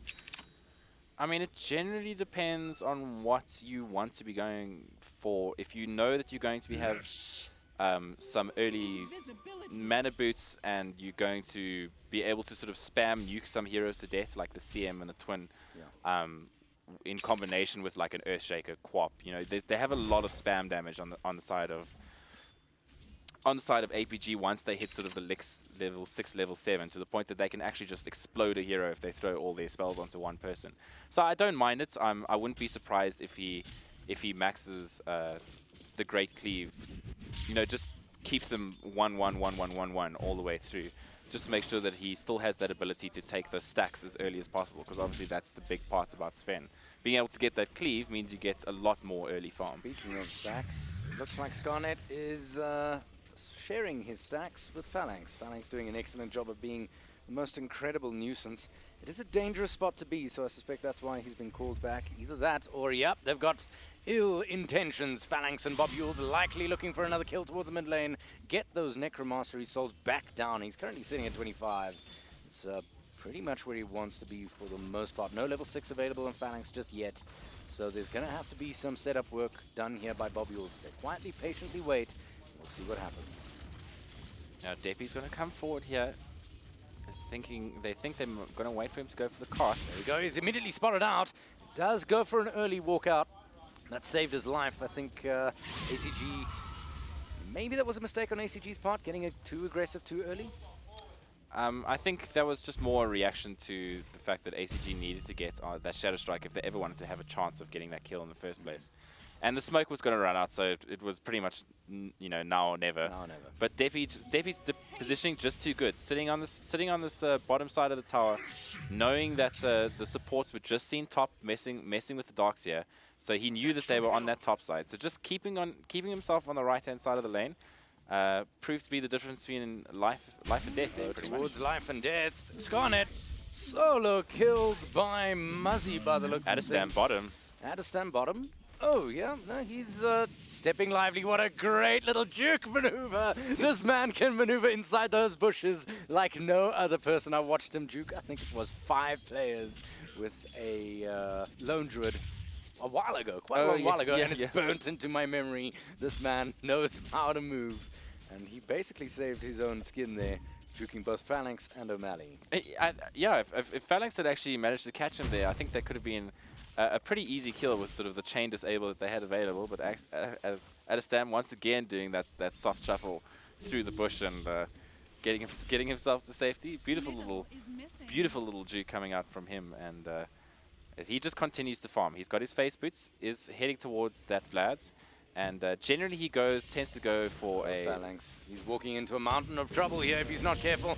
Oh, Phalanx, he's stepping right in it, and Deppy's going to pick up not just the creep camp, but an extra creep to boot. Phalanx not quite tank enough to stand in the face of the Shadow Fiend at level 8. Picking up souls left, right, and center towards the bottom lane, however. O'Malley taking a fair whack of damage, but he should not go down. Yeah, I mean, Phalanx, this is not your forest, friend. And to be honest, before level 6, I was literally about to ask you, what's the effectiveness of this roaming clockwork at level 3? I mean, obviously he's got 2 points in the battery assault. So if you can actually get behind a hero, get the cogs on, he can be extremely effective, and they obviously have the Rubik, which always combos well with just being able to pick someone out, put them out of the cogs, or put them in. It's just a useful hero to have around the clockwork in general. But he needs to get his levels, and I think that's what he's trying to do at the moment. Because until he gets his level 6, he's not going to be able to add too much to his side. He has been able to get his 1 or 2, ganks off on top Scarnet early, but now that Scarnet has got his levels up, that's not so easy to do anymore. So, he's off here in the bottom lane trying to see if he can find something. Does activate the battery assault, but XTC are fully aware that he's here. And you see, Phalanx is used to playing characters that can rotate and roam and do things at about level 3 or so. I just don't get the feeling that Clockwork is that kind of guy. O'Malley. Oh dear. Yeah. As he left.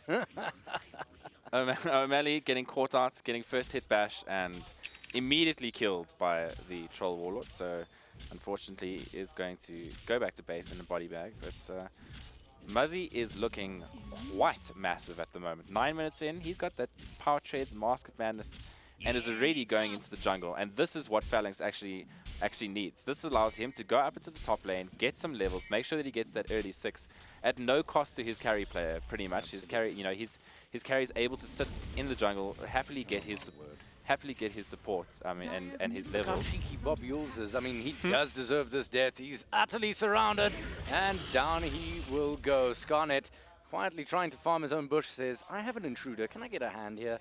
This is another creep for us to farm, and that is, so far, 3 for 3, 10 minutes in. Things are certainly not looking up. I mean, Scarnet, considering how much hassle he's had here, he's not doing too bad. Sitting at That's a Darkseer. sitting at fifth on the net worth. So I mean, he's not going to be too upset. I mean, he has almost both parts for his mechanism. already in the bank, so just looking pretty much for that recipe and a chainmail. So he's doing really well, actually, I would say, considering the fairly rough start that he's had here. Yeah. But Deppy looking pretty huge, actually, in this middle lane. He is quite far ahead of the Queen of Pain. Bad intentions on that Queen of Pain as she smokes up with Bob Yules towards the bottom lane. They're going to find Adastum. He does get left. And there is nothing else really that they can do. No, O'Malley's actually going to drop the ulti for this. They want Adastum. They need Adastum. And they're going to get Adastum. Finally he goes down. O'Malley's going to get the revenge kill from earlier. And that is another 284 gold for his pocket. Yeah, hello, former teammate. It's oh, hello, Dr. Smile, friend, you know, as they would say. But as Adastam goes, well, in the famous words of Simon and Garfunkel, but unfortunately gets killed. So former teammates, no longer friends. Adastam. I kind of feel like Adastum I smiled. just see. Yeah. On the inside, he was like, "Yeah, okay, you got me." I have no doubt. I have no doubt that Adam just let out a little giggle. I've played many games of Dota with the man, and He's good Bob fun. Yules. Bob Yules. There's actually a pretty big ancient stack here, but unfortunately not going to be able to do that just yet. Mazzy, yeah, he's going to pop the ulti and just go to town. Bob Yules is going to be able to stand here. This should give him his level 6 as well. Yeah, that is also a huge amount of farm. Sitting at 12 minutes, top of the net worth now will be Muzzy. He's just overtaken Debbie here on his Shadow Fiend. Not exactly blitzing ahead as maybe they had hoped, but it's not bad. Not bad at all. Yeah, I mean, I think they'd be fairly happy with what's happening here. Deppy has won the mid lane. You know, you've got your cores sitting. I mean, I would say not one, but he's managed to get a lot out of this mid lane. Well, they know that Muzzy's been missing for a while. They're going to go looking for him in the jungle, and Muzzy immediately spotting him out. As that was very, very close indeed. Bob Yules now in a spot of trouble. He's going to try and drop Doom Bunny, and that doesn't drop him on Dota and Die, and I suspect that is the end of Bob Yules here in this top lane, to die amongst the trees. But he does allow for a reinitiation, and there it is. Muzzy comes on in and takes down one kill. On the other side of the coin, Deppy goes for the ult. He doesn't quite connect on everything, but Phalanx is very low. He does eventually go down. O'Malley to follow as well, and Deppy is having a field day here. ACG does manage to take down Doom Bunny in the middle of all that mess, but that is all they're going to get. It's a 3-for-1 exchange, 6-for-6, 12 minutes in, and 1,700 net worth difference. Huge fight coming out of XTC. Being able to keep all 3 of your cores alive, being able to kill 3 heroes on the side of... sure, you lose your 2 supports, you're going to be perfectly okay with that. It's a CM, you know, it's a CM and a twin. They'll be fine. Yeah. But Deppy getting a double kill. Beautiful, beautiful Requiem coming off the low ground there. He saw the cogs and immediately reacted, started to cast his ulti, and the damage reduction and just being able to come onto that high ground. Muzzy. I think Muzzy's doing it. He is jumping in. Sorry to interrupt, but it looks like Dota and Die is going to do more dying than Dota as he hits the deck yet again. 359 gold going his way, but I guess that is his job. Tank the gank. And unfortunately, Muzzy, he's going to be very happy about that. Dota and Die, he's had a rough time so far, but I think he's okay ultimately with that kind of exchange. It's fine, you got me. At least you didn't get my carry, my core, my SF. He'd only my just come troll. back alive. I mean, we're barely... They're doing more dying than Dota. Yeah, he is doing more dying than Dota. I enjoy that. But unfortunately, he... I think he was actually trying to get a ward up there, if I'm not mistaken. Yeah, he does have 2 wards on him. He's just trying to do a little bit of vision gaming for his team, and every time to do my job. he's just trying to do his job, and he just gets blinked on and absolutely harassed by a Sven that's dealing incredible amounts of damage. I think he's actually feeling a little bit worse for wear. It looks like he's going to try to do it again. He might actually catch O'Malley this time, who's standing around a haste rune. Oh, it looks like ACG is going to take that. Yeah, you need to get out of here, Dota and Die. That's a hasted cop, my friend. Does have backup in the form of Deppy, so I actually feel like that would be a good bait. I'd happily trade this Jakiro for Debate, did you say, Wilson? In the words of one fogged.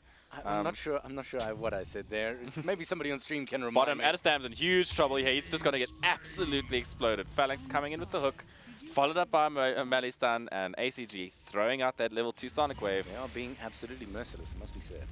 Yeah, they want to make sure that they keep him down and keep their Sven ahead, and that's exactly what they need to do. Because as Donnie said, if the Sven's ahead in this matchup, you can generally get, you can generally actually kill the troll. Whereas if you maintain even, the troll can actually deal with you towards the later game. So this is exactly what you need to do, because your Sven needs to stay ahead in this matchup. Otherwise, he's just going to get bashed to death in the mid game. Well, speaking of things being equal, 2,400 net worth going to be shunted a little bit by the loss of this bottom tower. And thankfully, O'Malley and his friends are finally going to be able to walk away with a little bit more in their pocket than certainly they did before. Now, I don't know about you, but I saw pretty lights and fireworks towards the bottom lane. But ultimately, Adaston, he's just quietly farming away and feeding away every now and then. Would you like to see him a little bit more active in the earlier stages of this game?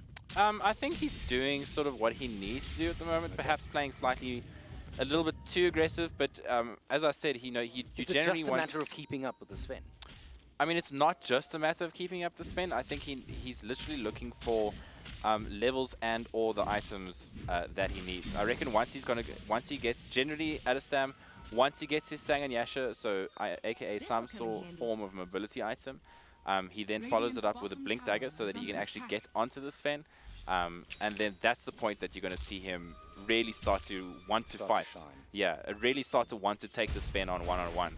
Because that's where this matchup shines. You know, Troll Warlord, he takes a while to get going, but once he's onto someone, if he can blink in and cast his ultimate and start hacking away at the Sven, the Sven's generally just bashed until he dies, right? So, and that's why Troll is just one of the strongest one-on-one heroes in general. So as we see a pause come out here. Yeah, so just a quick question. I see that O'Malley here has got himself his Blink Dagger lined up. Is that really the right way to go? You do have somebody who can do the catching for you in the form of the Clockwork. Granted, his hooks haven't exactly been stellar so far. He's had a really rough time at this game, but it is Phalanx we're talking about. And when it comes to hooking, he is definitely up there, usually as a Pudge, but I'm pretty sure his Clockwork is pretty solid as well. Do you think it's maybe a mistake for him to pick up that Blink Dagger first? Maybe go for something else, rather? If I were Since there's something else to do the catching for you. Yeah, I would, the idea I think behind it, or the way that I would think about it personally, is that you use your Clockwork to go in to get that initial initiation. Then you use the Blink on the Earthshaker to take the supports to the back, right? You've got your Darkseer, you've got your Crystal Maiden, you've got your Twin. They're going to be sitting on the back end of the XTC team fight, right? You're going to have your Troll and your SF standing towards the front lines, who are going to be your playmakers. So basically, if the ES can blink forward, get a stun onto the back line of the XTC fight, stop that Darkseer from getting the wall, that's going to be a huge difference. And that's going to be, you only need a couple of seconds with Sven. He only needs to hit things once or twice, and then he's done. You know what I mean? So with that Blink Dagger, they're going to be, I think he's going to be able to stop the Darkseer being able to get that, the wall vacuum off combination, and in turn allow the Sven just enough time to be able to do the damage that he needs. So it's kind of like a plan B, I hear. Sort of, yeah. So if the hook doesn't necessarily connect perfectly onto the Darkseer, at very least the Blink will. Yeah.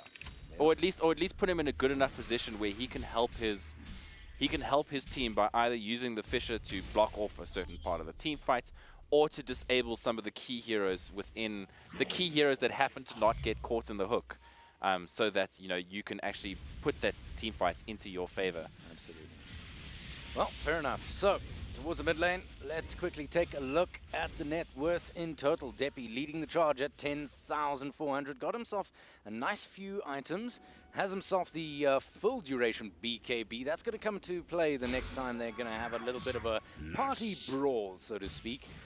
We'll see how exactly it's used, but I've got a good feeling about it. Muzzy, in the meantime, is sitting on that second position, not too far behind good old Deppy. He's got himself his Echo Saber Ogre Club, working his way towards his own BKB at some stage as well. Adastam in the interim, sitting in that third position, still farming up very quietly. This is going to slow down the pace of the game. Very few fights in my book. Yeah, I think both teams are just sort of waiting for key items on their heroes. Once APG's got their Blink Daggers on a few, and they're going to be looking to go. I mean, Sven is going to be looking to go pretty soon. They must have noticed that Deppy's got that BKB now, which will make them perhaps a little bit wary of taking a team fight. Interestingly, the Queen of Pain deciding to go for a Shiver's Guard, which is by no means, I would say, the most common choice on that hero. But actually an okay with interest, it. considering that you're against a troll and an SF, I actually think it's not a bad choice. You've got two heroes that are both carries on the sides of XTC Right are click physical damage dealing heroes that need to hit you in order to kill you, right? So Shiva's pretty good item, gives you armor, and of course that slow attack speed slow is never to be scoffed at either. Yeah, and with the mobility that Queen of Pain is basically born with in the form of a blink, she can get into just the right position to basically get the Shiva's Garden just where it needs to be. Yeah, exactly. So I'm quite behind that. I quite like that that rationale. She is giving up a little bit of early game aggression for it, though. yeah, and obviously I think without that, I know your ultimate's obviously a lot longer cooldown because generally you want to. Most Queen of Pains tend towards an Argonum Scepter, maybe an early BKB. It's quite situational, obviously, depending on what you play against. But generally the Argonum Scepter or Blade Mail or Evale, these kinds of things are more generally what you'd see early instead of the Shivers. But obviously, items are situational. All items are situational. All heroes don't have just one build, and ACG decided in this game that Shiver's Guard, and rightly so, is going to be a good choice for him. So, good decision making out of him, and Darkseer has got his mech and the Blink Dagger. I wouldn't be surprised here to see XTC begin to start to do something soon. They are... Well, we can hope. It's Yeah. quietly becoming a farm morph at the moment. Phalanx maybe finding his target. Nope, doesn't look like it. Did have the follow-up if he needed it. ACG not too far away with the blink as well. Would have been just A-okay to jump onto Scarnet. Scarnet, though, is a bit of a tough cookie since he's got that mech, as you were saying. It is looking like a long one, boys, so grab some popcorn as you watch Smuzzy jump on in onto Adastum. Adastum goes for a hasty escape, and my word is he fast. Phase Boots and Yasha, that's basically all you really need to get away from Muzzy in time by the looks of things. They saw the edge of the whirling axes there, and they were... Well, this is part of the problem. Now, he's made his move bottom. They see the opportunity, they say, cool, he's bottom, let's go for Rosh. There is no ulti up on Muzzy, so he's at least a little bit weaker. Dota and Die, though, is in a spot of trouble and towards the top, and ACG is going to make sure he goes down with Muzzy's help. And that's the second Rosh attempt that was aborted by the side of XDC. They're going to need a coat hanger very, very soon. But I think this is the point that you actually go in and take the rush, to be honest. From the side of APG. No, for XTC, you've just seen a Sven use his ulti. You've just seen a Queen of Pain use his ulti. So what do you have? You've got Echo Slam and you've got a Clockwork. I mean, the Clockwork, sure, he can steal the Rosh if he really wants to. But other than that, you have two key abilities, Rosh fight, Rosh pit abilities down at the moment. Okay, the stun comes out, but it's just not good enough as Deppy's already popped off his BKB. In the meantime, Phalanx, in a spot of trouble, does have the Blade Mail out. It's not going to be quite enough, but it is enough to take down Scarnet. So the walls are up, but it's not good enough, though, because Beals has got his own walls. In the interim, though, nice CM ulti coming out from Doom Buddy. That's going to secure the kill onto Adastum on the sidelines there. Muzzy coming back into this one, and he's ready to rock and roll with his ulti online. Deppy, though, is going to get a world of damage down. Beautifully done. Muzzy's down. Beals is down. ACG, though, almost the last man standing. He's going to come back in and finish off Deppy for the last one. In the interim, down goes good old O'Malley, but Sally's still singing for the boys of APG as the last man standing is basically ACG, and he's had one hell of a feed day. He's made a world of money off this fight. I'm not going to lie to you, Wilson. Sally's got a gun and she's ready to use it because ACG being ACG and XTC Doom Bunny being the only two survivors of that fight. So we saw 9 deaths, if I'm not mistaken, 4 on each side plus an Aegis. Plus the Aegis. And XTC just taking a smidgen too long, allowing Muzzy to get the ulti enough time for the Sven to be able to recast his ulti. And also a beautifully stolen wall from the side of Bob Yules just made that team fight so confusing. Whose wall is this? I don't know. Deppy at one point turned to attack himself and he said, wait, that's not my wall. I'm meant to be attacking the Queen of Pain. Yeah. Well, it's an interesting situation. XTC obviously standing for experts at Total Chaos. They certainly created a lot of chaos there, and APG gave them a very healthy helping hand. But it's great to see this game heat up against Phalanx. maybe looking for the hook. Not quite. Kind of aborts the situation yet again. And decides caution being the better part of valor here. Still, as you were saying, experts at Total Chaos, they certainly are. It just looks like APG capitalized on it a little bit better in the meantime. Dota and Die, whoops. Phalanx certainly didn't want that caught on stream, but it was. He does miss a hook on someone who's absolutely dead still. It was he missed someone that was teeping, but unfortunately ACG was was there to pick up the kill. The Shiver's got now picked up, and he's going to be working towards that argument. I mean the Scotty. So I actually really like that, being able to kite out the troll. And the SF a little bit, or especially the troll, is going to be pretty important heading towards that late game. And Muzzy is in a good position at the moment. Phalanx's positioning is good here. Muzzy, Oh, whoa! He jumps in, and O'Malley just boom. Deppy exploded to O'Malley in the end there. They are absolutely merciless towards him. In the meantime, Adastum dropping low, goes for a BKB TP. Muzzy doesn't quite have the damage to take him down just yet, but he's not too far off. Dota and Die positioning himself, getting another little bit of nuke damage onto Phalanx. Phalanx says, well, you can have it right back. No problem there, and they booked themselves yet another tower. It's a 1-for-nothing trade. 10 to 15, 25 minutes and 30 seconds.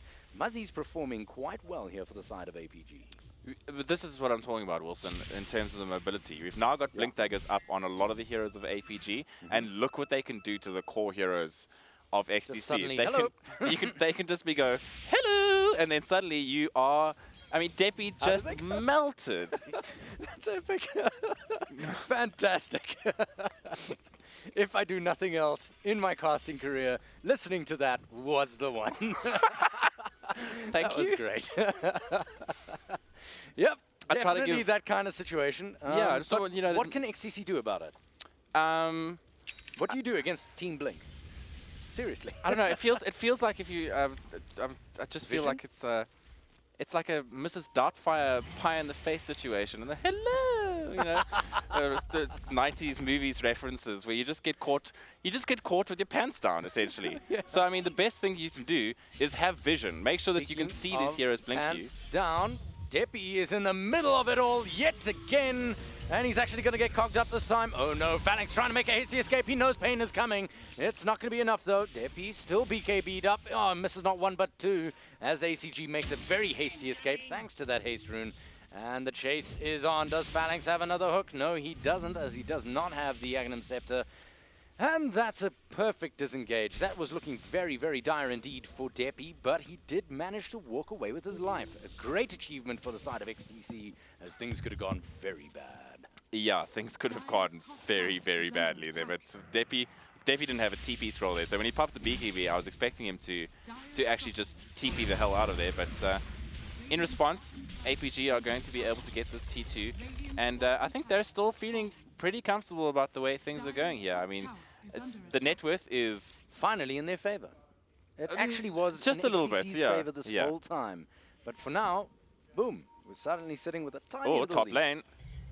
Up top lane's a bit of a mess, and it looks like Phalanx is in the middle of it. Adastum dropping low. He's going to be the first one down. No, Muzzy actually disengages the charge as he is immediately made invis. And a beautiful disengage yet again from the boys of experts at Total Chaos. What a fantastic turn of events for them. Ah, even the rocket was spot on, but finally, somebody is going to salve up Adastum, and he survives by the very skin of his teeth, thanks to whoever sponsored that salve. He's going to be kissing some serious butts later. I think he has the crystal. He's going to be taking that crystal maiden on a very, very expensive date.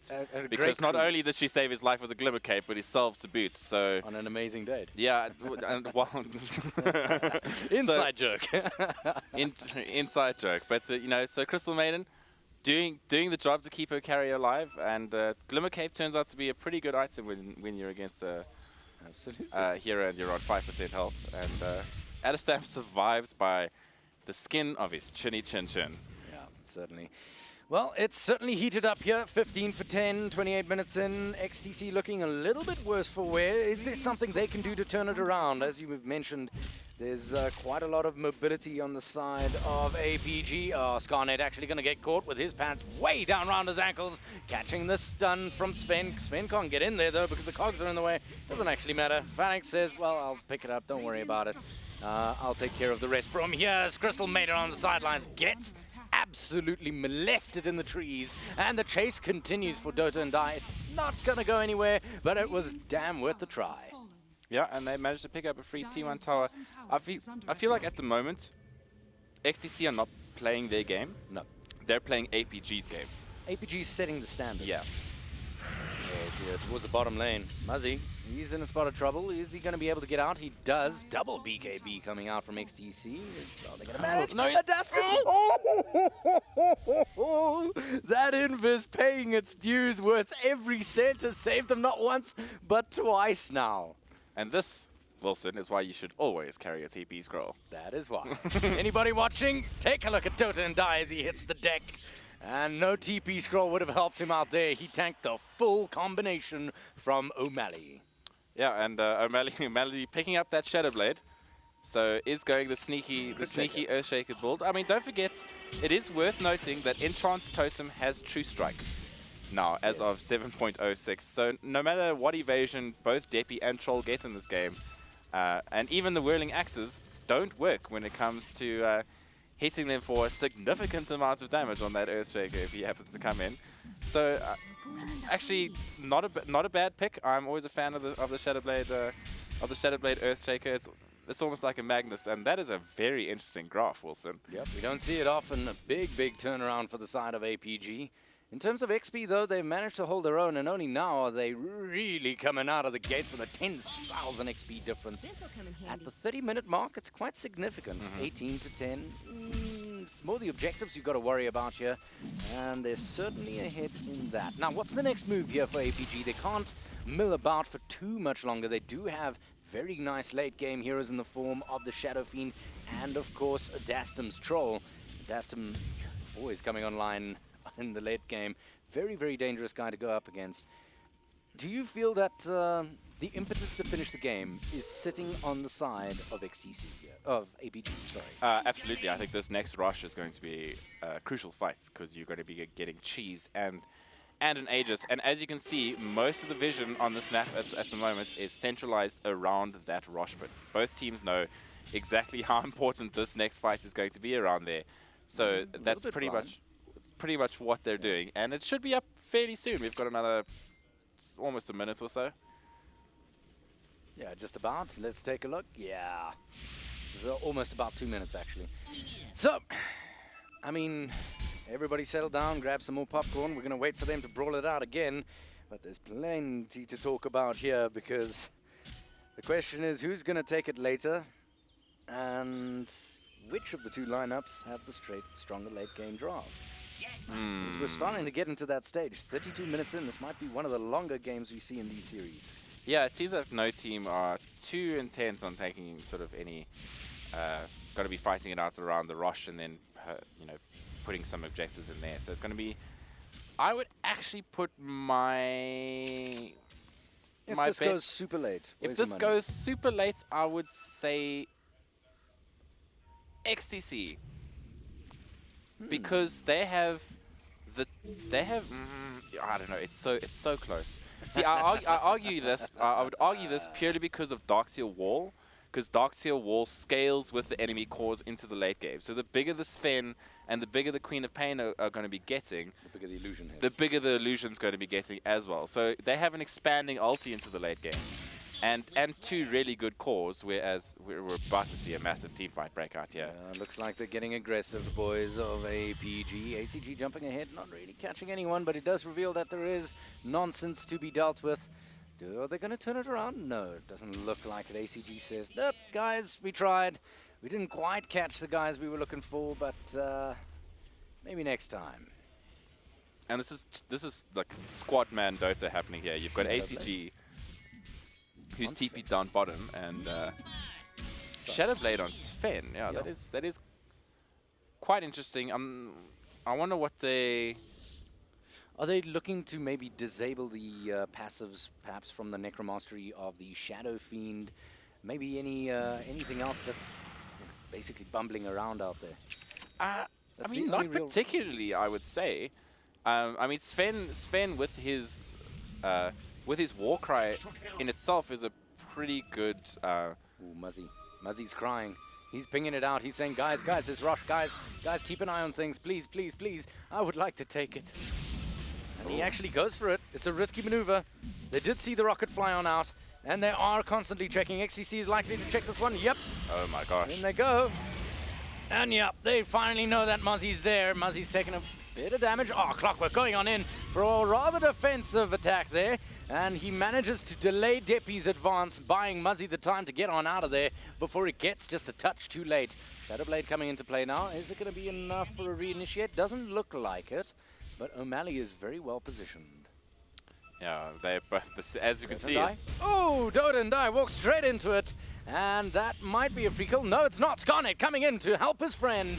And O'Malley is stuck inside another icicle yet again. Reinitiation there from ACG on the sidelines. Dodendai has had to back on off. Beautiful ulti coming through on the bottom there, but it's not going to be enough to really kill anyone as Bob Yules has to make a hasty retreat from Rush. In the meantime, Deppy coming back on in thanks to that shrine. The reinitiation is beautiful, and rooted will be Muzzy, and down will be Muzzy, and Phalanx has to make a hasty escape, and that is the end of it. It's 2-0 for the most part, as it's just that buyback from Jakiro, if I'm not mistaken. I mean, that was actually a huge play when the SF ulti that you saw at the bottom of the fight Was actually him going down. was no. Oh, O'Malley going in, beautiful. Going to pick up 1 kill as a result, and that's just about it, though, as the rest is all downhill from there. Deppy is very, very, very large indeed. He is not to be mucked with. That was actually a stolen Bob Yules SF ulti. He ran into the pits behind Rashad, stole the SF ulti, casted the SF ulti from inside the Rosh pits, managed to catch half of the team of XTC, and suddenly Deppy had to run the hell out of there because he was dealing no damage. It was an amazing play from Bob Yules. Somebody buy this man a medal. He's also the only man left standing for the He deserves to stay alive, yeah. Yeah, he deserves it. He definitely does. Still, it's him against the world, and all he's got to show for it is a little ice path. Are there no buybacks? I think There are no there are buybacks. none. This is Trouble Town. This is going to That be a is T3, and most likely Shrines, no, they decide to get back once the Queen of Pain is here. There is one buyback on Not Sven. Are not risking to... Yeah, you see, don't die. Cheers, hey. Oh, He's Crispy gonna lift. Yules. Maybe you can get us out of it. Doesn't quite, but Oh, this very is close. huge. But they're going to get the reinitiation onto Muzzy. If Muzzy goes down, things are very, very down indeed. And he does manage to get out of there. But they are burning through these BKB charges at a rate of knots. His is down to 5 seconds. And in all likelihood, let's take a look. 5 seconds on Deppy. Next BKB carrier, of course. Adestam's down to 5. I 5 think they're all seconds. pretty much down to 5. Yep. Sven's down to 5 as well. The BKBs have been popped left, right, and center. I mean, this has been a fairly free game when it comes to There's a lot of the disable out BKB there. usage. There's a lot to worry about. Exactly. There's a lot of things to worry about from both sides. Yeah, and this game has really kicked up a notch, Wilson, in the last sort of 5 to 10 minutes. Oh yeah, it was looking like a settle down, grab your popcorn, let's sit in for the long one. As my dear friend Jabba says, sit back and watch the fireworks until somebody decides to do something. But fortunately, people have woken up a lot sooner than I expected. It's not a farm fest, and now APG have to make a move. I feel like this game has swung again in the favor of XTC. Yeah, I mean, the gold graph now is 3,000 at 37 minutes, so we are... It's a hell of an interesting graph that we're looking Up at and the down, moment, baby. Wilson.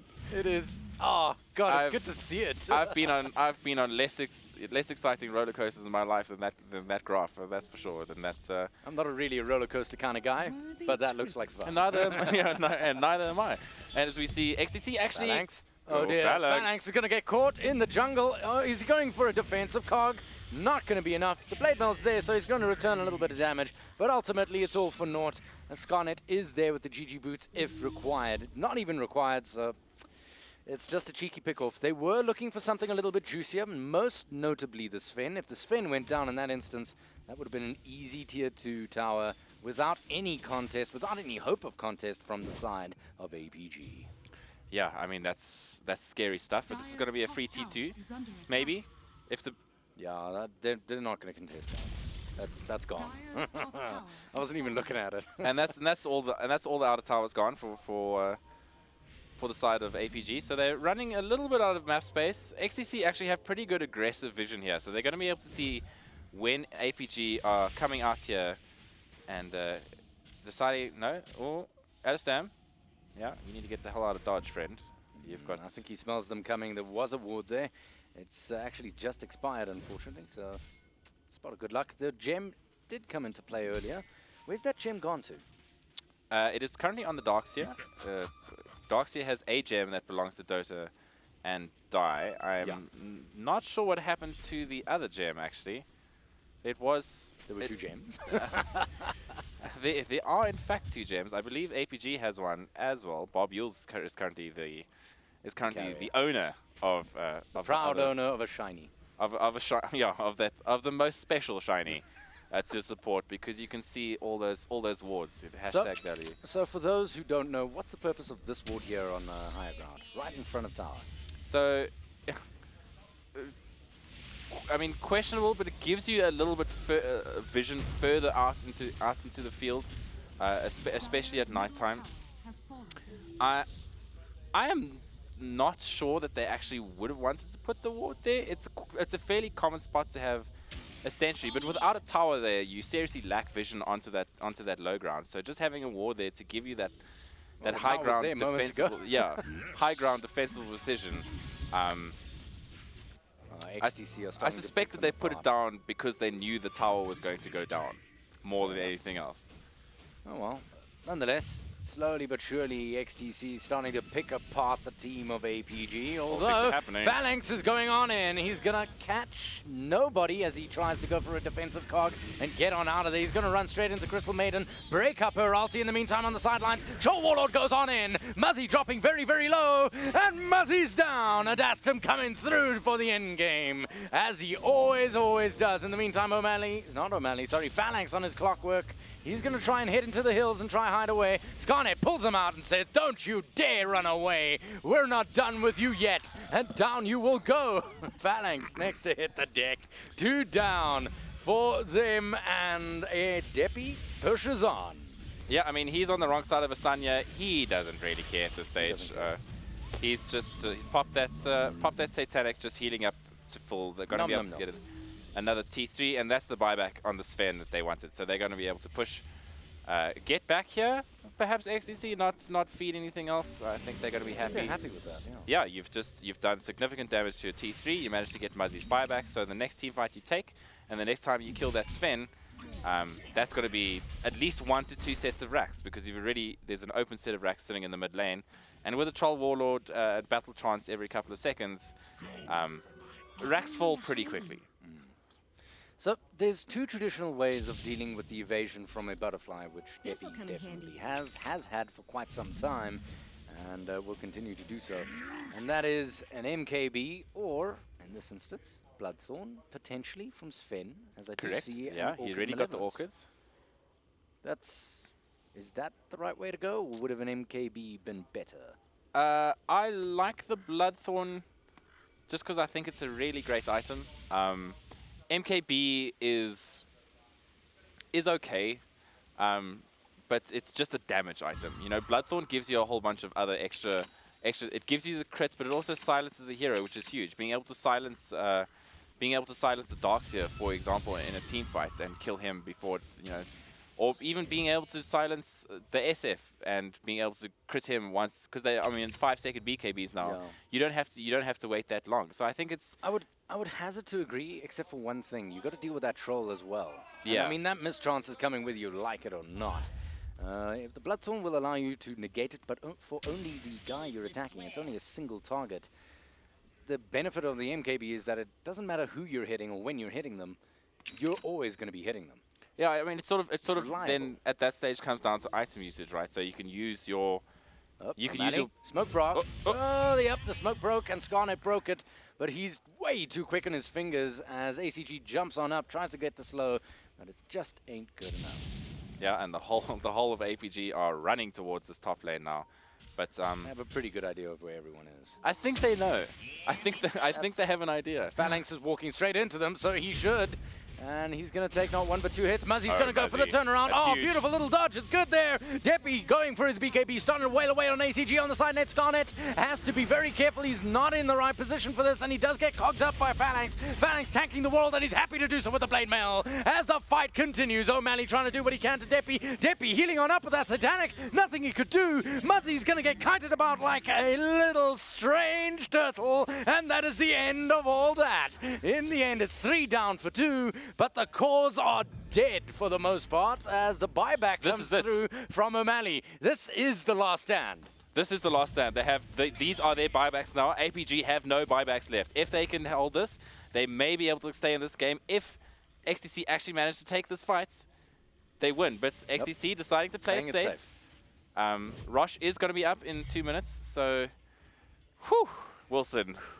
So very close. They're These- dragging this game out. It's almost 45 minutes we're sitting here, boys. Yeah, and these messy team fights are constantly in XTC's favor, just because they've been able to. Except for the one element. Just the cogs landing nicely, separating the Darkseer from the rest of the fight. Yeah. Really forced them into a catch-22. Do I use a bad ulti, or do I just die and keep it for later? Yeah. Other than that, I'd agree, yeah. But you know, in both this case, Deppy was keeping ACG on the right-hand side of the fight and away from his ult, which allowed Adestam to take on the Sven by himself and actually just do the work that he needed to. Bash, bash, bash. You're gone, buddy. Cheers. And so Muzzy's doing, I feel like, less and less in these team fights just because of the way that the team fights have been structured, the lack of sort of cohesion on the side of APG with the way that they're initiating, and Phalanx just sort of accidentally walking into an enemy team. That's how the fight actually started. So Crash and Burn is what ACG just played. And I wonder if they can hear us because that was perfectly timed. Nonetheless, so let's take a look. The use of the Yule Scepter here by Dota and I has been fairly admirable as they're making a hasty escape towards the top lane. Oh, they're going to actually find the Queen of Pain. Queen of Pain is going to be the receptacle of pain at the moment. Earthshaker rooted up onto the sidelines as ACG is officially down. O'Malley is now down again, and that was a buyback death from Queen of Pain, so she's dead for a good long time. Yeah, that's a huge kill. 110 seconds down on the Queen of Pain. They're going to be looking to take some racks here. Sven, these 3 heroes are not going to be able to do it. No buyback on either of the ES or the Queen of Pain. This is looking dire straits here for APG at the moment. Bob Yules, who's the only one with buyback, not exactly signing up to be a banquet. Muzzy's the last hope on this side, and I'm not sure he has the stones to hold it. He did have to pay for a fat buyback earlier, so it's not surprising that he's a little bit short on cash for this kind of fight. Yeah, I mean, look at the gold now, 22k on the side of XTC's favor, just because of those buybacks cost them so much in the late game.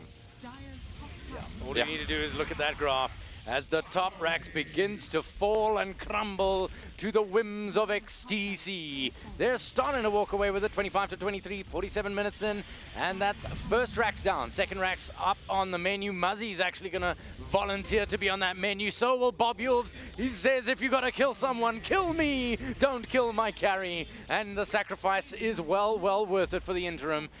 So down goes yet another lane of racks. Are they going to drag this out any further? Muzzy's still sitting there looking from the sidelines. Bob Yules has obviously bought back, comes back in, tries to steal what he can. All he's going to get is an ion shell and has to make an even faster escape. Muzzy as well. There's just nothing they can do.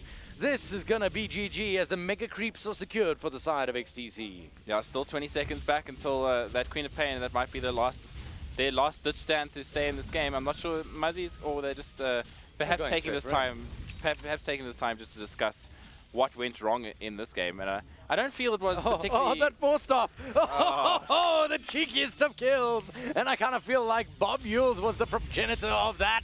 Nice little ulti coming there. Nice vacuum wall. Beautifully done. And I believe this is the end. But what a glorious end it is for the hopes and dreams of these boys of APG of taking down the first game of this best of 3. If this is only the first, I wonder what's coming up.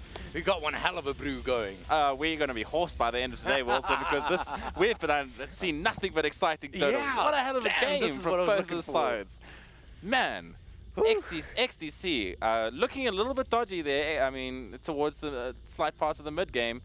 But it turned out once they had the answers to those sort of mobility items and the blink daggers, those team fights turned into XDC's favor. And guys, I mean, we're going to talk stats and such, put our thinking caps on, but really, the only thing you need to look at is that graph. Look at that mess. I mean, it's a hot mess of a game. I'm not going to lie to you, Wilson. I mean,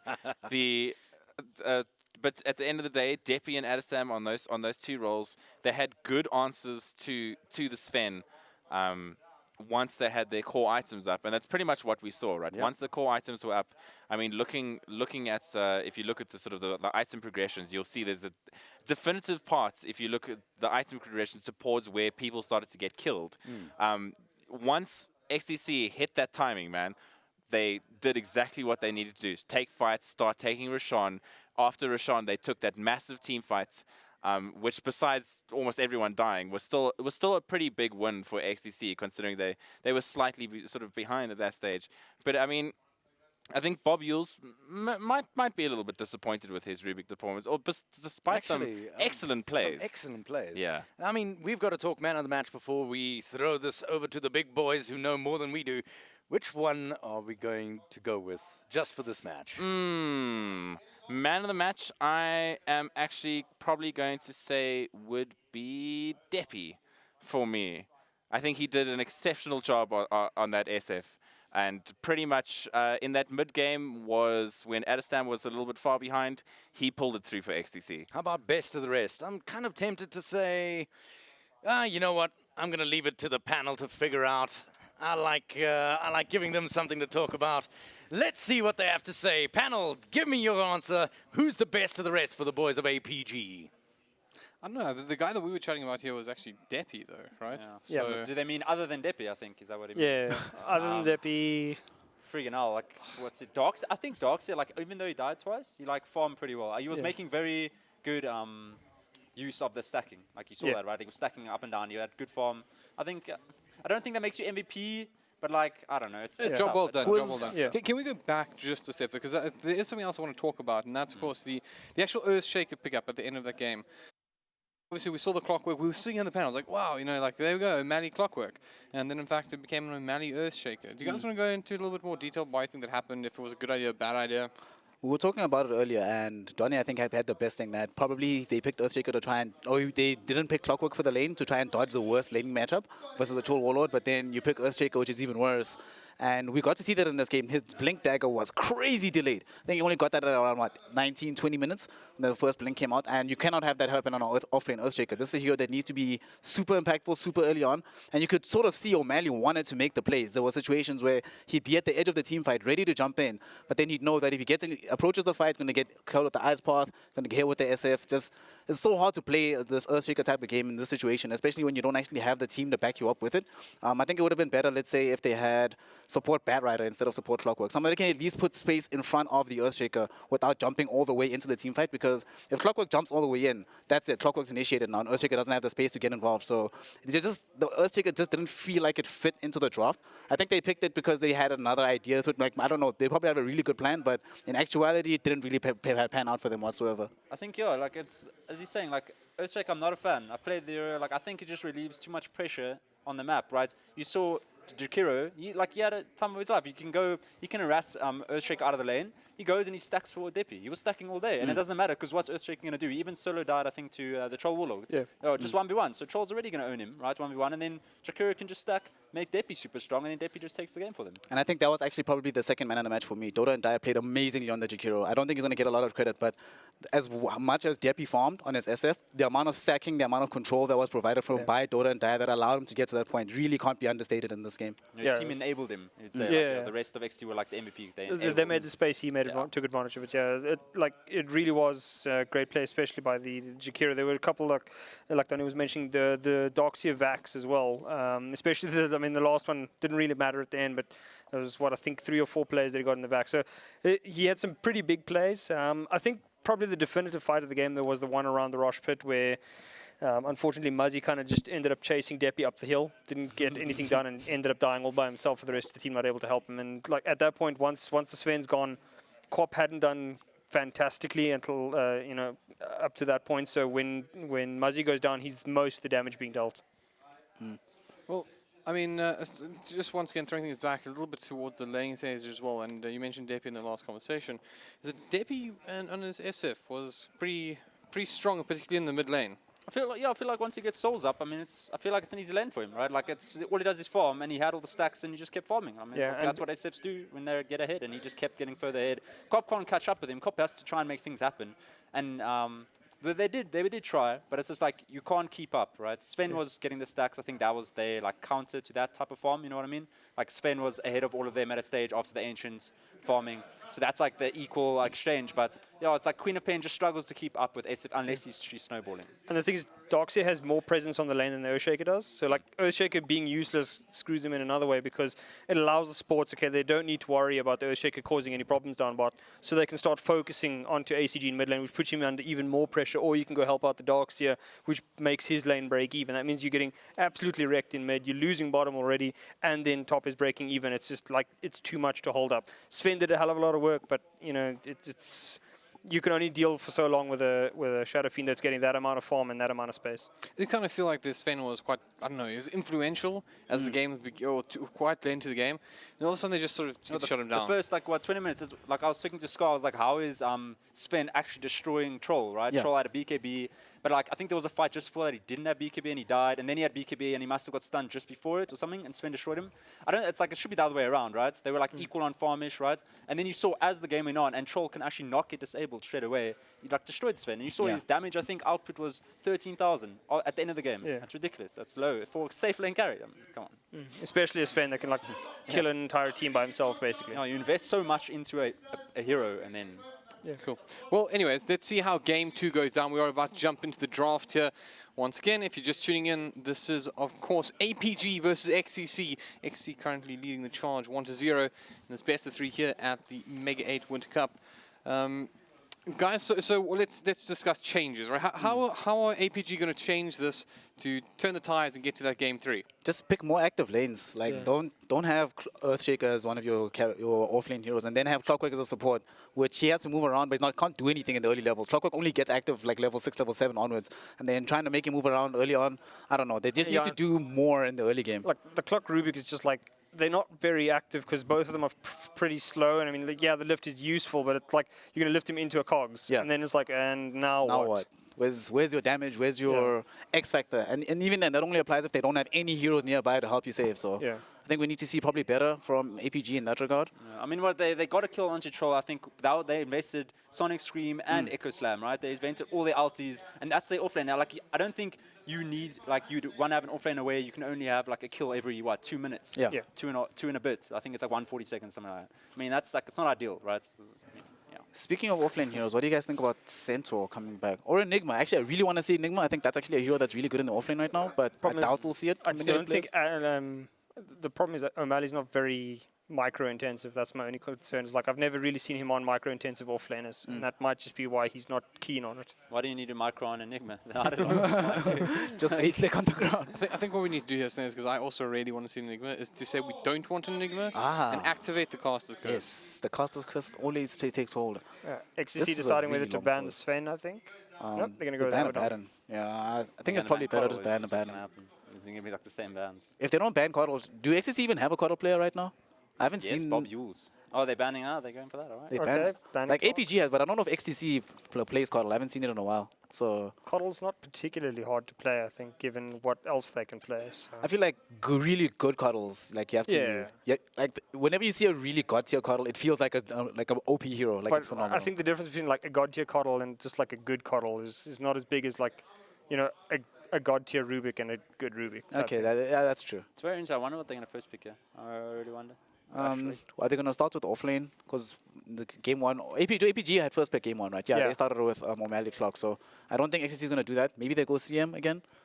They need something like very vanilla, like something that like it doesn't give too much away, and is like a very standard in all draft pick. You know, Slaughter, CM is an perhaps? example. Slaughter, CM, Jakiro, these kind of heroes. Yeah, they're very standard. Yeah, it's going to be Jack. So yeah, well.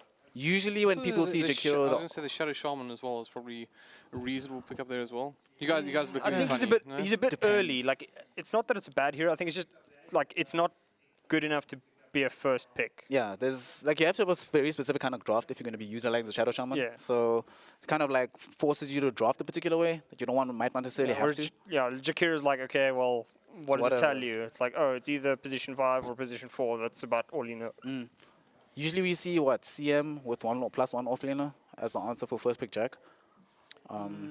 APG, I don't know. It's just like so many heroes actually in the pool. That's like. You can pick, yeah. Yeah, it's like I don't know see now they're just going Sanking. Oh, Like, this there's just so many routes you can take. Okay, It's hold like on, to hold predict on, everything. hold on. It's Let's insane. just go back here for a second. This is my favorite hero in the game.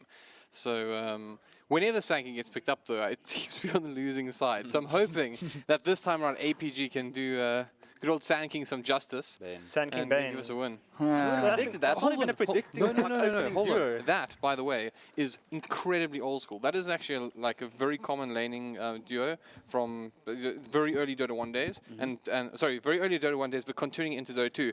Literally, it's a dual lane combination where you sleep one, ulti the other with Fiend's Grip, and wreck somebody. Right now, in theory, that doesn't work in current style of Dota, where you have effectively a fight going on much faster. However, if you're fighting against two people that you need to disable, it's actually an incredibly easy way to initiate an epicenter right in the middle of the fight. So I actually quite like this, and I hope that we see it used in that manner. But, well, you know, Silencer pops out, and, you know, good luck with that. I wonder if it's a mid silencer. I mean, well, ACC did that, right? Yeah. And he went ham. So early though. Like You can. Silencer seem like one of those. Like it's always seemed like one of those heroes to me that like you have to commit to it, or it just kind of falls flat.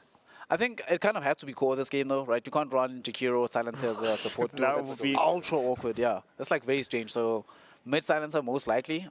You can play this hero sort of in the safe lane, but not really. Like I think it really depends on how amazing your matchup's going to be. We still also don't know if this is a off-lane Sand King. That's my only concern here. Is like going for a mid silencer at this stage, right? Like I think that's a flex pick right there. Like that is probably just going to Second be. time I've heard that term, and like I honestly didn't know what it meant the first time. Someone said, I was like flex pick. I was like, okay. No, it's like you pick it and it's like, okay, now like you can either put it as a support or a mid lane. I mean, I just don't think you're going to run that mid lane right in your second pick. Like that is a serious gamble as a second pick mid They're lane. just juking them. Like they think that they're still going to pick their mid, so they start banning mid heroes, so they have less mid heroes to pick from. Yeah. And then you ban the heroes Silencer's weak against, and then you have a good silence matchup. I mean, it could be mind games. It could be crazy. I mean, they've sort of done that. They took out Ember Yeah. Spirit as well as Invoker, heroes that can actually beat Silencer in the 1v1 all mid. the main mids are gone. Yeah. Yeah, so Quap is Lin. Okay, Puck's there's like Lin, Quap, Storm Spirit. Storms are like you don't want Storm against. Exactly. That's Silencer, that's and so. Quap actually. Like Yeah, you don't want to run Quap or Storm Spirit versus the Silencer. Puck as well is also not fantastic. It'll win. It'll be decent in the lane. Like a Silencer, I don't think can kill Puck by himself. But outside of duels, those heroes all need to build duels. yeah. So actually, this could be XCC coming back and saying, okay, because right now, actually, who would beat Silencer mid? I can't even see anything like that. So we'll see what APG decides to do now.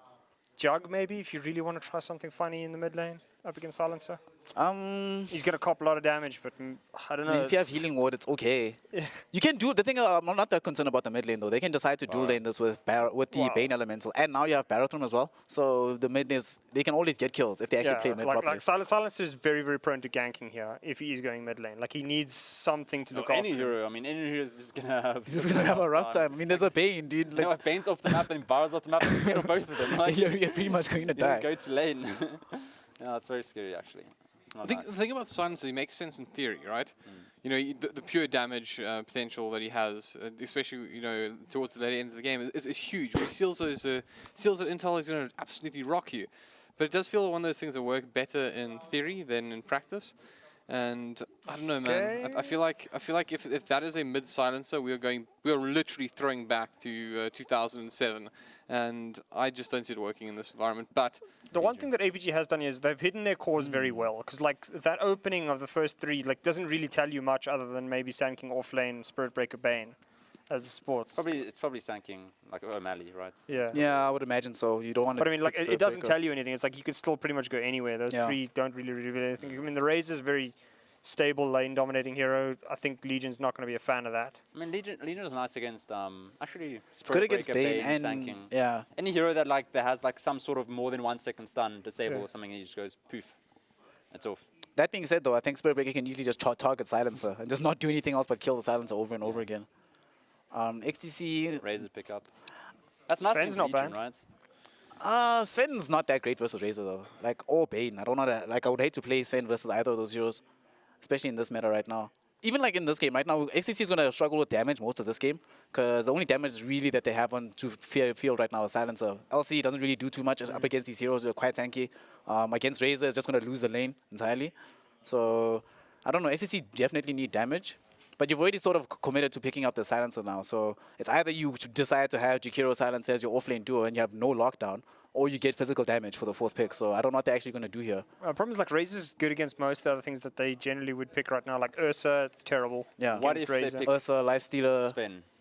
But Sven seems really bad against Yeah. Spirit Breaker and Bane. Rage? Rage King. Rage King is also pretty bad against these Rage King heroes. They needed a core. Okay, so that makes me think it's actually a silencer support. Because they needed a core with stun if they're going to have 2 supports without stuns, right? Yeah. Yeah. They needed it. So now like, I wonder now, like, what mids are even available, like, that they want to pick? None of the mids I would want to play against APG's lineup, to be honest. Maybe Puck. Yeah. For some reason, like, I don't actually think Puck is a good hero this meta, but then I keep seeing Sumail play Puck, and I keep being very impressed by how what the hero can actually do. He's a genius, yeah. But They also still- think it's yeah. still Yeah. a silencer support. So, yeah. So that means all the mids are gone, basically. Well, I think it's Wow. going to tell us XCC is going to be banning. Yeah, XCC is going to be banning now, so we'll know what they're looking for then, obviously. Because if they ban a mid lane now, then they know that it's most likely a silence in mid, I would assume. very little time left on XCC. They I actually mean, used do you all their not time left. potentially look at something like the Lina in the Oh, middle? okay. Tinker. mid lane? Tinker Band.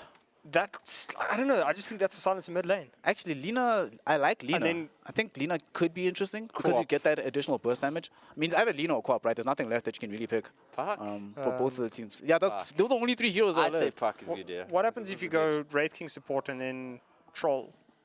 Rating wild. support, Troll, and then Silencer mid. I mean, Yeah. that could work, actually.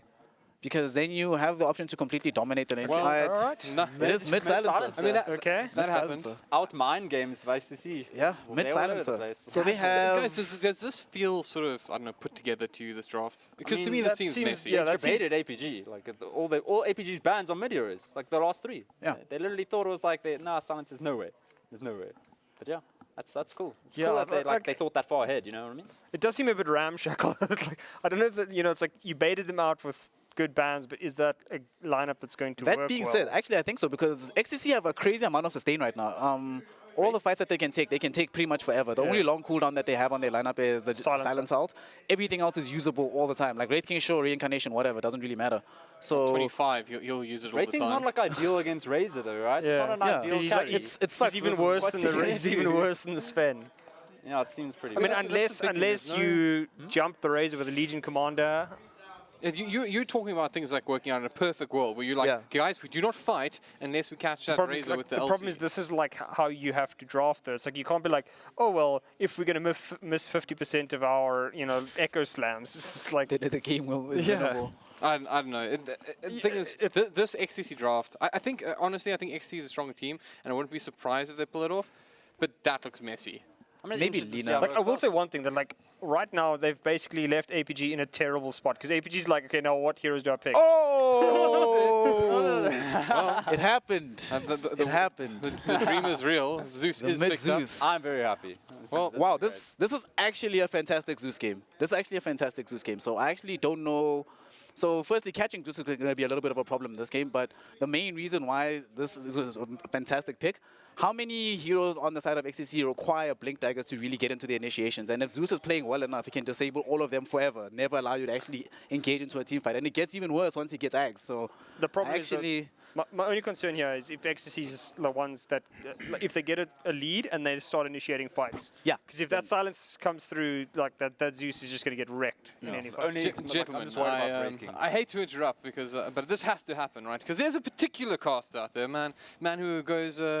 He and I have a lot of history, in fact, and I think Hello, he'll Devin. appreciate. Yes, we're looking at the wrong man. Let's throw that over to Demonic, because Demonic over there is a man who is truly a man of culture and can appreciate the Sand King Bane combination, friend. I was literally just telling Wilson as we were drafting. I said that's a draft from about circa 2007, when we used to play competitive against each other, Devin. But and actually with the Zeus as well, it feels like circa 2007, right? This could be VVV versus Easy.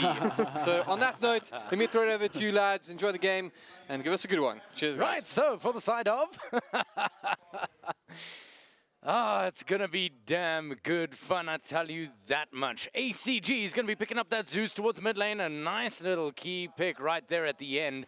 Bob Yule's teasing the Dazzles here on his Bane, showing him his items. Do you want to see what you got? I am opening a bazaar. Would you like this or that? In the meantime, towards the bottom lane, Muzzy, the stand-in for the side, is gonna be picking up that Razor towards the safe lane. Top lane, Fanax and O'Malley. That's gonna be your Barra and your Sand King.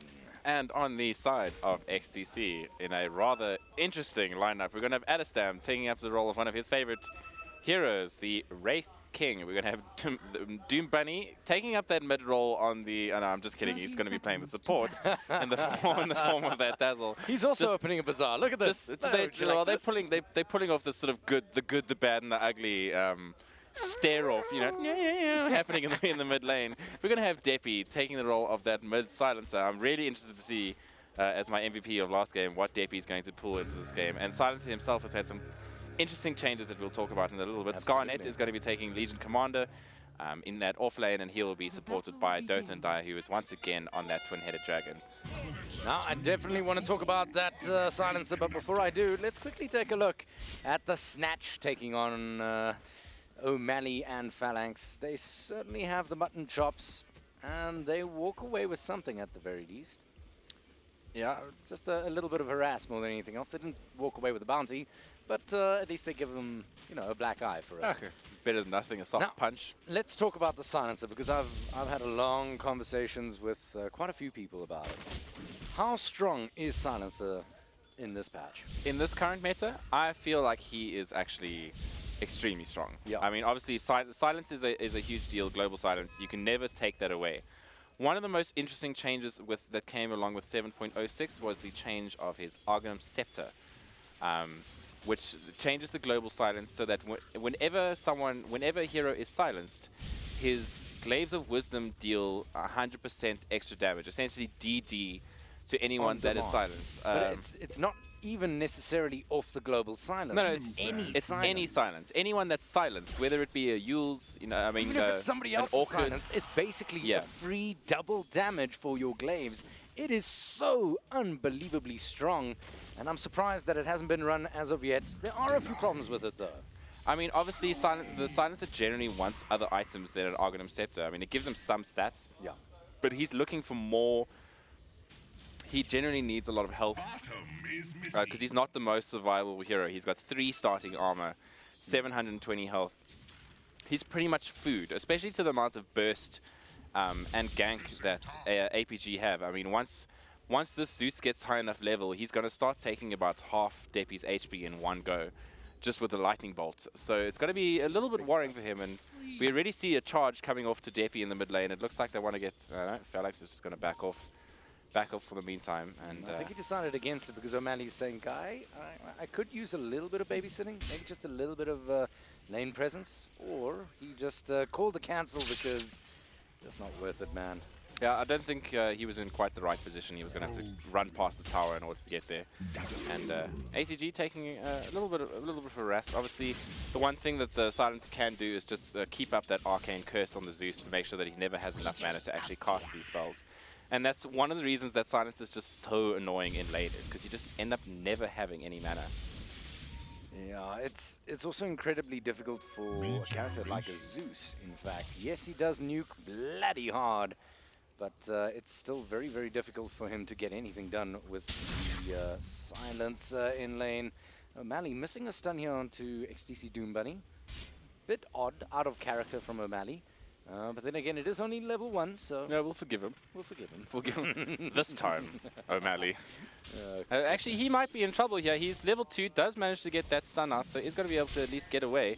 And Phalanx is doing what he can here, but oh my gosh, Adestam actually... Is there a mango? There is a mango. O'Malley might be going in for another stun. Adestam running for it like a little girl, and quite rightly so, he should. Did just the right thing there, and ultimately a tie. We'll call it a draw. We'll call it a draw and move on with our day. And for any of you Monty Python fans out there. I shan't quote the rest of that, just for... It's a family show, as we've been told by production. So, and Muzzy doing well in this bottom lane. He's got to be able to farm here just fine, really. I mean, he's has good base armor, and good damage in the early game against this the Legion. But there's been some bush shenanigans. Deppy's in a spot of trouble here. The charge is there from Phalanx. The bash is going to be good. ACG getting through the first bit of nuke. Deppy healing on up as best he can with the magic stick. Is it going to be enough? He's in a spot of trouble and he does go down. There's your first blood. ACG walking away with it. The counter initiation there from Dota and Die as the defensive TP finally goes on through is just not enough to keep him awake, not enough to keep him alive. And that is the end of your first blood story, friends. Yeah, and as predicted, Deppy getting a little bit too far forward, and this is the weakness of that silencer in the mid lane, right? He's pretty susceptible to ganks. This is what our panel was saying in the early game. The Spirit Breaker, you know, if Deppy comes too far forward, Spirit Breaker, Phalanx can give a little bit of a charge, and then Deppy's up a creek without a paddle, and suddenly it's... O'Malley's putting himself up a creek, and it's not the right kind of creek. He does manage to get on out of there. Very, very tight indeed. Almost goes down to the poison, 20 HP on the clock. Goodness, he's really playing it tight to the line. I think he's just waiting for a friend for the shrine. There we go. Yeah, 5 minutes ticked over, and O'Malley says, "Oh, shrine's available," and Convenient. yeah, this is awfully convenient. But the mid lane actually sitting pretty even for the most part. Other than the kill. I'm quite surprised that that Scarnet has managed to get as much out of the off lane. I mean, he's currently sitting at higher CS than Muzzy. Sure, that is with a few neutrals, with some of the extra sort of nonsense that has been happening down here between Dota and Die, Bob Yules and Scarnet. There's been a lot of clowning around in this bottom lane that I've been watching while. You and your clowning, man. It's becoming a thing. Well, I mean, they need to play serious Dota. But what's the more than charging on in. Oh no, Sandking in serious trouble. Great unification of, well, basically, who are we targeting here? And instead of jumping on Phalanx, they managed to walk away with a kill on O'Malley. And Phalanx is next up on the menu. He's going to go for the charge, but I think a creep is going to kill him. 14 HP. Oh, he's actually going to stop just in time. And TP. Oh, so very dearie me. Oh, so very, very close to 2 kills. That's going to put the scoreboard at the 6-minute mark at 1-1. Yeah, I mean, at one stage it was just the Bane and the Twin were looking at each other for a while the creep pack were sort of just doing it. It was an interesting situation. Oh, Doom Buddy is going to find AC. Ooh, ACG's taking. Oh. Does he make it? Yeah, he does. Goodness me, Fine. they just didn't have the stun. Oh, clutch play, picking up that TP and going for it as early as he did. Immediately realizing he had no other option, and also that they were totally out of options on the other side of the coin as well. They didn't have any more stuns left. So a nice, easy, cheeky TP is going to save your life at just the right moment. Yeah, that was really good reactions coming out of ACG because he get the hell out of dodge and save a life via TP. You know what I mean? So he's going to be like feeling some sort of charity. It is a charity. It's the Save ACG Foundation. We accept donations in the forms of TP scrolls, and Adestam actually going to work towards that Midas. Quite interestingly, sometimes the Wraith Kings decide to not do the Midas. Ooh, baiting out a little bit of BM baits coming out of Adestam there, but is deciding to pick up that Midas. So I think they are going to have a slightly later timing than their previous game. With their 2 cores. Silencer needs isn't that good at flash farming and needs pretty much as much farm as an SF. Speaking of people who need farm, Phalanx in the top lane going to pick up the stun from Adestam. And he's going to be dropping very low. Doom Bunny doing so much work here in this lane. This Dazzle pick right at the end is a real sucker punch to the side of XTC. Yeah, I mean, Dazzle a pretty good hero at keeping things alive, and they needed they needed a hero that's, well, one is going to be able to keep your cores alive through just the sheer amount of magic bursts that can come out of the side of APG. So it's a really good decision, obviously, Shallow Grave, and also has an interesting Argonauts upgrade itself now, the Dazzle, in the form of the AoE Shallow Grave, which may be an option in the late game if this Dazzle gets quite rich, especially with Zeus ultis and things. that could be pretty clutch, actually, just thinking about it. But that's we're talking dream situations, I feel, there, Wilson. Yeah. Hey, you got to live the dream, right? Yeah. Well, let's take a look at Scarnet here, and he's looking for his blink by the looks of things. Once that's up, I suspect he's Deppy going to middle. be very, very, very, very active. Deppy, like you say. Oh, that's actually Global. going to bait out the global silence, and I think that is a win for the side of APG. Yeah, I mean, that's baiting out the first global silence at 8 minutes into the game. That's another 2 minutes where global silence, you now know global silence is down. Not that I don't think many heroes will be able to take advantage of that situation for the meantime, but it's at least nice to know, you know, that you can... That you Bottom lane, sorry, yeah. Dota and Die in a spot of trouble as Phalanx jumps on in. Muzzy stolen a world of damage, 140 damage available to him. He just has to get a right click in. There you go. Muzzy walks away with the first kill. A duel coming through, but it's a risky one. Scarnet dropping very low. Phalanx doesn't quite go down. And Muzzy, equally low, goes for a sleep somewhere along the line. Hello, Bob. How you doing? And Phalanx actually does hit the deck somewhere across the map. Anybody comes on in. He's going to get the kill on Muzzy. Nope, it's stolen away from under his nose by Dota and Die as he has to make a hasty escape down. And being chased away by creeps is that Dazzle, as this is a very strange game. I tell you this much. What's going on? Clowny. I told you, Wilson. Clowny, you're absolutely right. I told you. The clown lane, boys and girls. If anybody wants to learn how to be a jester, do come have a chat with me. I'll direct you straight to this bot lane. Yeah, I mean, you just need the you just need a little bit of theme music and a little bit more makeup, and you're pretty much good to go. It's a very strange lane bottom, and then Adestam may actually be in a little bit of trouble top. Does have the ulti, but he is gonna. You'd rather not throw it away like this. I think he's looking for a little bit of help as that courier comes on in. Is there going to be a reinitiation from the side of XTC? Doesn't look like it just yet. He's still dropping low at Aston. Is there going to be a shallow grave? No shallow grave available. It's just too far away.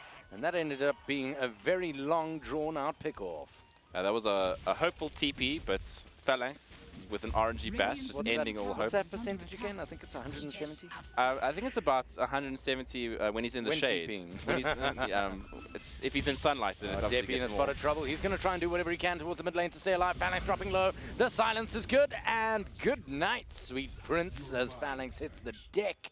And Deppy walks away with that extra 200 gold.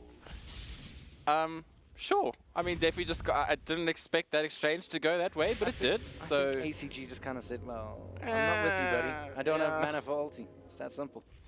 yeah, the curse just dealing insane amounts of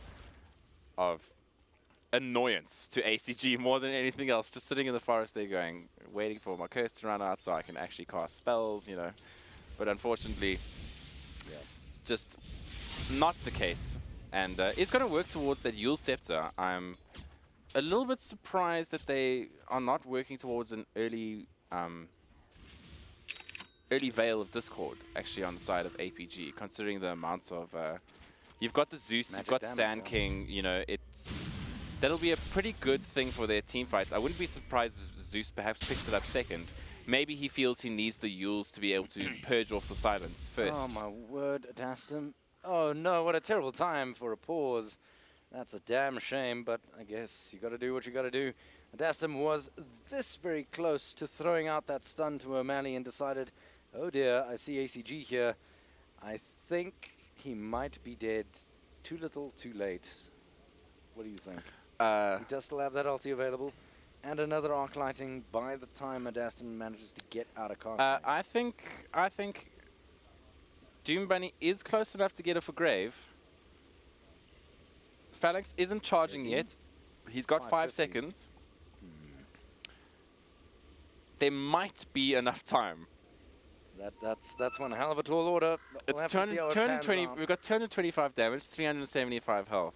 He's going to have an arc lightning of 115 damage plus the 225 of the level 1 Thunder's God's Wrath. So you're asking a musician to do maths here, which is at a very late time on a Friday, which is never a good thing to do. But that's 340 damage, right? So to the 300, yeah, sure, close enough. It's good enough. It's good enough for If Jazz. anyone can help us out on stream with our mathematics, do go ahead and leave us a comment. I also accept honorary degrees in mathematics. Here we as go. well. There we go. Aston, Shallow Grave is there. It's early. They can break that TP if they so wish. No, they don't. Oh, what the hell? Okay, all right. ACG is going to kill him in base. I think he was just waiting for it. Doom Bunny now in a spot of trouble. Doesn't have a Shallow Grave for himself, and he's the next man down. ACG walking away with not 1, but 2 kills. What a hilarious exchange. I mean, AG just stood next to him and said, cool, I'm going to watch you TP. And then kill you.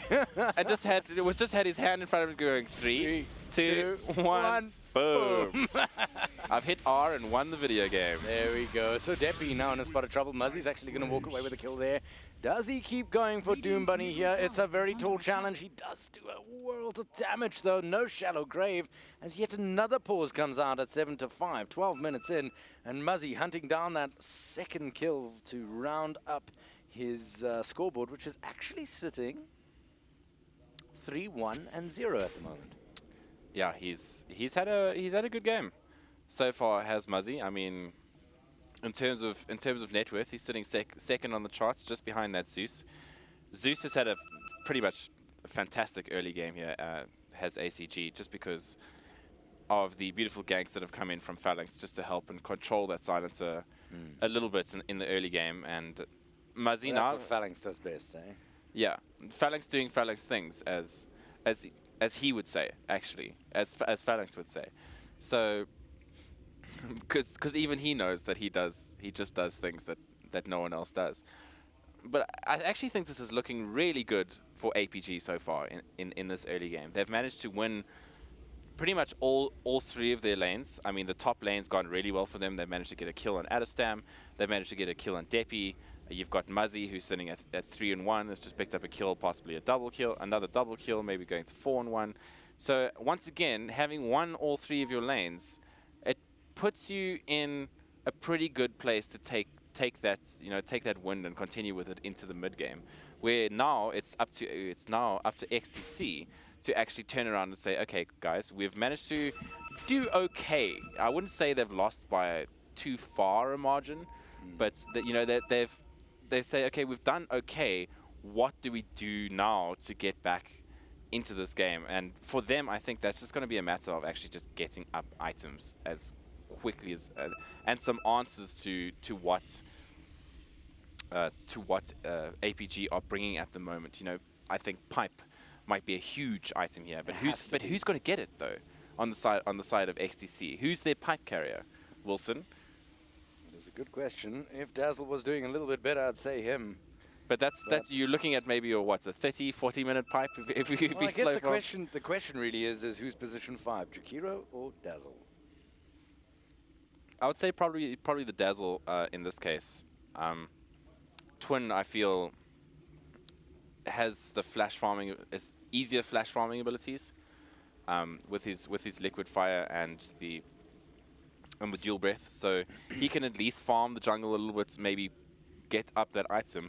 But I mean, it's a pretty important point here in the fact that they actually don't have that many heroes that can carry those teamfight items, like the mech, the pipe, you know, Vlad's, that kind. These kind of things sort of add up in the mid game, you know.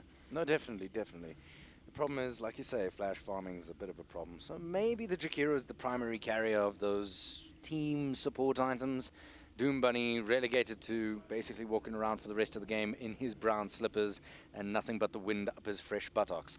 And yeah, other than that, there's really nothing more you can say I mean, the pipe is necessary. Pipe is absolutely necessary. You can see raindrops being bought left, right, and center as well. Yeah. That's just the nature of the game against the Zeus and company. But the only problem is, and this is the thing I really love about the draft that APG have gone for here, is that it's not just magical damage. Yes, in the early game, magical damage tends to do more damage in general over a game. Yeah. In the early stages of the game. Yeah. More than physical. But absolutely. they do have the ace up their sleeve in the form of both the Barra and Storm The Spirit. Razor. That's the Storm. I just said Storm Spirit. You for did some say reason. Storm Spirit, yeah. Jeez. And the Razor, who is looking for his second kill, not going to be able to find Doom Bunny because Doom Bunny is 370. Muzzy is running at just under that. And yeah, Phalanx deciding just to get the hell out of dodge. Ooh, Skynet almost does have that blink dagger now. It's he hasn't exactly been incredibly active. I would have liked to have seen that be a little bit more active on the Legion. Nonetheless, as I was saying, just to round out the thought, was they have the option of switching over to physical damage later. Yeah. When the pipe is up and there's all sorts of other stuff getting in the way of your magical damage from the early stages of the game, you can transition. So it's a great draft for that reason. The question is, Scarnet and the team, they also have plenty to play with later.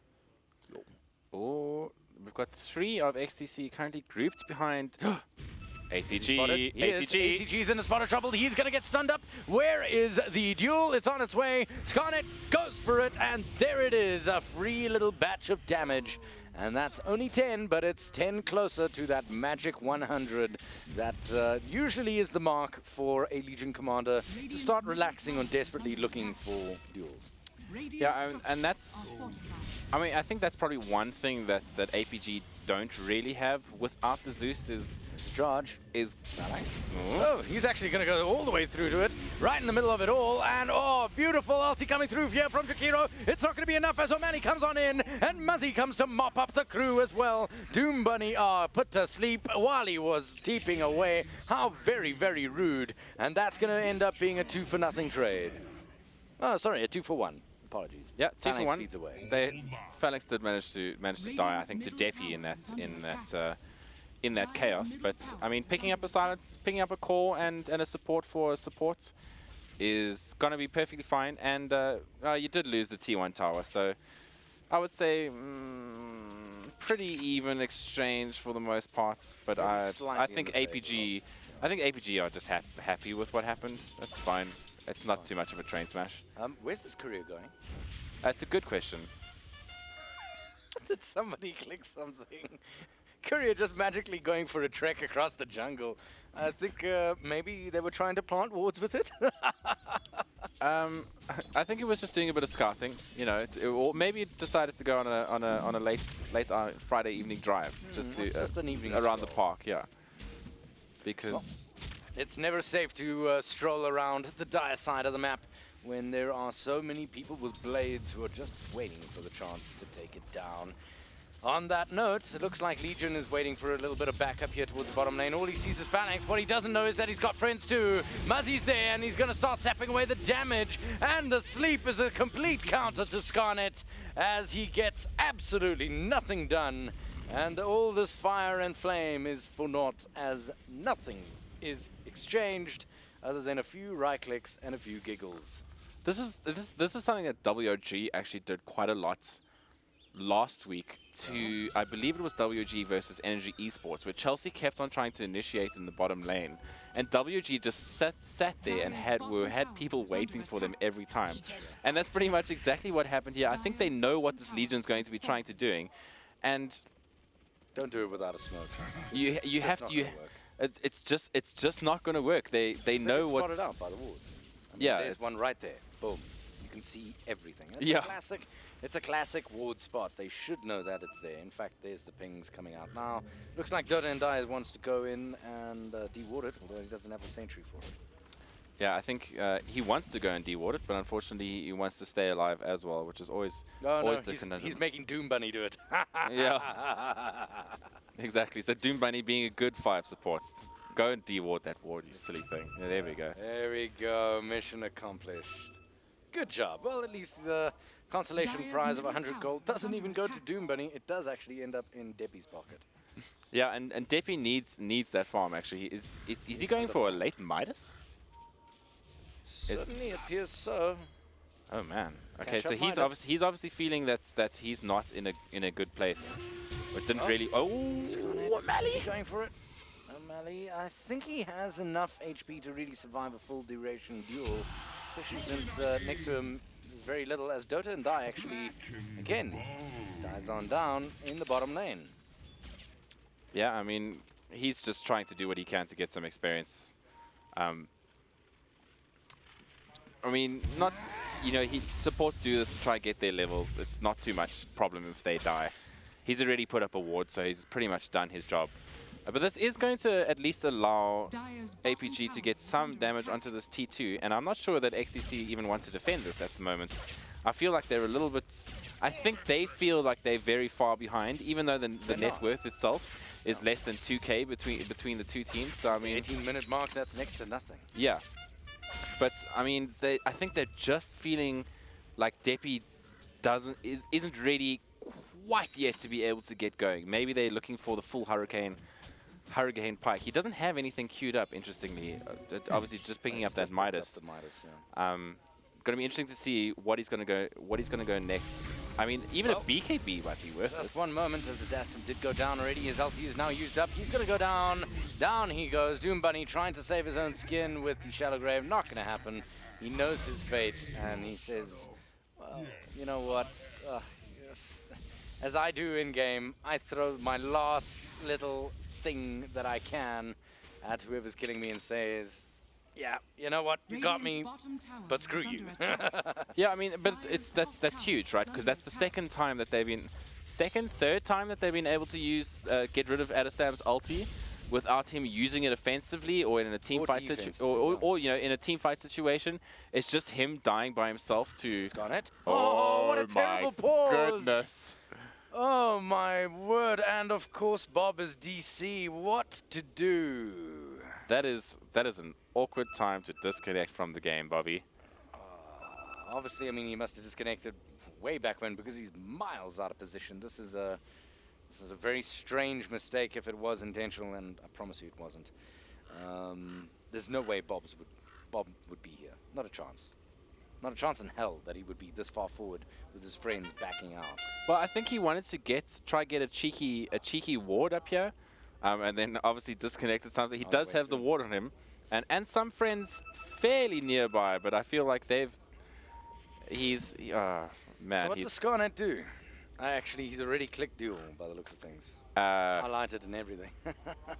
No, you take it. you take advantage here. Do you? No mercy. Bob knows his fate. He's like, hey guys. Yeah. Interesting debacle. Team, I find myself please staring into the face of this angry woman. Yep, they're gonna go for it. And Deppy's gonna buy himself a little bit of damage on his Legion commander. In the meantime, though, as a consolation prize, O'Malley quietly takes down Dota and Die again.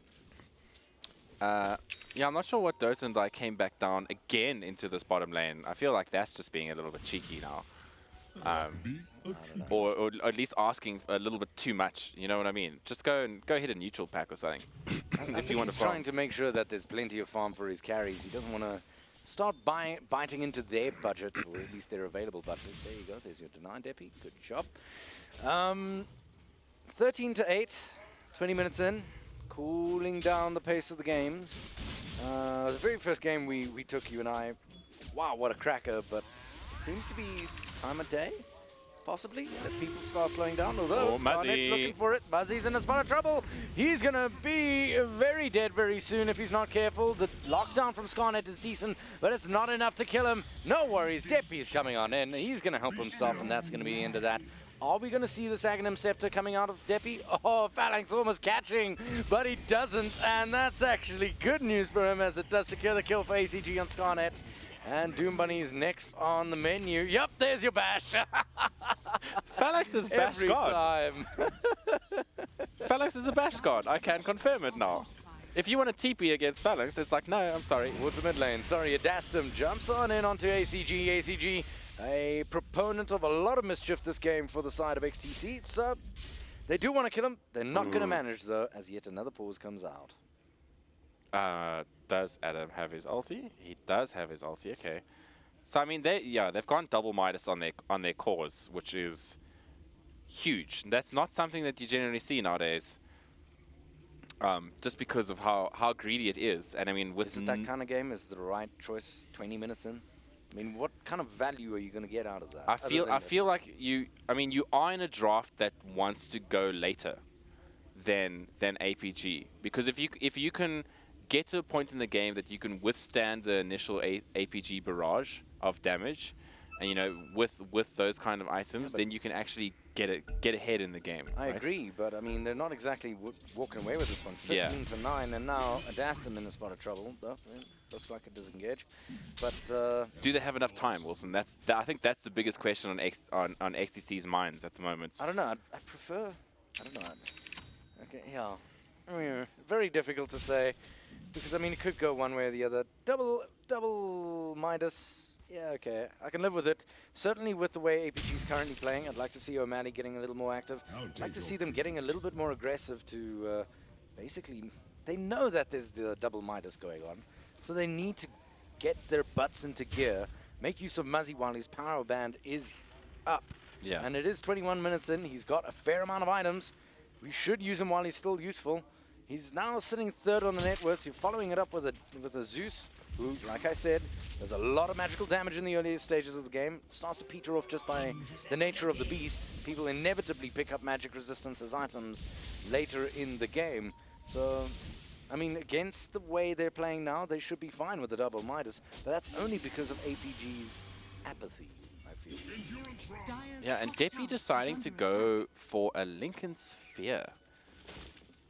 Okay. I'm not sure I enjoy that over a BK, just a straight BKB this game.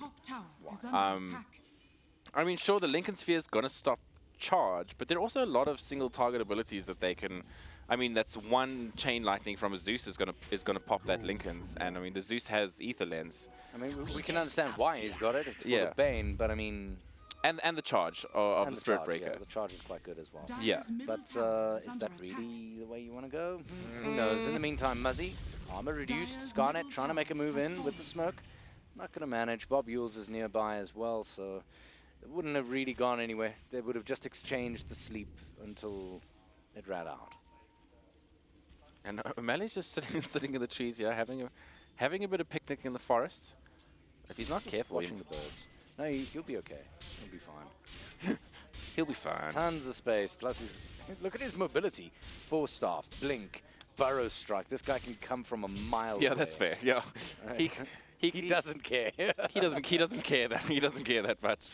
Yeah. So, anyways, let's take a look and see where the next maneuver is going to be. I feel that O'Malley is just sitting here waiting for his opportunity to jump on in. Now, he does have this vision on the high ground here, which tells them that Deppy's nearby. That's a nice juicy target. He's in a great position for an epicenter. Any minute now. Not going to happen. Nothing. Okay. All right. We thought something exciting was going to happen. Turned out nothing happened. Well, something exciting is happening. Top lane, the duel is going down, but Scarnet doesn't have quite enough to take down Phalanx. Just as of yet, Deppy in the meantime going to be the target of the charge and immediately go on down. Yeah, poor Phalanx. I think he knew it was between a rock and a hard place there, and just so he chose the hard place. He decided in this instance to forego the rock and choose the hard place, indeed. And I would have actually gone for the rock. If I am going to die, I'd rather die to the Legion after duel, rather than feed away 2 intelligence to the highest net worth player in the team. It must be said, Deppy is still the highest net worth player in this game. Boss. He is farming like a boss, and this is actually where you want your Silencer to be. If he can get huge, as we see another pause come out here, this time Doom Bunny, unfortunately, biting the bullets. And Armlet has just been picked up for the Wraith King at 24 minutes into the game. I mean, we're talking item choices here, but don't feel that this game comes down to item choices. I feel it comes down to those key decisions that they're going to be making later. Sure, items are part of it, but positioning seems to be far more important at this stage. I feel like that's too late to go for an Armlet. You're 20 minutes into the game when he bought it. I mean, if you're talking about key decisions, a Blade Mail. Oh dear. All right, looks like Scarnet's going to get lifted. There's the Thunder Strike. Is it going to be enough? No, Muzzy's walking into the stun. But Scarnet ultimately does go down. The reinitiation is there from Adastum. He's going to try and do what he can, and all he can do actually is just go on down. Dota and Die doesn't stun the Bane, but out comes the Global Silence. That's going to stop things. Buy Doom Bunny the time to back on off while he can. And the reinitiate is not successful, but damn, it's close. O'Malley actually comes on in with a great little epicenter just in enough to really peeve off people and get ACG close enough to killing Adastum that he does do it. Muzzy, in the meantime, finishing off Dota and Die into the background. Phalanx cheekily TPing away as everybody's coming on back. And down goes Muzzy. That's the end of that, I feel. No. Bobby Wolves, is he being chased? Is this actually worth chasing here for Doom Bunny? He is relatively soft. I suspect he's just brought back as well. O'Malley's not too far away, and he can always re-engage. Oh, Scarnet. Oh, O'Malley, his fingers are too quick. Oh, my dear, Bane's fingers are too quick. And he's running hard. He's looking for that deny. He's not going to find it. And he just sets up the duel for Scarnet. Scarnet, a determined bulldog, not letting go of that bone, finally gets his meal. I mean, what a messy fight. But I think ABG Tonight is full of messy engagements. Yeah, but I mean, they managed to get the T2 right, so that's not too bad. Really good engage from O'Malley on the Sand King with his epicenter there to bring down Adastam. Adastam not being able to armlet juke that either, and just really challenging armlet. Yeah, armlet in the middle of this lineup, really hard. Yeah, I mean, I feel like it's not the right decision that he needs to be making, the armlet into Radiance. I feel like he would be so much better if he just had... what would you prefer? Survivability. At the moment, he's dying. You know, he's dying way too easily without dealing any damage. So one of the ways that you counteract that is by buying a Blade Mail on your Wraith King. Because then at least before he dies, it's the first time they have to throw down a significant amount of damage on him, which is why a lot of core Wraith Kings end up picking up the Blade Mail, which I feel, especially against Zeus, Razor, these kind of people that and Barathrum who can deal themselves significant damage from a Blade Mail. I feel like it just would have been a better choice because of there's so much uncontrolled AOE on the side of APG, if that makes sense. So it's pretty easy blade mail damage. But I don't know. He's gone greedy. No, he has actually changed. He's deciding not to go for the Radiant. So listening to my advice, thank goodness, is I'm telling you, these guys can hear us. Is Adam. Either that, or you're thinking the same way they are. I have played Dota with him before, so we have had discussions about things. So maybe, who knows? Okay, fair enough. Yeah. So, on the silencer, we have a completed Hurricane Pike. Great item for this hero. Good stats.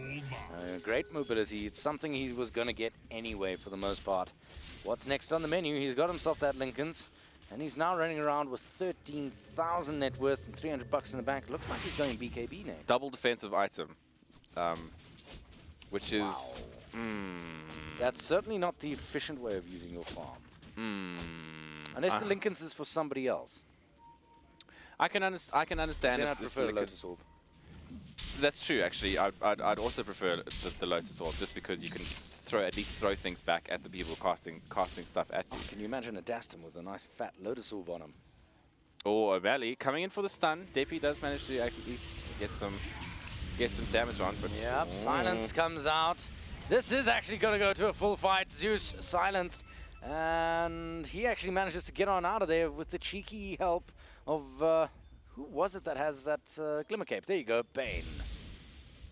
Yeah, beautiful positioning from Bane to use that Glimmer Cape and stop the stun on ACG. It's an unbelievably quick reaction, hey Wilson. They're really unbelievable.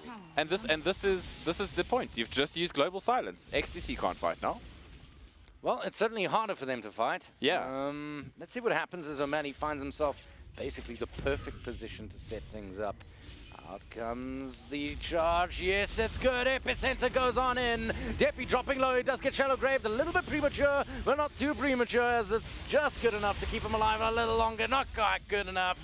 Muzzy's going to walk away with one kill onto Scarnet. Now the chase is on. The static link is good. That's going to bring down Adastum. O'Malley's involvement is absolutely key. The Blade Mail means nothing, as eventually he'll go down without a hope of hell. It's all done and dusted. 3-0. And the tower to boot. Yes, they're low, but they're walking away with all the prizes here, the boys of APG. 21-12, and this is the kind of fire I was looking for out of them. Yeah, I mean, there's life in this team yet, Wilson, as we finally see some beautiful team fight. As I said, Global Silence is down. this is the time that you at APG want to take that team fight, and that's exactly what they did. Going on to Deppy, who's by far the highest net worth of XTC, getting him down first, and then just kiting out the Wraith King. I mean, you saw how much damage that Blade Mail actually did now that he's got it in that team fight. Did a world of damage, but not enough. Not enough.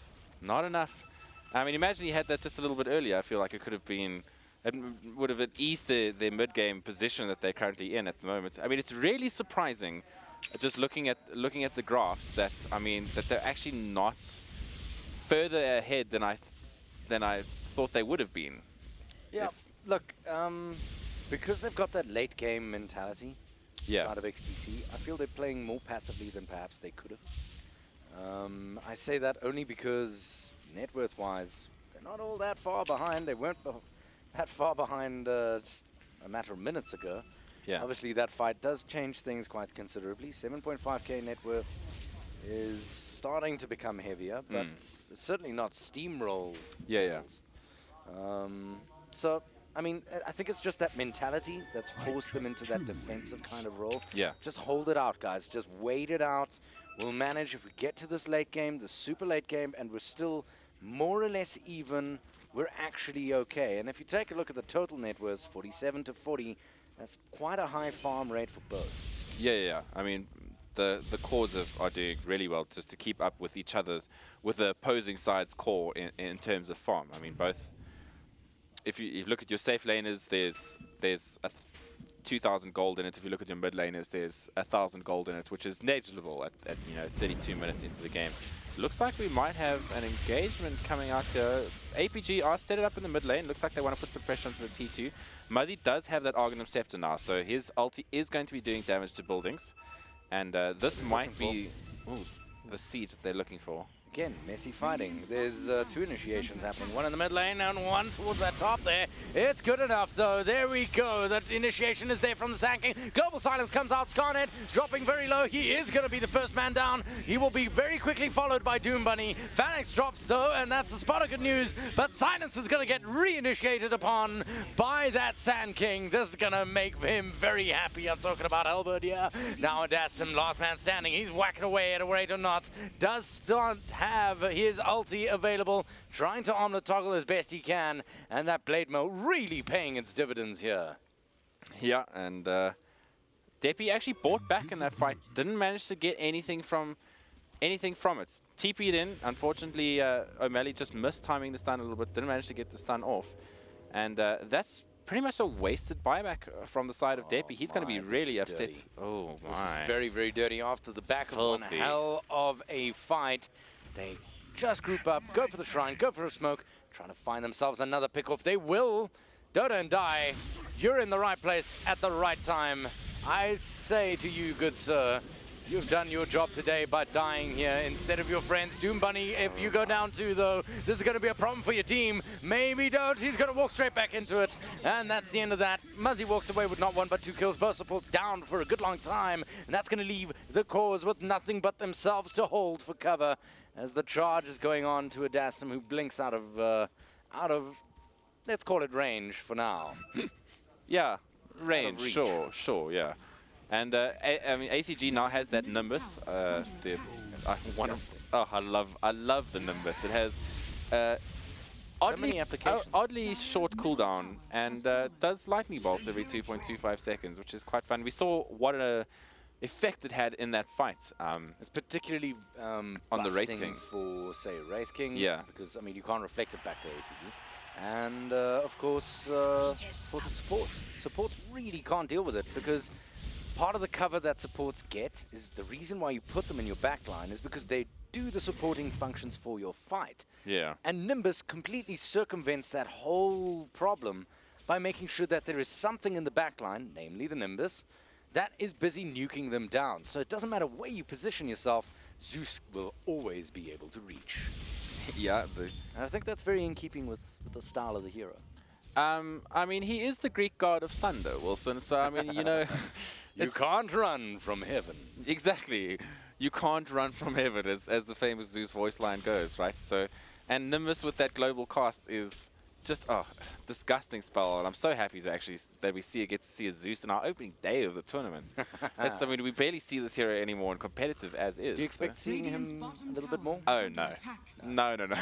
Fair enough. It's situational pick at best, and a cheeky one, especially against the silencer. But you know, ACG doing the work that he needs to at the moment, is working towards that Eagle song as well, which is just, oh man.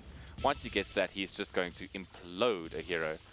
I mean, and now finally, XTC are doing what they need to do. BKBs on all of their cores. Scarnet working towards one as well, Depi walking towards one, and Wraith King. There is a benefit to them only towards picking his it up radiance. now. There is a big benefit, and that is they're going to have the 10 seconds when it matters most towards the late game. When you need those 10-second BKBs, it's a good thing that I haven't had to force it out yet. So they're not running around with 5-second BKBs. They're going to be running around with 10 very, very soon. So that's the bright side of the arduous journey that they've taken here. 26-13, not exactly game-ending, but the net worth is certainly starting to climb here, the difference.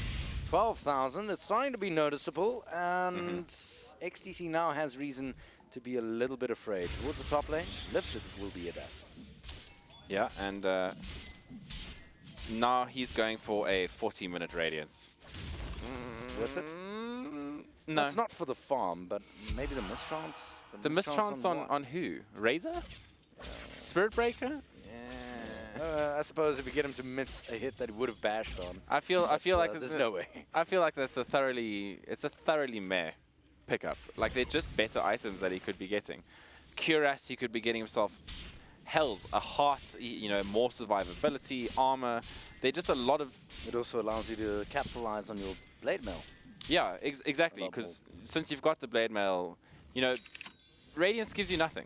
Sure, it gives you the mischance, but in terms of health, health and survivability, not that much actually. Besides that mischance, so I just feel like he's going, like he needed these items maybe at 25 minutes, not at 40, if he was going to do this build. Otherwise, I feel like he just needed to. But that blade mail deviation definitely was the right way to go. Yeah. I think that was definitely the right call. If albeit perhaps a little bit late, but at least it was the right call and helped him get that mana that he needs. And it looks like they're going to be smoking behind Alistam. XTC are fully aware that they need to do something here. This does smell like bait. Daston blinking forward. He's showing no fear, and I think that should be the very first sign that there is something up.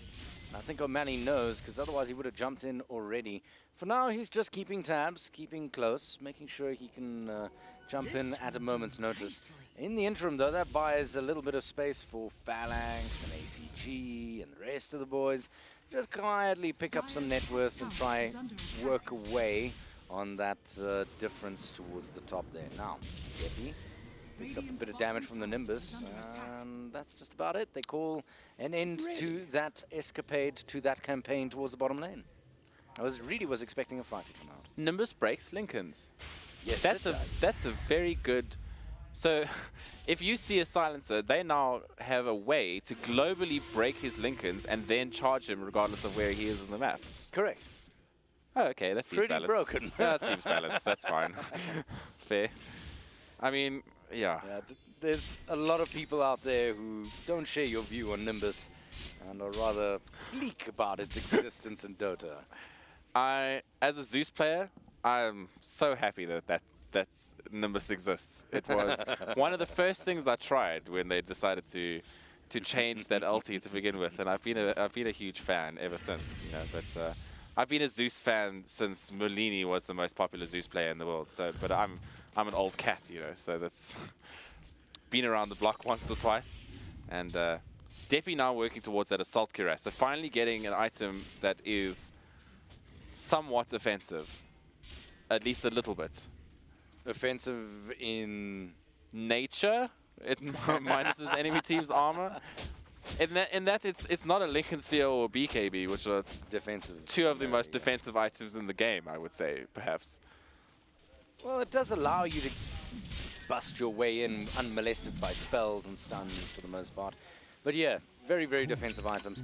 So let's see what happens as Bob Yules prepares the top lane for the inevitable push. I'm not sure they can really feasibly defend this one. Although, looks like they're ready to rock and roll. O'Malley's always finding himself in the right position. Out comes the ulti from Zeus. They are going to find Adastum here. And he is abandoned by his friends who all managed to TP out before him. And all he can do really is blade mail up, get a right click or two. And he is going down for the first time. Let's see if he manages on the second. He won't even get the blade mail out on the second. And that is the end of Adastum the King. Yeah, it does at least have that radiance at least. So consolation prize. Missed chances working out for him there. Slight sarcasm on my part, I do apologize. I'm fairly certain everyone can notice it from a mile away. In fact, if Adastum didn't feel it land on his head from there, I'm not sure what is going on. Still, yes, Rush is currently being done. Yes, Rush is being done, and there's nothing that XTC can really do about it. They're just going to have to sit back and wait and watch and see what happens for next. But there is a glimmer of hope. Because the Wraith King's going a Lincoln Sphere as well. I suppose, yeah. Why Lincolns? Wilson, I am not. What are they so terrified of? It's just a Bane. I'm not a person that You have generally a global talks. silence. Like, what's the issue? He I don't doesn't have know. BKB. I feel like all of this could be solved by a single support buying a Lotus Orb, you know, and clicking a button on one of the enemy hero, on one of their their heroes. But Look, it's just this is so strange to me. I don't understand what's What are they happening. thinking? Like I don't understand the thought. I'm sure Donnie's. I hope Donnie's going to agree with me on this when we go back to pretty the panel sure he will. eventually. But I don't understand the thought pattern for getting so many defensive items on your core heroes, because I mean, all you're doing is you're getting more and more defensive items, and you have no damage to actually kill the enemy team because you've spent all your money on bizarre things. I don't. I mean, the XTC We're trying to be as complimentary as humanly possible here. But I mean, it's just XTC. I feel where they made good decisions in the first game are making seriously questionable decisions in the second game. I mean, you and I don't like to harp on about item choices and such, but we do like to see the rationale behind them. Please, please don't get a Lincoln's. Adam, please. I'd like to see you getting on in there. Yeah, okay, the Radiance is nice. It's an extra little bit of damage. You also get a bit of burn. It's nice, but can we get something a little more serious? Yeah, I mean, if you look at like... You can't rely on Deppy to do it, that's for sure. If you look at ACG, he's almost sitting at full build now. He's now working towards that Octarine core and has built perfectly this game. He's got exactly what he needs to and all the tools that he needs to be able to deal with the side of XTC. Yeah, the great thing about the Ether Lens, it's great on a Zeus because you can amplify your nuke damage, and you can use it to kite around the right clickers chasing you, which in this instance, Adam, you're one of them. Legion, you're heavily countered by that item as well. It's seriously good item choices, and I don't know. Let's see what happens. Adastum getting stunned up by O'Malley, then slept, and that's the end of that. But I think that's more to annoy him than anything else. Yeah, I think that's just to remind him that he's not really allowed outside of his base too far at this point, Wilson. And Deppy just doing what he can. Silence has just felt, XTC have just felt a little bit underwhelming in this game. I think more than anything else. And APG have really stepped up to the plate. They're doing well. Played so defensively. Yeah. I don't know. Whatever. Let's stop harp-oning about it. Let's take a look at that talent tree from the Silence. It does suggest him going for a right-clicky-clicky build, as he does have the 200 attack range as well. So, Muzzy leading the charge towards the top lane. He's taking a world of damage, but he doesn't mind. He does have the Aegis of Immortal in his pocket. Oh, nice! Ulti coming through from Zeus. It's going to put everyone low, but not quite low enough. The Nimbus, very well placed, is going to bust up the party in the meantime towards the front lane.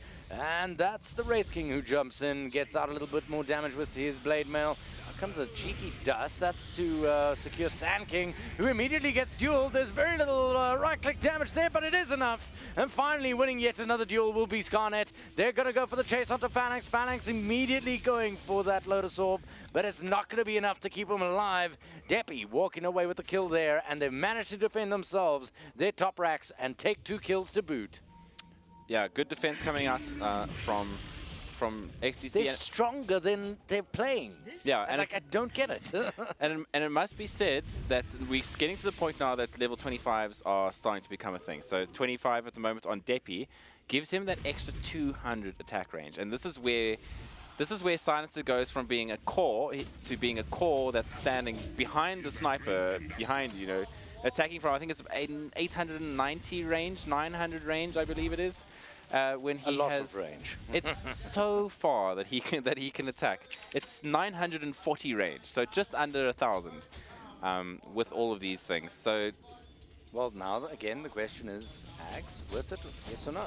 And if so, what does he replace? I mean, he's got all the great items, except for maybe the Lincoln Sphere. I mean, yes. Yes. This is the answer. yes, you need to start getting rid of these. You need to start getting rid of. I'd get rid of the Midas, and then I might even get rid of the defensive play. Either the Lincolns or the Hurricane Pike, to be honest. I like Hurricane. That mobility is very, very useful. I'd probably go before the Lincolns before the Hurricane Pike. Nonetheless, Lincoln's popped out here. There's the Fiend's Grip. Not quite enough. And immediately take it off. There's a nice little duel, but it's not going to be quite enough as it is reflected by that Lotus Orb. It's a double duel, baby. And Deppy going to walk away with the kill onto Panax. And the fight continues. O'Malley going for Doom Bunny. Doom Bunny dropping oh so low. He doesn't have Shadow Grave by 1 second. Oh dear. That was so damn close for him. In the meantime, Deppy trying to make a hasty escape. Does not have much way to go as O'Malley's in front of him now. And he hits the deck thanks to ACG's final tick of damage from that lightning bolt. Oh, Silencer doesn't have buyback.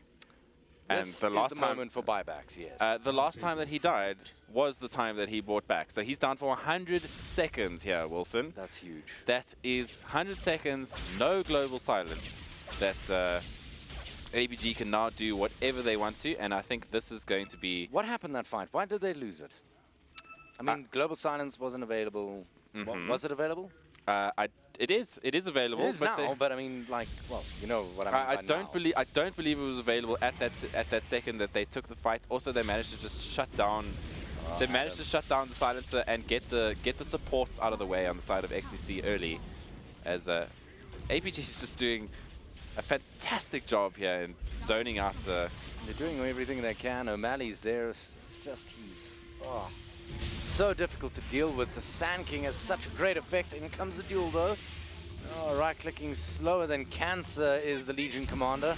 And that should be the end of that. Yes, he does manage to get the kill, but no duel attached to it. Bob Buell is now in a spot of trouble. Goes for that Lotus Orb. So stopping a little bit of nonsense. Out comes another Nimbus. That's going to peeve them off a little bit. And Bob Buell's trying to chase them into it.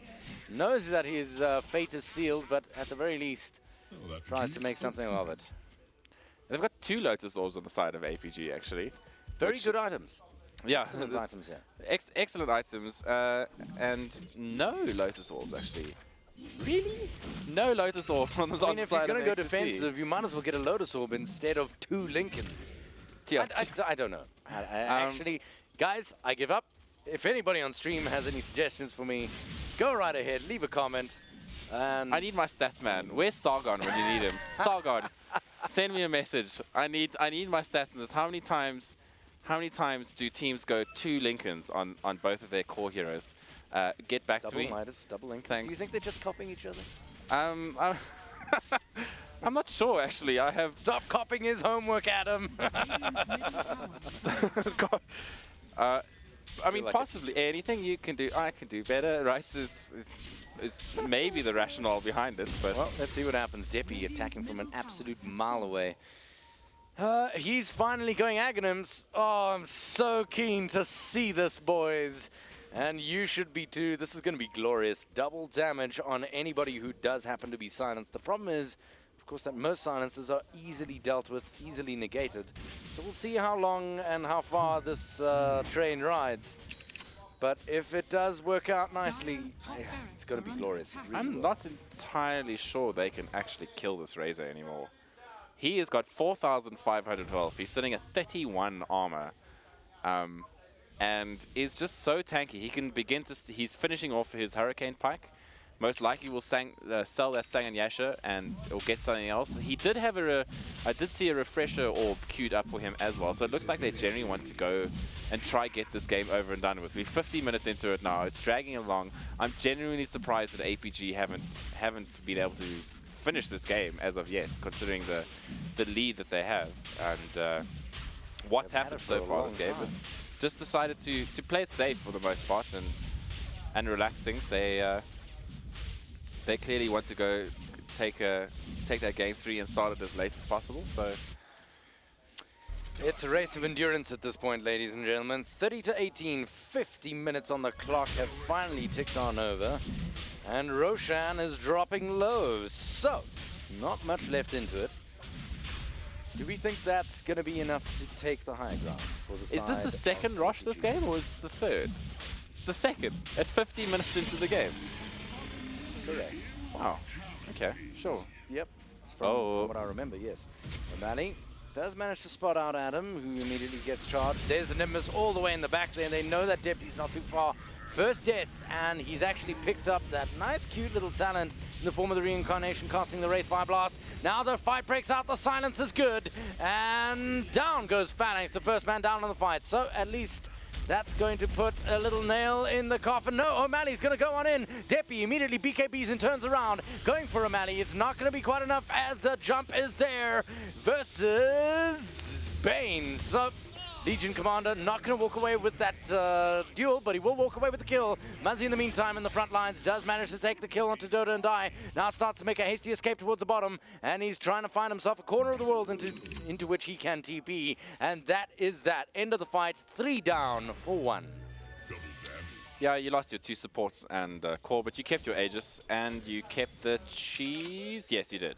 So, I mean, they are going to be a little bit upset. It's obviously slowing down the push. Reset and push again. Once again, but you're just going to wait for those heroes to reset and push again. Exactly that, Wilson. I mean, Zeus has enough gold to get his Octarine core, so he's going to be able to come back in and actually do some even more significant damage. Muzzy, a little bit caught out there, actually. No BKB on him, so he's still a little bit vulnerable to all the magic that's going on around him. So I honestly don't think he cares.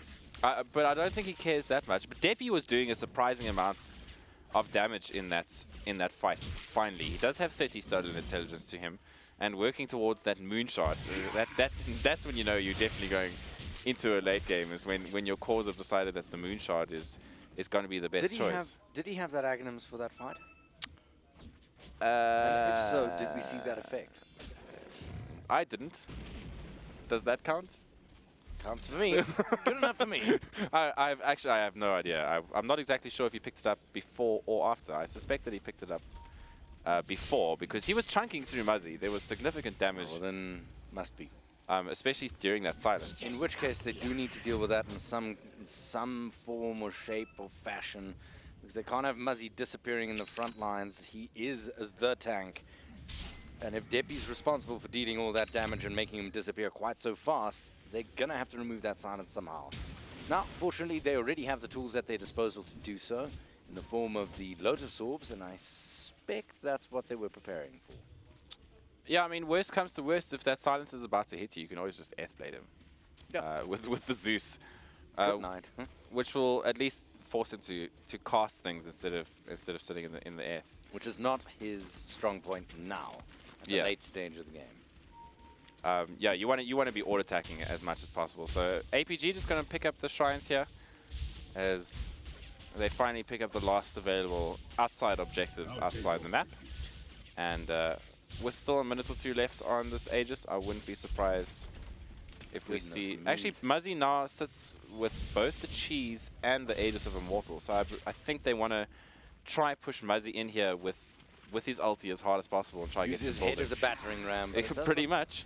Just take a look here. The smoke is good, and Phalanx is going to tank the gank by the looks of things. Yep, he does. Oh, but there's another fight going on here. Zeus is actually going to get caught out. Look at that damage from Deppy. It's huge. Look at that wondrous damage. And that's just about it. No silence up on Muzzy, so it's not all that much. For the time being, he's going to go down, but he's going to get back up, so keep your eyes peeled there. In the meantime, Adastum is there. He still has his ulti available as well. O'Malley is going to try and make an easy escape onto the sidelines there. Muzzy, in the meantime, going in for the next initiation. Does have the Lotus Orb on him, is immediately stunned and silenced. Look at that damage. Silence is actually in a spot of trouble, and he goes down to the Nimbus. It's all done and dusted. Is Deppy going to be able to come back up? No, he's down for a good long time. There are no buybacks on the side of XTC besides Adastam, and he's alive at the moment, so he's not going to be able to deal with this too much. O'Malley, oh, they found him. That's is a huge amount of magical damage. The Blade Mail coming out a touch too late. The Link is good to try and sap away as much strength as he could muster. And that's the end of the bottom racks. And possibly the hopes and dreams of the boys from... Wow. I can't even say it. From the boys of XTC for Game 2. 56 minutes, titanic game, and finally the GG is called. What a weird game, Wilson. It was. One of the strangest games I've ever had the privilege of XTC casting. had it. I kind of feel like they really did have it. They could have gone a little bit more aggressive, but they didn't. That's just, I mean, it's just a gut feeling. What do I know? Yeah, I'd love to know when we'll get to talk to our panelists shortly to find out what exactly they thought of that game, because they enjoyed the draft from XT, but I feel like they were just such odd decisions coming out of XTC at sort of all moments of that game. I mean, are we sure that we're playing the same game? is it the same team that we saw the previous game? I'm not entirely Doesn't sure. feel like it. It didn't feel like it at all. Scarnet didn't have nearly the impact that he needed to have on his Legion commander. I mean, Deppy spent most of his game just trying to farm and spent the majority of it buying defensive items just to stop himself from dying in most team fights. I mean, and there you have it. And Adastam just looked like he was confused the entire game. I mean, and then you look at things like damage dealt. I mean, you've got Muzzy sitting at 36,000. You've got ACG sitting at 72,000 damage that game on the Zeus. Turns out Zeus ulti and Nimbus pretty powerful. We were talking about pipe. Do you see a pipe? No pipe. We're saying no defensive items. Too many defensive items. But no pipe? No pipe, no Lotus Orb. I mean, they had some defensive items in the form of like a Glimmer Cape, but I feel like... Singular Glimmer Cape. Yeah, but they just didn't have the right items to deal with the draft from APG, which is really confusing to me. Very, very strange, and I'm sure the panel will help us dissect exactly what happened. So we'll hand you all the way over to them, Halbert. Try and make sense of this, my friend. Well, that is a question I'm not too sure we'll have the answer for. I think this all is summed down to one thing I think Demonic and I will both appreciate, is that the Bane Sand King combination is still that good. That's what happened here. We've summed it up, and in the background I see Demonic hands up in the air. So definitely that is what happened. Panel adjourned. We're done with that. Excellent. Moving next. Yeah, done. It's over. I mean, like we just need to take whoever drafted XTC's lineup needs to be reported. Needs to be kicked from the team, right? Because I don't know what was going on there. Like, they put their best player on silencer. He did a lot of work, to be fair, right? He was doing insane damage, right? And then Wraith King was like a bot for 40 minutes, right? Until he got a bunch of items. And then I think most of his damage output was from Blade Mail. Like that, I honestly think Razor was such a hard counter for him. And they picked Wraith King into Razor. That's just crazy. And then Zeus was an excellent pick against Wraith King, right? I don't know. It's just the draft was like nuts. And his build, like, I don't know, 10k net worth, he was like useless. Yeah, it's all over the place. It's like we were saying in the draft. It's like we were discussing the Sven pick, and we were like, no, Sven's like really bad against Razor. And it's like, I wonder what's worse against Razor. Let's pick Wraith King. It's just like, as soon as we saw that, it's just like, I can't see this working. And like, they dragged it that long, mostly because APG played some of the clowniest Dota in some of the big team fights that you'll ever see. There was the bot lane where Muzzy basically ended up getting himself killed and two of his supports because of how he tried to get the one kill. Then it's like he gets too aggressive. It's just like, what is going on? It was literally one team trying to one-up the other on how badly you could play in certain Okay, areas. but let's go back a step here, right? So let's try to establish what was the idea behind the draft from XTC. What were they actually trying to do? To throw the game. I can't tell you They because like succeeded. we were talking about it. We were all trying to figure out what does this draft actually accomplish. It's not necessarily that good at taking towers. You can't. Clearly, the team fight potential isn't there. You can't take Roche. You can't really win the lanes with these heroes. You can't dominate the enemy jungle. Like, what does do these heroes actually do? The only thing that's like potentially that they didn't lose traumatically in the laning phase, and Silencer actually came out okay versus the Zeus. But overall, it felt like they decided they wanted Silencer mid, and they were like, all right, let's get Silencer mid, and then we'll build a draft around him with other heroes to try and just show up the Silencer. But then when you actually look at the components as they came together, you're like, this doesn't do anything. This doesn't come together. This doesn't kill any heroes. And of course, APG had to take advantage of this and draft against it. But APG could drop. This was probably the most perfect APG could have drafted for this particular game. Like, there was nothing draft-wise that really could be done by XCC. But if you play Clowny Dota for a long time, then the game was a lot closer than it should have been, honestly. Like, this game could have been over at 28 minutes, but through both Clowny things from APG as well as XCC, kind of keeping their calm and keeping their cool under pressure, like Deppy picking up that early hand of Midas. A lot of silencers would just be like, let's try build into that early first off or Blink Dagger. He gets that Midas, ensures that he can go late game, but even when there was a point where Silencer was the strongest hero on the map, but you don't have a Wraith King on your side. So by the time Wraith King comes back in the second life and he actually has damage, it's all been taken by the Razor and the rest of the team is dead. So And effectively, the Razor becomes the most terrifying thing on the map at that point. Yeah, I mean, that's a problem, right? It's just, he's a kind of this blob that's kind of like in the middle of the fight at this point with no damage, and he's tossing out a Wraith Fire Blast and some slow from when he's dead. Yeah. And just didn't gel together You're nicely. just a glorified tank. But Not even a tank. really. glorified is unfair. He was just literally like, He was like a mana billboard. pool for damage for the Razor. But gents, is there a hero that you think could have been used like, you know, we've had time to think about it, a carry that they could have put there and had a different result? Me and we were talking about it now about the draft. We were like thinking, what carry hero can be useful later and not get like owned by static link the whole time? I mean, like we're thinking about Void, right? Void's like, I think Void or Anti-Mage probably. I'm leaning more towards Void because naturally you build towards Lincoln Sphere. Like it's pretty common you And build Lincoln early, Sphere, yeah. Manta, and then you can get BKB, whatever later, right? I feel like if there was like a carry that wasn't as useless, like that didn't like just go in and die and get kited, could just give them some extra team fight and not be useless with the farm you were. Because I mean, Addiston had farm, he did have farm, but like he just wasn't using like he couldn't, like he was just getting owned in the fights, right? He's getting kited, getting damage sucked, getting stunned, slept, enfeebled, whatever. So yeah, we were thinking about Void. I would say Void is probably a good alternative. yeah, Void, Anti-Mage, these sort of heroes. Heroes that just, you can actually do something late game.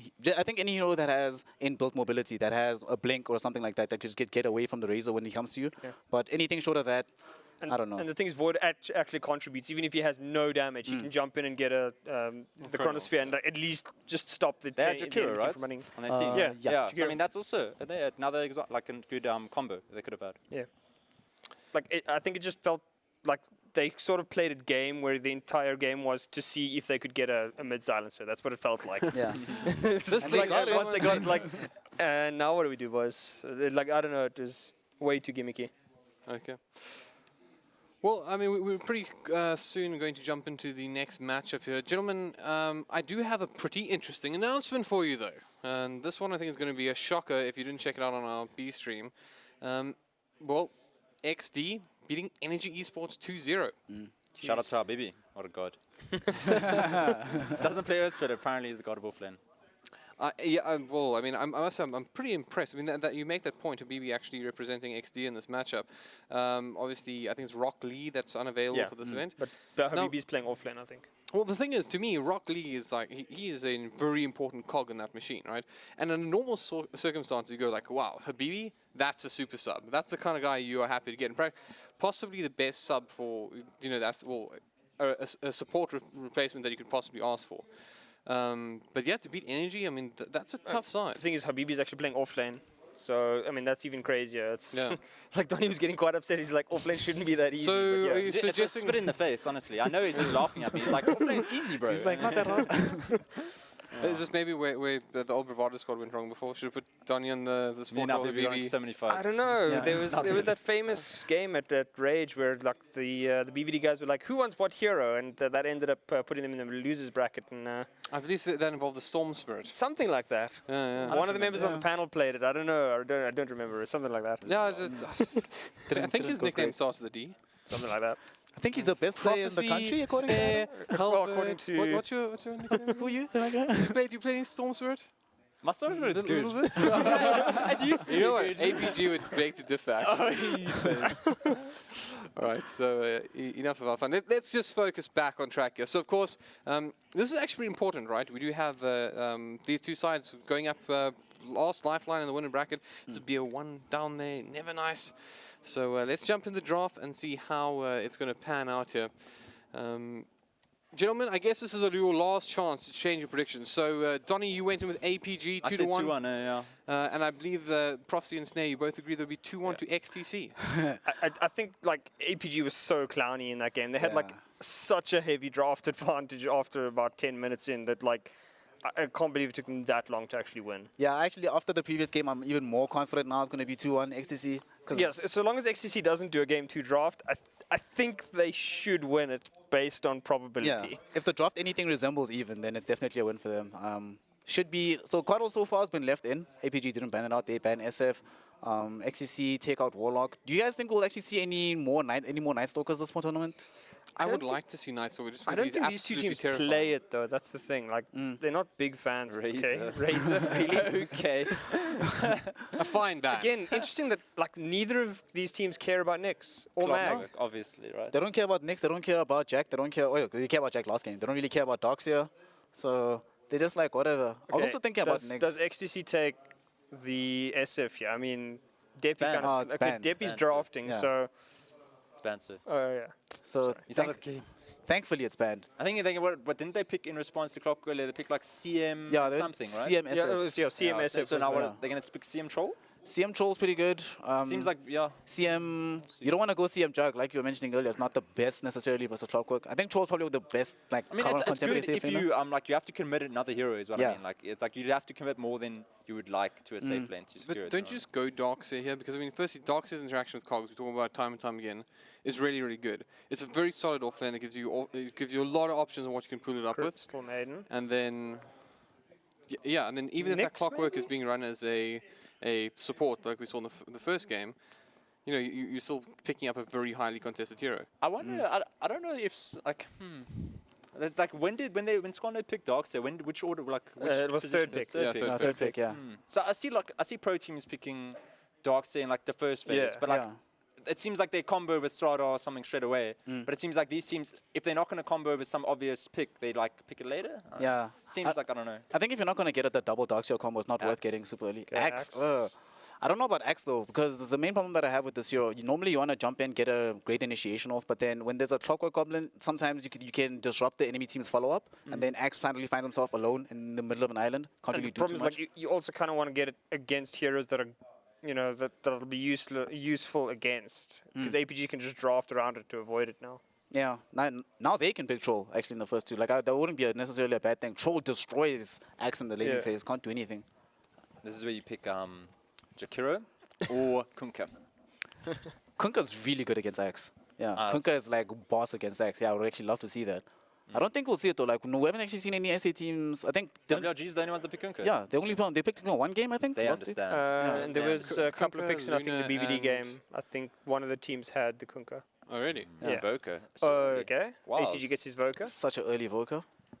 Not great versus Axe though. One of the few heroes I that mean, can. Axe is good against like every hero, right? Like, Yeah. like the fact that he can just disable you for like 2.8 seconds. And there's nothing you is can do. Like, crazy. Guys, I know exactly what happened here. If we recall back to the XTC Gaming player interview, it was in fact with Adestan. And he suggested that Axe was the best hero The in Axe Dota. man, So, yeah. you know, they're down one. Oh, it's 1-1. You know, this is your lifeline in the winner bracket. just pick Axe. Just pick Axe. Yeah, I Last mean, pick, like Schultz. this is the game though. I think where Scarnet has to actually like really do the work, because game one he kind of got away with the fact that Deppy and friends were wrecking most of the game, so he wasn't needed to do huge damage or like make huge plays. But like on the Axe, like he actually has to be the one setting up the fights now. Who's drafting Deppy? All right. Yeah. So he was the drafter. He's going I think Adestam did the first two. I think, yeah, games, Adestam did though. the All right, first. he's been demoted. I think they all agreed. They were like, no way. nah, dude. It was like, why do I have silencer? Why do you have breathing? Executive decision. You are currently removed from Kicked draft. from the slot. We were talking about this Clockwork Invoker combo last game. I still think they need a little bit more damage to actually complete it up. So like a support that has an instant burst, like Rubik would have been great, banned out, no Fate Bolt for you. So maybe they can go back for the Rasta that we were talking about earlier. Just get some Ether Shock. It's also a way to, like, if you commit it in the lane versus the Axe, you can actually bully this hero with that. I'm not sure if they'll go for it though. The APG doesn't seem like they are comfortable with that kind of tempo that Rasta demands from you. I mean, we Yeah. could see this sort of. I mean, the thing is, I always like about an early Invoker pickup is this exact thing: is that you can go into the double forward spirits, and you can actually look at using it as like a little bit of a pseudo push strat. You can actually build towards it. So where Shadow Shaman also kind of shines in that same regard is that it's a good hero, right? It's got 2 disables, a decent spam, and it's actually quite hard to fight under Serpent Wards, and at the same time a good pusher. So I'm quite keen on that idea. I'd like to see the Shadow Shaman picked up as just like a let's use that word again, a flex pick. What Yeah. about a Ursa. Depi Mag here?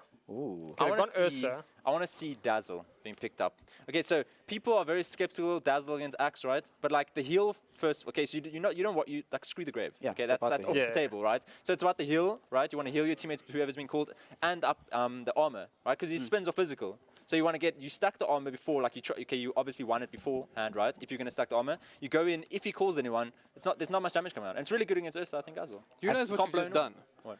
Literally, the South African pub players across the land right now just Odu doesn't agree justifying. with me. Odu is so against the Dazzle pick, but Puppy used to do it, Yeah. and Puppy. I think smashes Puppy monitors. versus Puppy. I think Dazzle versus Axe is pretty good. I actually think XCC should pick Dazzle themselves though. Like this game, they have enough control. They don't need a Actually, stunning support. I mean, what do you guys think about a Depi Mag here? I mean, again, Mag is like untouched, and at pro level, everybody and their mom wants that hero, or either bans it because you don't want that thing to farm. But do you want to have 3 melee cores on XCC side, like up against Clockwork? And then you get Darkseer. Darkseer Dazzle. This is like the perfect lineup. Like, that's insane. They just run at them and heal. Like, And there's like little you can do about it. I don't think APG is going to pick that. Well, okay, I say that, but we saw support Clock game 1, and O'Malley played. was it Phalanx that Earthshaker. played the clock? Yeah. Wasn't great, but He you know. tried, like he was running up and down, like he was trying, but like he was at an Earthshaker. I really hope they don't do that again. I think I hope they've learned from what happened in that game. Yeah. And don't want I to. actually don't think a 4-position clock's that bad. I mean, if you think about it, things like it Slardar depends are- what it's paired with. Like that game was paired with, I think it was Dazzle. Earthshaker, No, no, it was Rubik as Rubik, support, yeah. which is just like okay, and what's going to happen if you don't get anything done? They So at owned- some point, this is pretty interesting to me as well. The Vengeful Spirit, we saw a lot of this recently. Also, one of the series that can fulfill multiple roles, but we've seen this in fact run a lot as a But, one like, position. The only problem with that, right? Sure, it can be a one position, but I've only ever seen APG win with Avenge when they had Adestam on the yeah. lineup. Bob Yule's Like they've plays never Venge, right? won with Yeah, Avenge. That's zero, I think. Yeah. I think this is a good Venge game. Good to get decent against Axe. Now they also have 3 different ways to scout inside the Roshan pit for when Ursa goes around to doing that. You can imagine you're going to want to do that fairly early. Also, the one thing I really like about having a Vengeful Spirit is that it allows you to, it makes it very difficult for XTC to position, because if you don't know where the Vengeful Spirit is, suddenly you find yourself completely isolated from the rest of your team. You can't really fight Sunstrike. You can also combo up with the Sunstrikes quite easily with the Vengeful Spirit, and it's more damage with the Clockwork. So And you can cancel blinks with Yeah. like just ridiculous range. So basically, we're saying we like Vengeful Spirit. yeah, It's a if good it's hero. support. A lot. Yeah, If it's like support. there's no way you're running a carry against an Ursa. I think it's going to eat you alive at close range. So what is the go-to here? I mean, let's agree that the APG side are going to run this Vengeful Spirit as that support. And what's left in the pool here, lads, that we think will really round up that lineup and give them a little bit of an edge against that Ursa pickup? They need something maybe like Troll wouldn't be bad, yeah. Sven? For APG, I don't think. Sven on APG? Sven, Something like I don't know versus Axe though. Like, you know, you pick Sven versus Axe, right? Then he gets that early blade meal, and then you just die so quickly. Like, every Like, carry dies. That's the thing. Like, so like every carry is gonna die. Oh yeah, no, you can't pick Sven now. Not against that. Not into WW. We saw this last week as well. The Wyvern's Winter gonna- Waven was so good. This thing is a get out of jail free card, and it's an initiator. It's literally, I've been wondering why this hero hasn't seen more love of late for quite a while, because literally think like Nagasar, right? You can use that sleep to get in, you can use that sleep to get out, right? It's the exact same thing with Winter Waven. If you can get off a really good Winter's Curse, you disrupt the entire fight. And either that's an opportunity for your team to position and wreck somebody, or it's an opportunity for the person that was genuinely engaged on to just walk home. I think it was more like a block pick, probably, right? Like they didn't want. They think APG wasn't pick because it's good against Ursa, but like I don't see how Winter Waven's ult is like that good this game. If Venge is like a support, it's like if Venge and Evoke are like insta counter.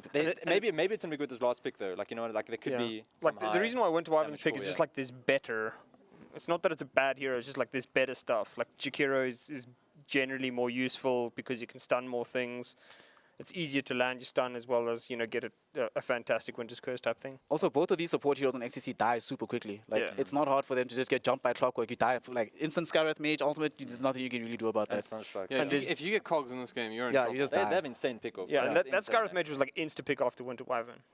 They can kill anyone, right? Like they can literally run around as Clockwork. Clockwork can run around alone, or you can run around with Skywrath. Yeah. And then they've always got Sunstrike. So like it's insane. They've got so much output. If not for this Axe, I'd say Weaver would be fantastic here for APG, but not against Axe. So bad. They'd probably have to go like Troll, Jug, one of these two heroes. Like Lifestealer doesn't strike me as the best up against like Ursa and WWE. No, you don't want Lifestealer. Like does David play Ursa? Weaver. Oh, they did go for the Weaver. Okay, you guys have got some courage. I feel like you kind of called it though. Like you knew it was on their mind. I didn't think they'd have the courage to go for it though. Not against Axe. Like the problem is Weaver's one of those heroes at the moment where it's like it either does a lot of work or it just does nothing. And if it does nothing, you're just like, why did we pick this? But hero? this is a super strong lane with the Skywrath Mage and the Vengeful Spirit. It's also really good on the back lines. I mean, because what you expect happening is both Ursa and Axe are like really keen to get into your faces. They're going to jump forward. If your Weaver can just be on like not part of that, he can get the back lines really easily and just start smashing with CM and Winter Waven pretty easily on the back lines. Yeah. Weaver's biggest problem to happen. I think Weaver just has to like wait for his like Clockwork to go in.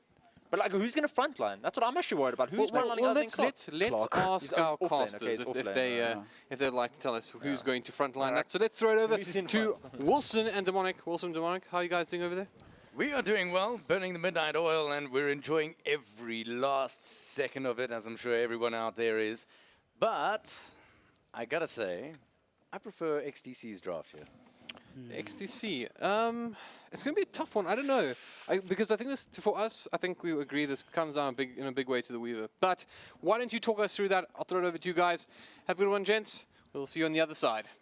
Right. So, without any further ado, I mean, these guys need no introduction. Let's just quickly talk about that draft. The reason I like XTC just a little bit more than APG is because of that Quap last pick. The Quap last pick on Depi is a big one. That's one of his comfort heroes. That's one of the heroes that's... I enjoy XTC's draft just because they've got a little bit more of their comfort picks. And this feels more like the XTC that I've come to know and the strong XTC that we did, unlike sort of that Game 2 draft. Meanwhile, APG, on the other hand, got some very interesting things going on themselves. I think we're in for quite an exciting game here, Wilson. Yep. And speaking of excitement, just in on Stream B, I believe it was 2-0 to XD. To XD versus EN, which is quite an upset. Certainly seeded differently. So we'll see if EN can bring it back. Do stay tuned, and obviously tomorrow we'll continue that story for you as the pause comes out. That's going to buy us a moment of time to introduce you to the team. Phalanx will be picking up that Skywrath Mage, looking for fantastic things out of him. Muzzy, in the meantime, will be picking up the Weaver. On the other side there, that's going to be Bob Ewells on his Vengeful Spirit. I've seen his performance of Vengeful Spirit before. Absolutely stunning stuff. Keep your eyes peeled. It's going to be one hell of a show. ACG on his Invoker. And last but certainly not least, with what should be one of his signature heroes now, after last week's performance, O'Malley on the Clockwork. We are looking for heaven and hell on earth with this man on his clock. Absolutely. And on the side of XTC, we're going to have Skynet once again taking the role in that off lane, going to be going top 1v1 against the Clockwork. Interesting. So by the looks of it, I think that's going to be a matchup that he's pretty happy with, actually. But then again, I mean, O'Malley won a matchup. Was it Juggernaut and Rubik versus just O'Malley? There's about a 10-minute conversation about that, because there's a discussion about Quelling Blades versus Stout Shield that we picked up in that matchup. there's a long Still, story behind that quite game. impressive. Yeah, that I know what you're talking about, but it just shows that the O'Malley knows what to do with that hero and knows how to push that hero to its limits. To its limits. So it's going to be interesting to see exactly how he performs in that lane. Just continue us through APG, get it through while we're still in the pause. We've got Queen of Pain, obviously going to be played by Deppy. This is definitely one of the heroes that he's going to be more comfortable on, I feel, than the Silencer. Crystal Maiden going to be taken up by Doombane. Adestam on a hero that I feel this is one of his main sort of 2 to 3 heroes is the Fuzzy Bear. He enjoys the Ursa, he enjoys playing it. It fits his aggressive style more, I think, more than most other heroes. And then finally we're going to have Dota and Dai, who's going to be up on that Winter Wyvern. Now, Winter Wyvern's a very interesting one. He was picked fourth. Fourth, yeah. And usually you pick that up to counter a whole lot of right-click. As the panel did approach, the concept of Sven immediately was thrown out the second the Winter Wyvern came into play. Do you feel that the Winter Wyvern's got no job here, or is it basically going to focus around the Weaver? Yeah, the Winter Wyvern was an interesting pick. I do agree that I feel like it was more a block pick. The same as I feel that APG picked Venge to stop XTC from picking that, just because it's a pretty good counter to clock. So counter picks coming out from both sides to make sure that they don't get quite exactly the draft that I think that they were intending. But it works out really well, because if the Clockwork hooks in to try save his core, for example, you can have Bob Yule swap him out, and then you've got the cogs and safety. There's a whole bunch of different interactions that they can do. It becomes a mess. It becomes a mess, but it can become a mess that works out in favor of APG at the end of the day. As we see a smoke gang, 22 seconds in, it looks like they're going to want to go for this bounty rune. Contest the rune. It's quite a hell of a contest. Bob Yule's not leading the charge, has the stun there on the magic missile. Immediately Muzzy's going to reveal the smoke. They kind of know that it's coming. Why back off, though? I don't. Are they afraid? Yeah, Again, like, guys. I think they feel. I think they think that. Okay. Okay, Let's so see where this goes. we've seen the lane swap up now. So the Axe is going to be going bottom to deal with O'Malley. So they've actually swapped from top to bottom lane and are going to be getting the matchup that they want regardless. Yeah. Adestam's been sent to the top lane, and we now have the whole tri lane just moving down there. Once they saw the Axe in the bottom lane, they knew what was happening, and they knew that this swap needed to come in. So we're going to have tri lane versus a dual lane here to start off with. Quite interesting. And of course the key to all of this is Dota and Dai, whose responsibility will be mostly to set up the mid lane, or whoever it is that needs that farm, on the stacks here in the jungle. So we'll see how that pans out. Immediately, the Bob Yules and Phalanx and Muzzy do reveal themselves.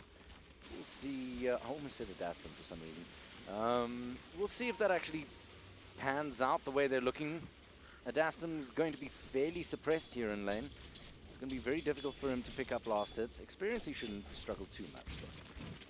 Yeah, he doesn't know where the supports are. His vision's not giving him anything that he needs at the moment. With their one ward mid and the one ward bottom, it pretty much means that Adestam, if he doesn't know where those supports are, he can't sit in this lane. So at the moment, he's already TP'd out. I mean, he's Lane swap. Lane swap off to the bottom lane. They're going to send Axe back up top to try to do what he can. He can always just hop into jungle if need be, and just to make sure that Adestam has the best possible early game as they can here. Yep, Adastam definitely needs it, as well.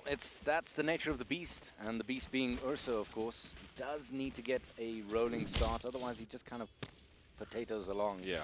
It's not really, not really a sit back and farm and wait for late game kind of hero.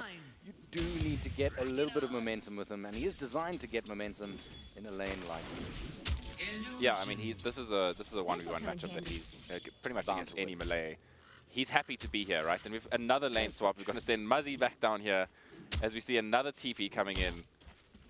I mean, I don't want to use the same word three games in a row, but I'm hitting there fast. Wilson. I won't say it yet, but it's coming. And it starts with a sorry. It all starts with the Crystal Maiden. Starts with a C, ends with Auni. And it rhymes with Townie, exactly. Yeah, there we go. I think everyone knows what we're about to say. It is a little strange yet again. This must be the patch screwing with people's brains. Yeah, this is just this is just an instance of the teams trying to get the lanes they want, and sort of not really stopping until they do. So I mean, that's 3 sets of TPs. Muzzy's now had to go from the bottom lane to the top lane to the bottom lane, and has still somehow managed to be second on the last hits, even while doing that. So I mean, even after spending right after Deppy, who's, to be honest, having a field day here in the mid lane. Yeah. Is that the outcome we expected up against ACG's Invoker? This should get a little bit easier for ACG as he gets a little bit more levels. This should even out a little bit for him. He's had to go 2 in Quas just to deal with the harass from Deppy, which is pretty expected. So once he gets a couple more levels in Exort, yeah, you know, things should get a little bit easier for him. But Queen of Pain, with so many denies in the bank, she is going to be getting the level advantage, which is quite important. Be able to get that 6 first over the Invoker means that she gets her ulti and may actually just be able to burst him down, and that could be huge. So what's the solution here? Do we just keep swapping lanes until somebody gives up, or do we see something happen as a result? Ooh, Deppy jumping in on ACG. ACG summoning the Forge Spirit, going with that. Oh, Cold Snap, is it going to be enough? It keeps him alive, but he's probably going to go down. No, that final tick is just not enough. That was an absolutely close moment there, but ACG, he is going to get hunted down by Dota and Die. It's not going to be enough as the rotation is here from Phalanx and Bob Duels. They're going to go for the counter kill onto Dota and Die. First blood yet to drop. The chase is on. I don't think they're going to walk away with something here, and neither do they. My wings. Sure, okay. Interesting. So ACG survives. 4 minutes in, no first blood yet. By the skin of his teeth. That was an interesting move from Dota and Die coming out of the trees. I was really confused when suddenly a hero was attacking him. What a sneaky little Winter Wyvern. Sneaky devil. But unfortunately, only level 1. I think if he managed to get level 2 there and actually had a spam, that would have been first blood and value hashtag absolutely. for Dota and Die. But does have the level 2 now. Decides to go for the heal, so he's going to be helping out Scarnet a little bit in the jungle here, as you can see, just making sure that he can still spin and heal and do the things that he needs to do. How important in this game will be the Ancient Seal? Obviously, there's quite a lot to silence out here, notwithstanding Deppy himself. But do you think going for an earlier level in Ancient Seal will facilitate maybe a gank onto Deppy? Disable that blink of his so that he doesn't have the built-in escape that he usually relies on? Oh yeah, absolutely. I mean, there's I would say almost every hero in the opposing side is good to Ancient Seal, besides maybe the Axe. I mean, if you can Ancient Seal the Queen of Pain, that's huge. If you can Ancient Seal the Fuzzy, stop him from being able to cast his ultimate, and actually get some decent damage onto him, that's also huge. And you also have really good follow-up to the Ancient Seal in the form of, you know, Sunstrike and Skywrath Mage and all the disgusting mess that APG have. So I mean, I think it's good. How is O'Malley managing this? I mean, he's laning up against an Axe. Sure, Axe is leading the last hits and such, but he's actually doing okay, O'Malley. He's doing pretty damn fine, sitting with his Power Tread, Stout Shield. I mean, he's a melee hero up against an Axe. This should be cancerous, to say the least. Yeah, O'Malley's managed to keep this lane quite far up onto his... Oh dear, he might be in trouble now. The call is there. It's good enough, but Deppy's actually going to be the man who claims first blood in the mid lane onto ACG. Phalanx's TP just not there in time. And yeah, interesting little exchange coming out from O'Malley.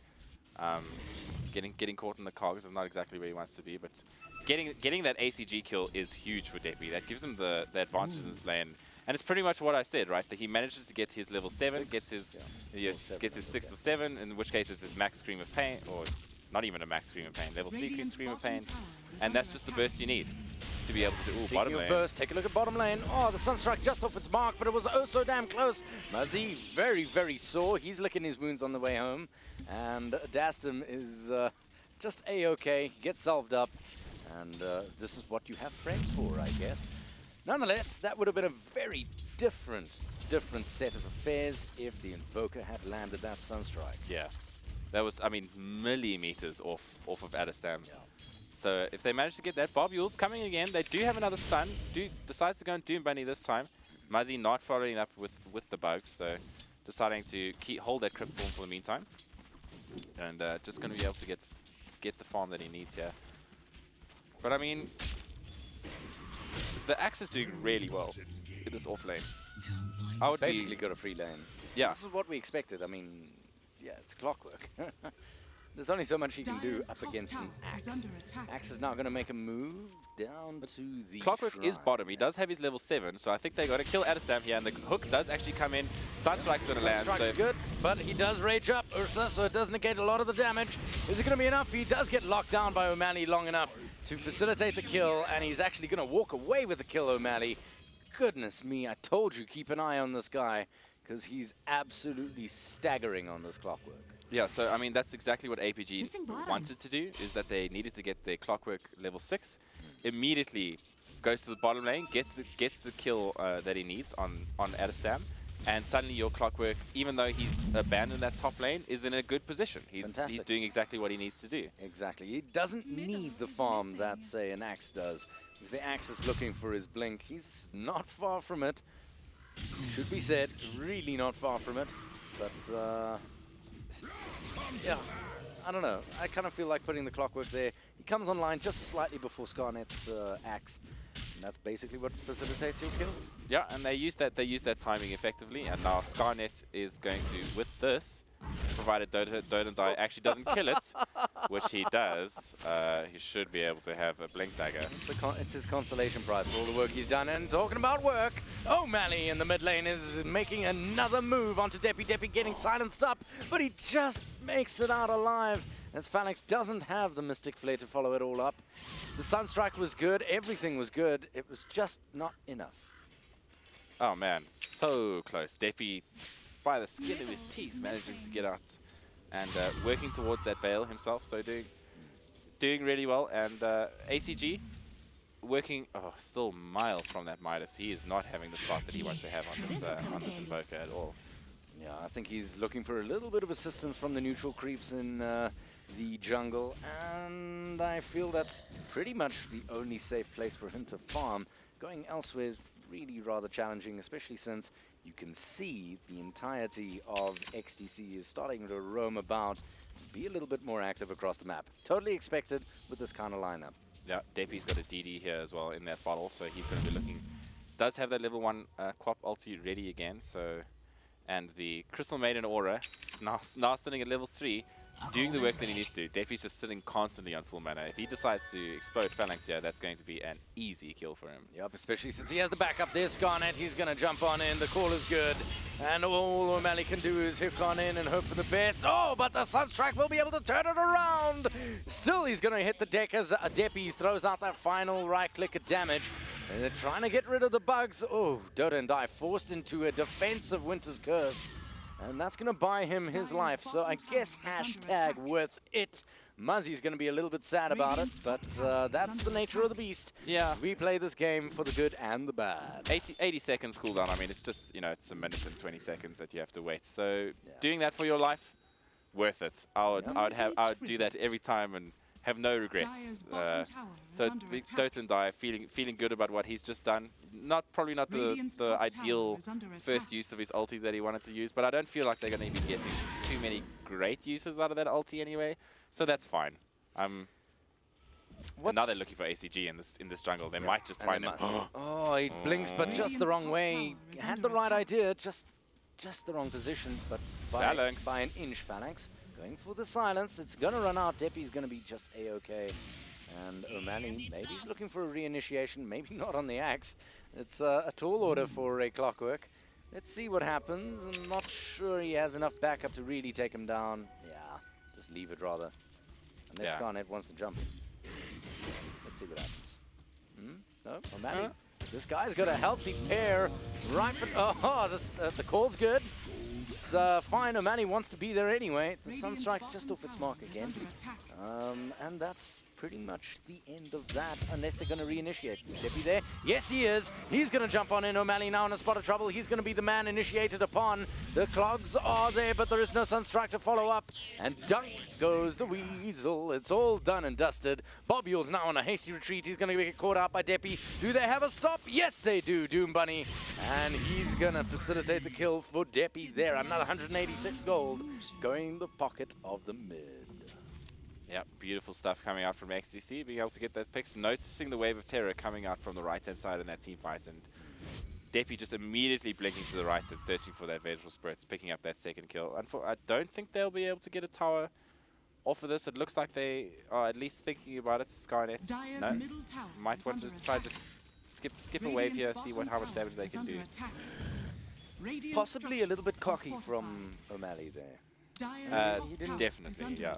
Yeah, he didn't show any signs of fear or anything to that effect. Caution kind of thrown to the wind. And I feel that that fate, in essence, was due to his own ill-advised miscaution. So, it's going to be a trade tower situation, unless somebody has something to say. No, it doesn't look like it. Tower bottom's going to disappear, tower top's going to go. And Scarlet's going to be very happy with that. He's now going to start working towards his Blade Mail. Next item on just about any Axe's shopping list. Let's see what he manages to do with that. Yeah, I mean, that's as Sean said at the panel. Oh dear. Yep, he's going to get caught with his pants down. And good night, Sweet Prince. That's yet another dunk for the fat man in red. And really good work coming out of Skynet here. He managed to get that early Blink Dagger and is using it effectively to try and... O'Malley's got a good angle. He does. There's the silence. Deppy's stuck in it. Skynet actually going on in to try and tank the damage with him. What a team player. But he's only going to feed with him in the end to the dire Nochal. And it's not going to be anybody but him who goes down and his friend.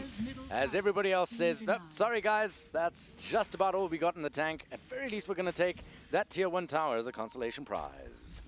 Sure. I mean, did they manage to at least deny the tower? Didn't even deny the tower. Fine. And Adestam using this team fight to actually get the rush up. So that's a 40-minute first rush in the bank. He's going to be pretty happy with that.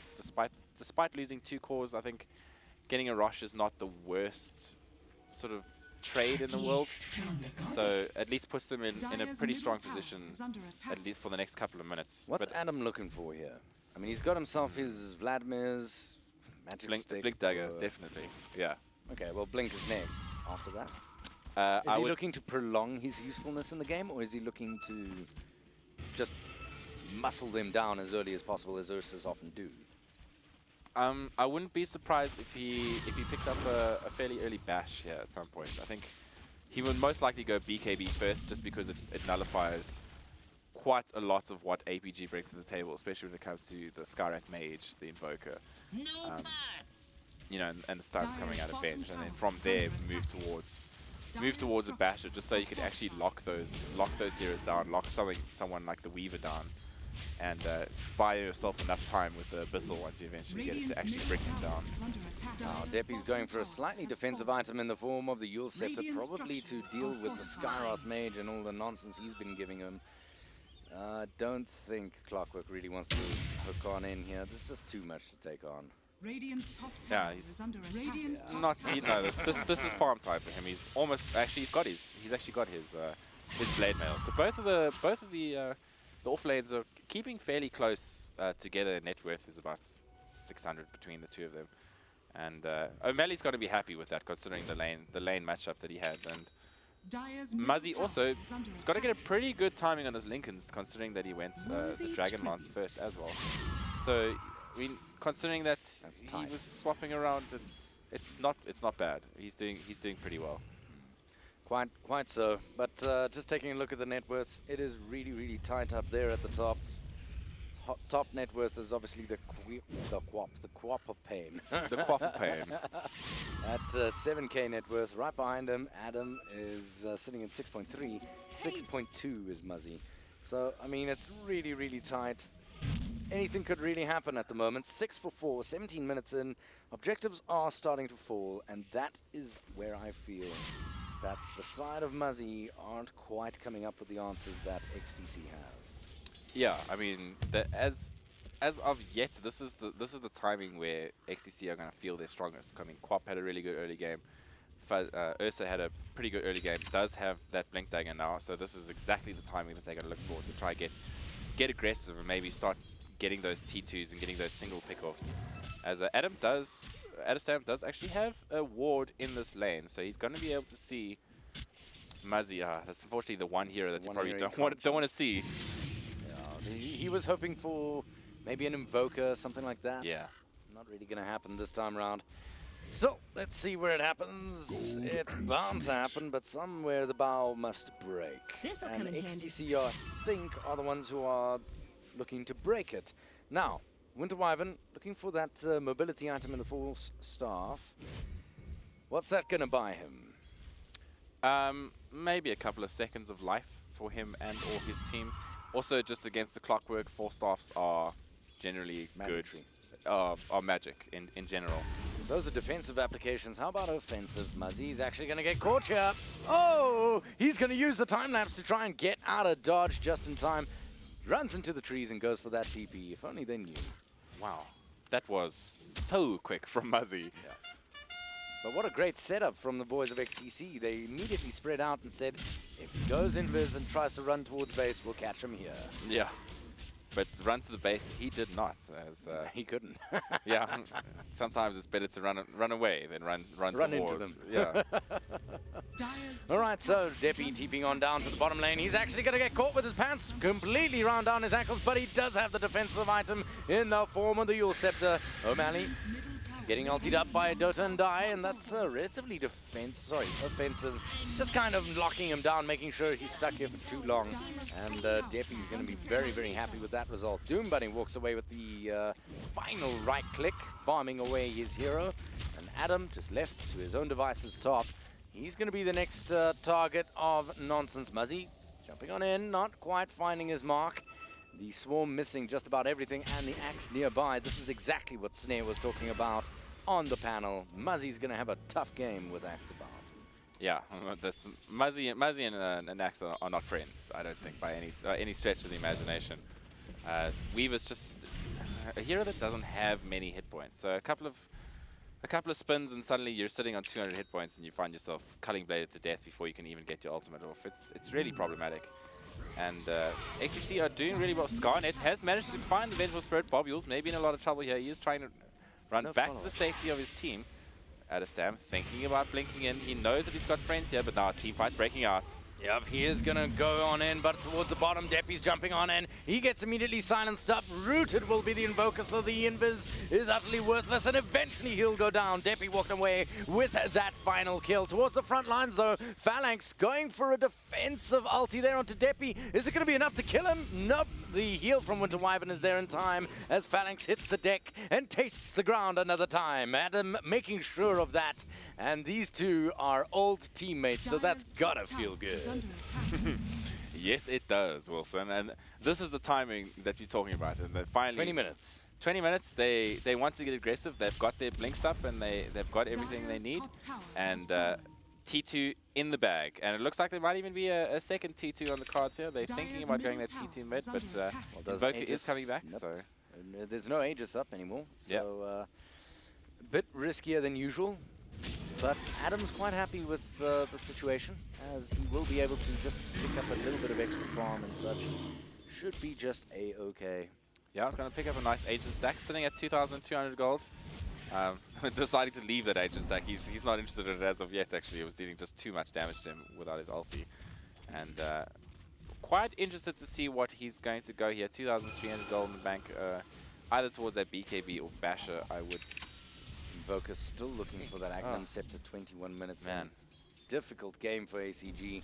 Phalanx has been working hard here, or hardly working. Either way, he's going to be the target of a lot of pain as the Quack jumps on in. She is going to use herself up defensively, so Phalanx knows that they can't actually just kill him like that, but they can kill him another way. Scarnet jumps on in, gets the dunk, and that's the end of that. O'Malley taking a bite of someone he really doesn't want to take a bite of, and he's trying to survive and juke as best he can. He's not going to make it.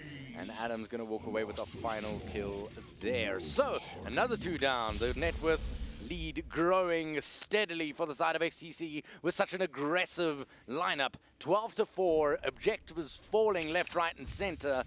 Now the next one is the tier 2 center, and possibly bottom is on the menu for the next rotation. Yeah, I mean, it's just really good use of XTC to use the parts of the map that they are currently in. I mean, if you look at the APG warning, they have one ward down by their fountain on the Dire side. Other than that, they are pretty much sitting in the dark in their own forest. They, you know, A whole lot of load shedding, baby. There's a whole lot of load shedding. ESCOM hasn't been kind to them on that in that Dire forest in the slightest, as they literally can't see anything. I mean, their sentry doesn't even know that there's an observer ward sitting right above it at the moment. And Bob Yules is actually going to walk. Is he going to see it? Go, do it. Oh, no. Friend? No? No? No? Ah, there we go. Yeah, that's a ward. Yeah, that's a 300 goal for you. There we go. No. And finally, it does manage to get some vision and get down at least a little bit of counter vision here. But it's just been so defensive. I mean, they've got wards in sentries in their own base and almost no vision whatsoever. Meanwhile, XTC, they just are able to play their game, you know, with that in mind. Yeah, so take a look at the sentry wards here. They are absolutely panicking as Adastam actually gets taken down by ACG. What the hell happened there? I actually watched the entire kill. Bob Yules and Phalanx, the support combination, threw down everything they had, paired up with max level Sunstrike, was actually enough to get Adastam down. A surprising amount of damage actually came out there.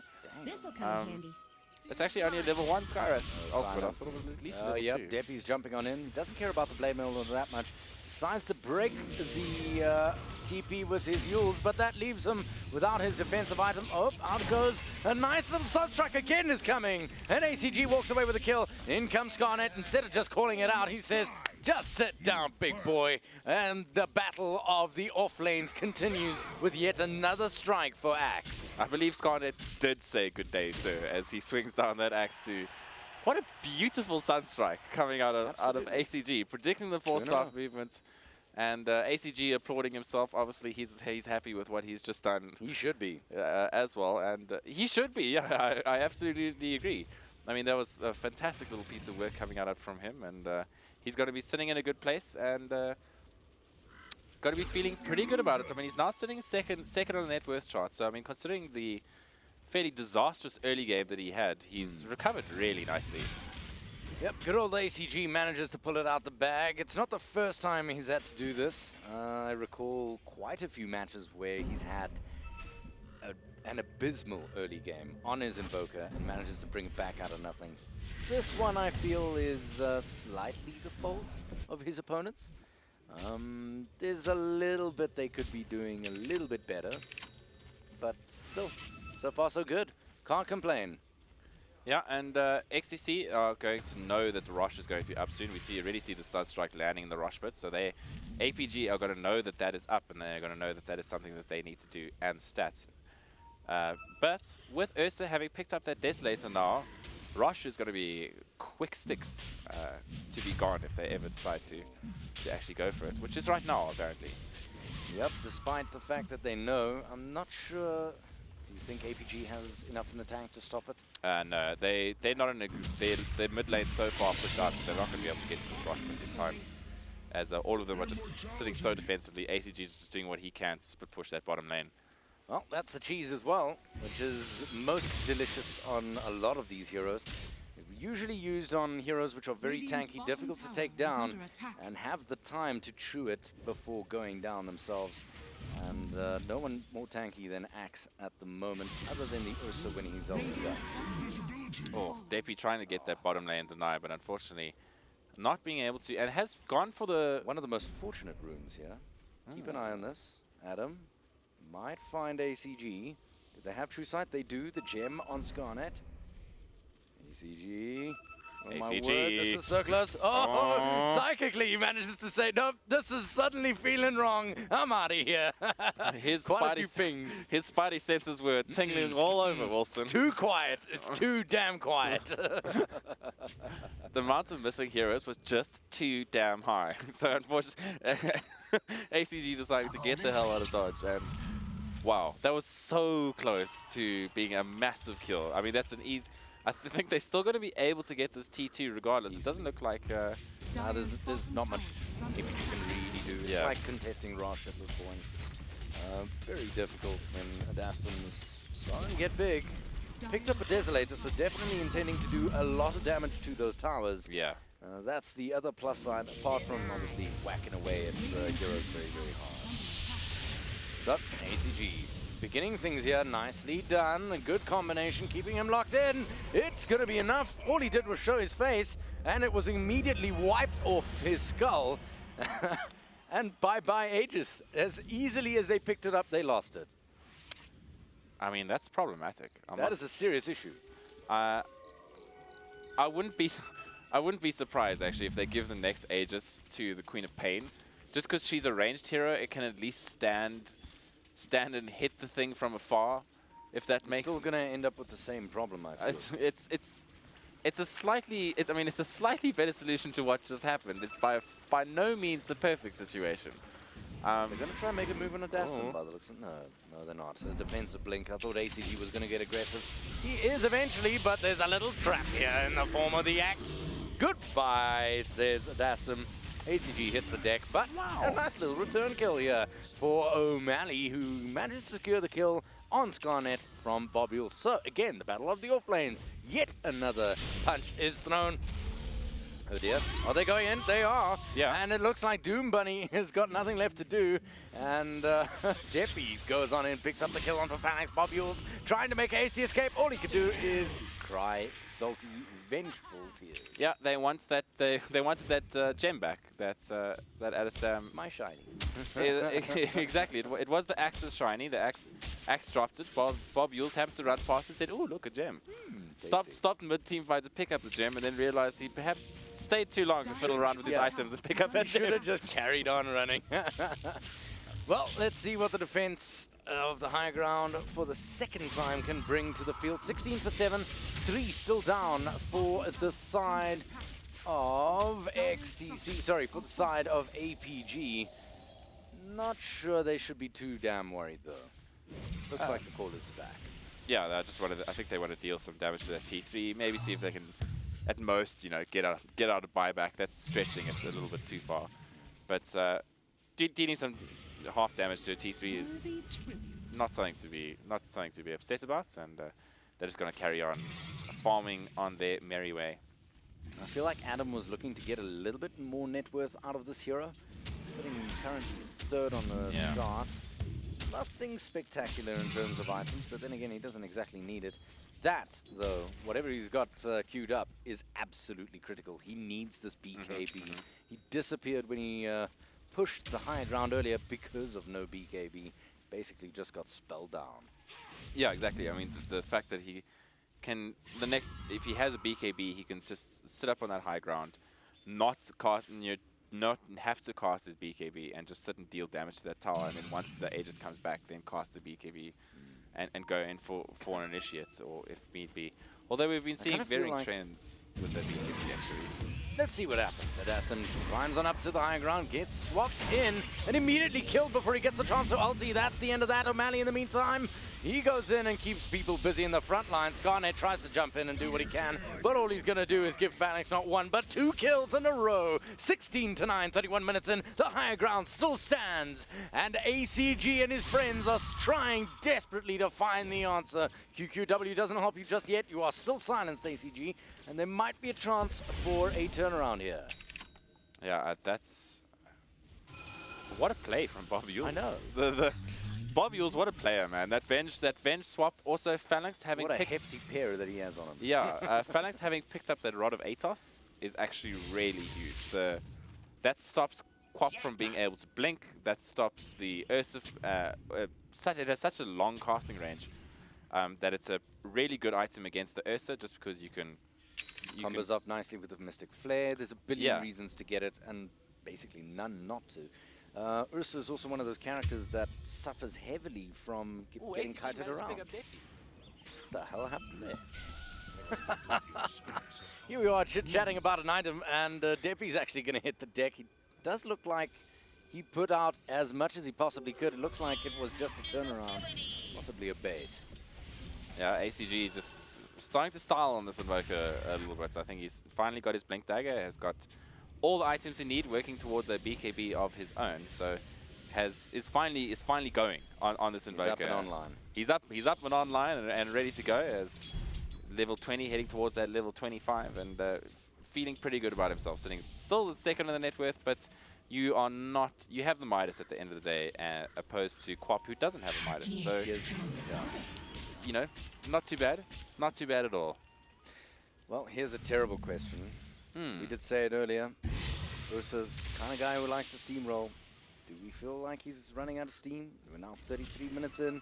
Invoker's online. Others are online. He's still trying desperately to break that high ground. You saw how well that went.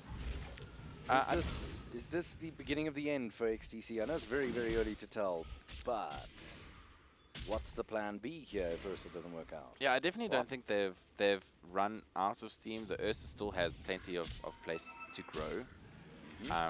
Get himself a BKB, get himself a Basher, get him. I'm not sure actually what he would think of for that last item. I had a good thought for minutes, but I've lost it now.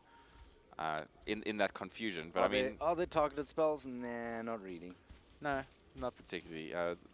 The Bissell I think is gonna be huge, but it's APG are getting pretty big now. I mean, Muzzy is getting to the point that he can actually. Wow, ACG looking for a little bit of nonsense. He does manage to find something. They find two. Yep, they've managed to find not one but two, and Adastum has to use his ulti defensively. Goes for the BKB TP combination. He's well out of there. Dota and Die next up on the menu for Muzzy. Gets swapped in by Bob Zules, and that's another shiny on the deck. Now, Bob Zules, you can actually stop and pick this one up if you want. Did they see the shiny? Definitely saw the shiny. Yeah, there we go.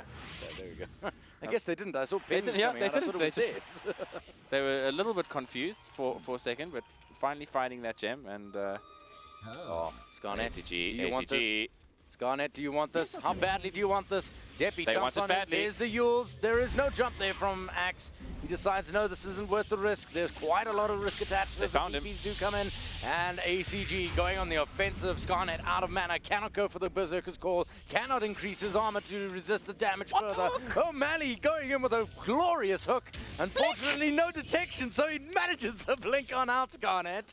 As my friend on the side of the table is starting to lose it. And Scarnet takes another little bit of damage. Muzzy going in for the chase. Got to be careful because there is now mana on Scarnet. Things are getting dangerous. Doom Bunny going for the ulti. The last ditch attempt to say, come and get it, boys. I'm delicious. Leave my axe alone. What a hilarious set of events. I know. Oh, man. I can't believe the Axe managed to get out there. He did, with a He fair was amount of help. conked in, Wilson. I know, but he was also invis. You know why? Because of Crystal Maiden. Guys, if you want to know why he's alive, kiss this lady's bottom, because she deserves every little bit of applause for keeping him What alive. a player. What Doom a player. Bunny, what a player. I mean, if you ever doubted his Died in support a corner, abilities. but he deserves. He died in the deserves corner a medal. flaring his ultimates, like any support player should. So I feel like he did his best. He knew that he'd done well, and decided, "Ugh, if you're gonna go out, you may as well just go out in a hailstorm, you know." So that's which is exactly what he did. So beautiful little play coming out of CM to keep that axe alive, and that's a really important hero to actually keep alive. Surprisingly, now we see a pipe of insight on the side of XTC coming up on the axe. A game too late, but not too bad. Yeah, even, I don't know, it's not that late. I mean, think about his other items.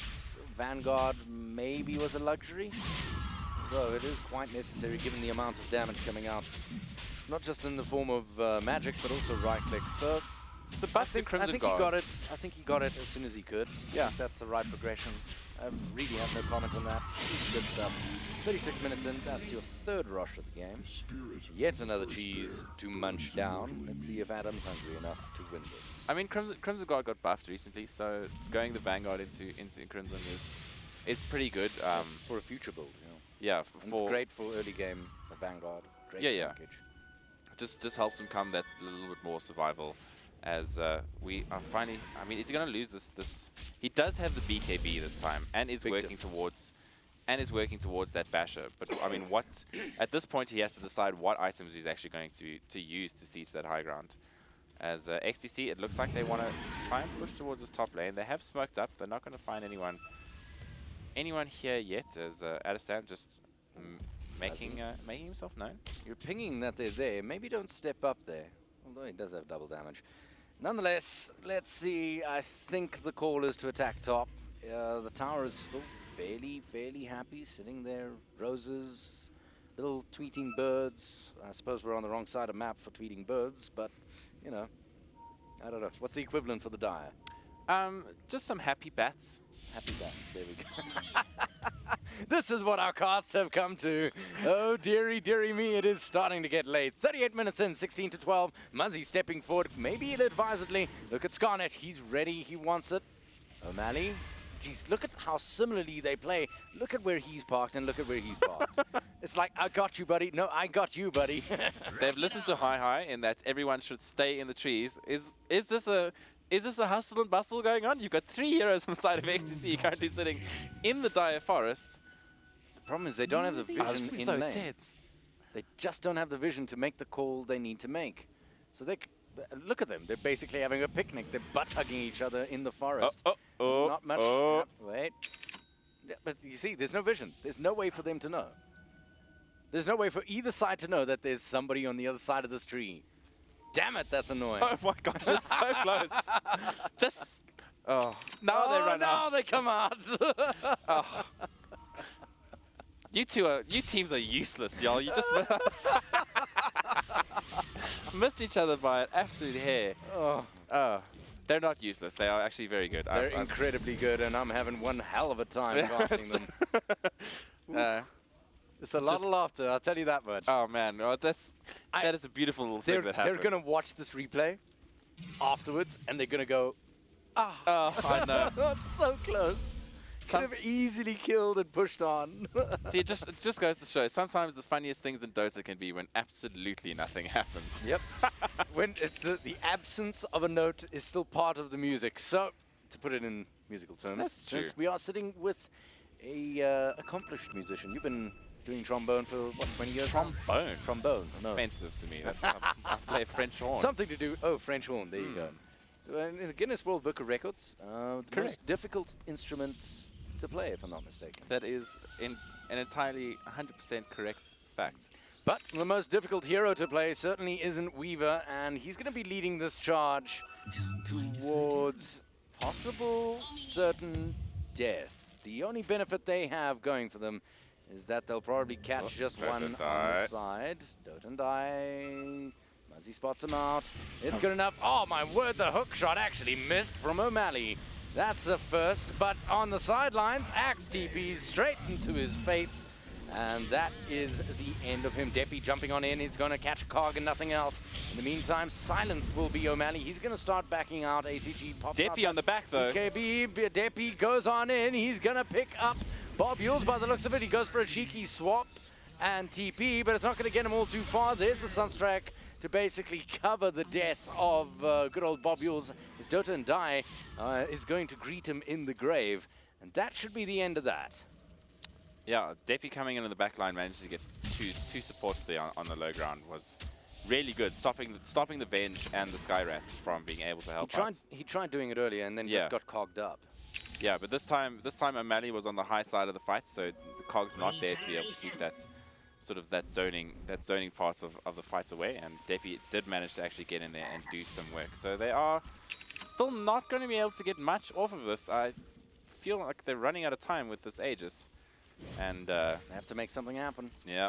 The longer the boys of APG manage to delay this, the better it seems. But Queen of Pain has actually gone a fairly right-click build now herself. She's got the Orchid, Maelstrom, and an Assault Cuirass. So she's dealing significant amounts of damage. She is, but is it really going to be enough to push on up onto the high ground? I mean, we're talking maybe a slow siege here. even so, she's not exactly got the longest range. It's not like a sniper where you can sit at the back, Yeah. and quietly pip away for half an hour because they can't get to you. She has at least taken the 100 tack range perk, so A call, that is a call. Muzzy's actually not called up. Scarnet going for a defensive call to try and avoid picking up too much damage.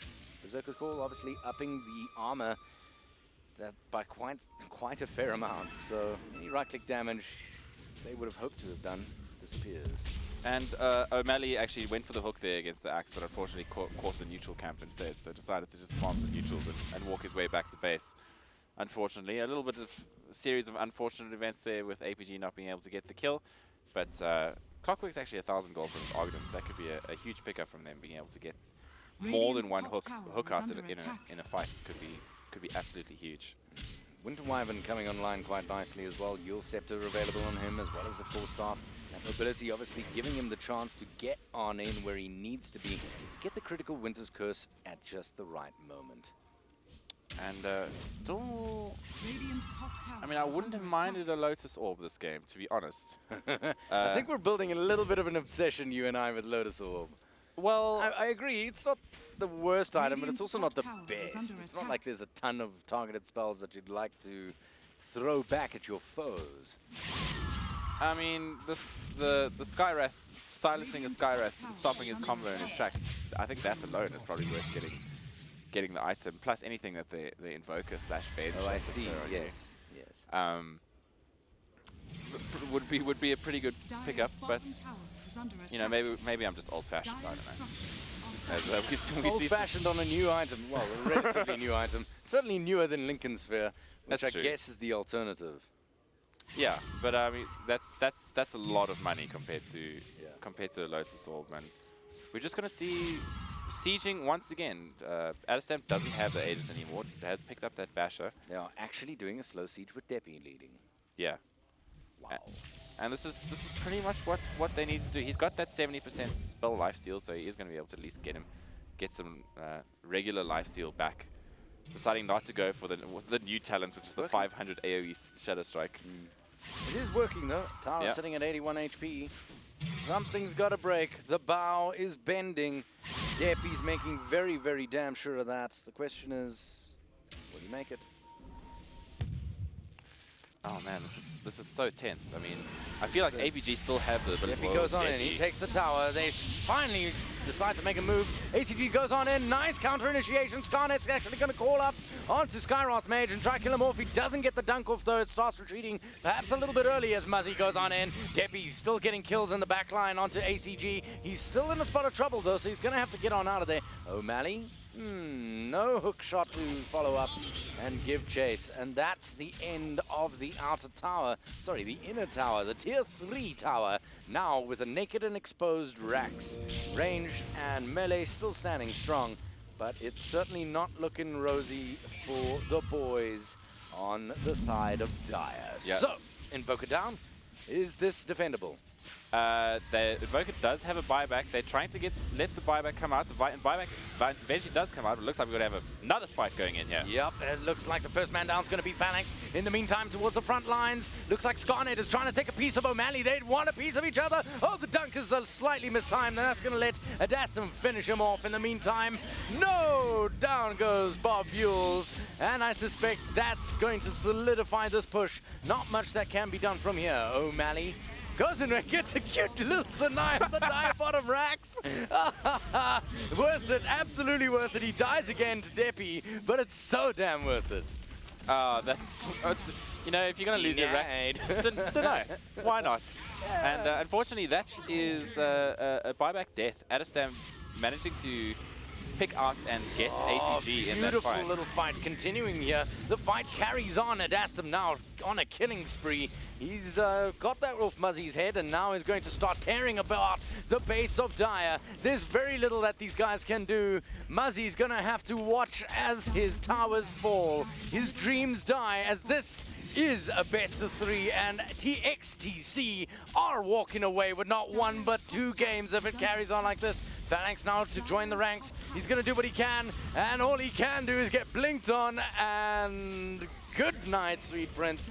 GG finally called by ACG, and that will solidify his position as a loser for the time being. Not for much longer, I suspect, though. That was one hell of a performance. What a series, man.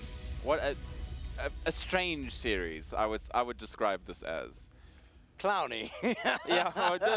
Go back to your word, man. We all know you want to use it. Word of the day. Word of the days, I think, for this one. For this one. Clowny. Really strange lanes, really odd things that happened. Yeah. Strange item choices at points. It just I'm not quite sure. But as I said, sort of while we were casting, if you look at the boards, once, especially if you look at the item pickups, player items, once they got their blink daggers on the side of XTC, on their axe and on their fuzzy, that's when they started to move forward.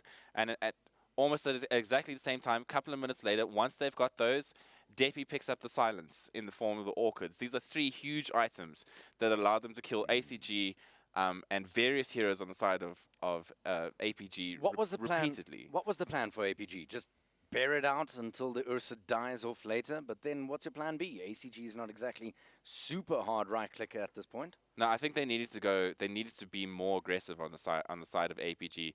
Actually get those kills, try and hinder. I mean, they did good work. They killed Adestam once or twice in the early game, but unfortunately they didn't hinder him enough to stop that blink dagger timing. So I feel like they needed to, and also the fact that ACG didn't have that brilliant early game that he needed to on the Invoker meant that they were a little bit behind in their timing, and that played a huge role in the continuation of the game. Because a late Midas means that ACG came online later. Sure, he did things, but if you're only getting a 22-minute Argonum Scepter, 20 You're going to be a bit behind. You don't have the power at the same time. You don't have the power at the same time, and that's where XTC really took advantage of the game. Yep, and they did it quite nicely. So that's going to wrap it up from myself, Wilson Triple XL, and my dear friend, good old Demonic here. From the both of us, we're going to wish you a good night, but before we do, let's hear what the panel's got to say. Halberd, take it away, baby. Thanks very much, guys. So yeah, pretty great getting a BO3 that goes all the way to the 3 part of that BO3. Also, it's a caster's privilege. We get to enjoy. We get to root for the team that loses the first game to win the second. So we come to this point now, and of course there's a late finish. So I'm sure we're all eager to wrap up and call it a night. Get ready for the next day. So, gentlemen, do you want to give your closing thoughts on this last matchup? It's probably the best game of Dota we saw between these two teams. First two were a bit wonky, especially because of the drafts. But I think again, the draft kind of just made APG's life very, very hard. They were so squishy that as soon as Axe is getting calls on 1 or 2 of the heroes, they're dying very, very quickly. You could see Depi could also get super aggressive because he knew that there wasn't much that they could do against him. Especially the only one that could actually really do anything to him is the Scarif Mage, and that would basically devolve into Scarif Mage silences him, drops ulti, and then Depi just uses the Yule Sept to get out of the problems. Yeah, it's pretty much the Depi show for a lot of the time, right? I mean, at the end, there's solo kills Invoker. He doesn't even need Axe to call him. Axe calling him is an instant kill in Invoker, but I mean, the fact that he just kills him by himself, it's freaking Depi show right there. Yeah. In the draft, we spoke about how paper thin a lot of these heroes were on the side of APG. Clear textbook case of that. So they jump in, try and make things happen. Never enough damage to actually finish the fight.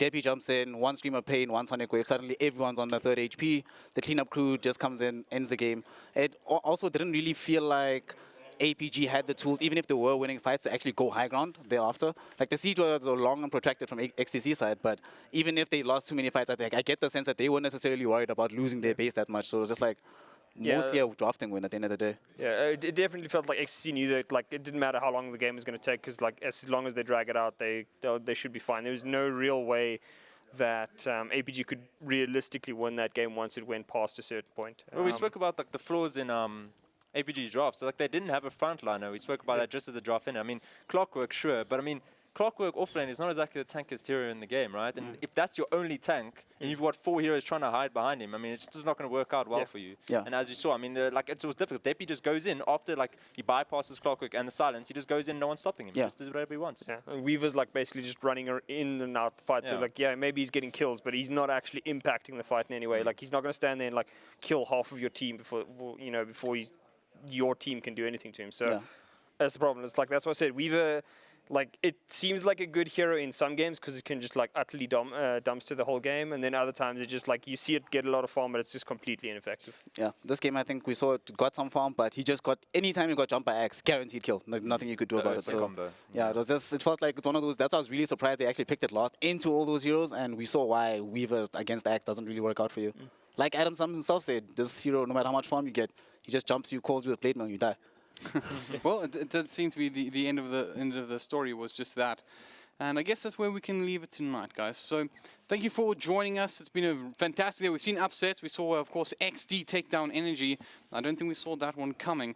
But obviously, already in day 1, some interesting upsets. And day 2, I'm sure we'll have some more interesting twists to follow. So stick around, or join us rather, at 11 a.m. tomorrow morning for some more matches. And until then, have a good rest, because you're going to need it, because Mega8 is here to stay, and it's going to be a pretty impressive day tomorrow.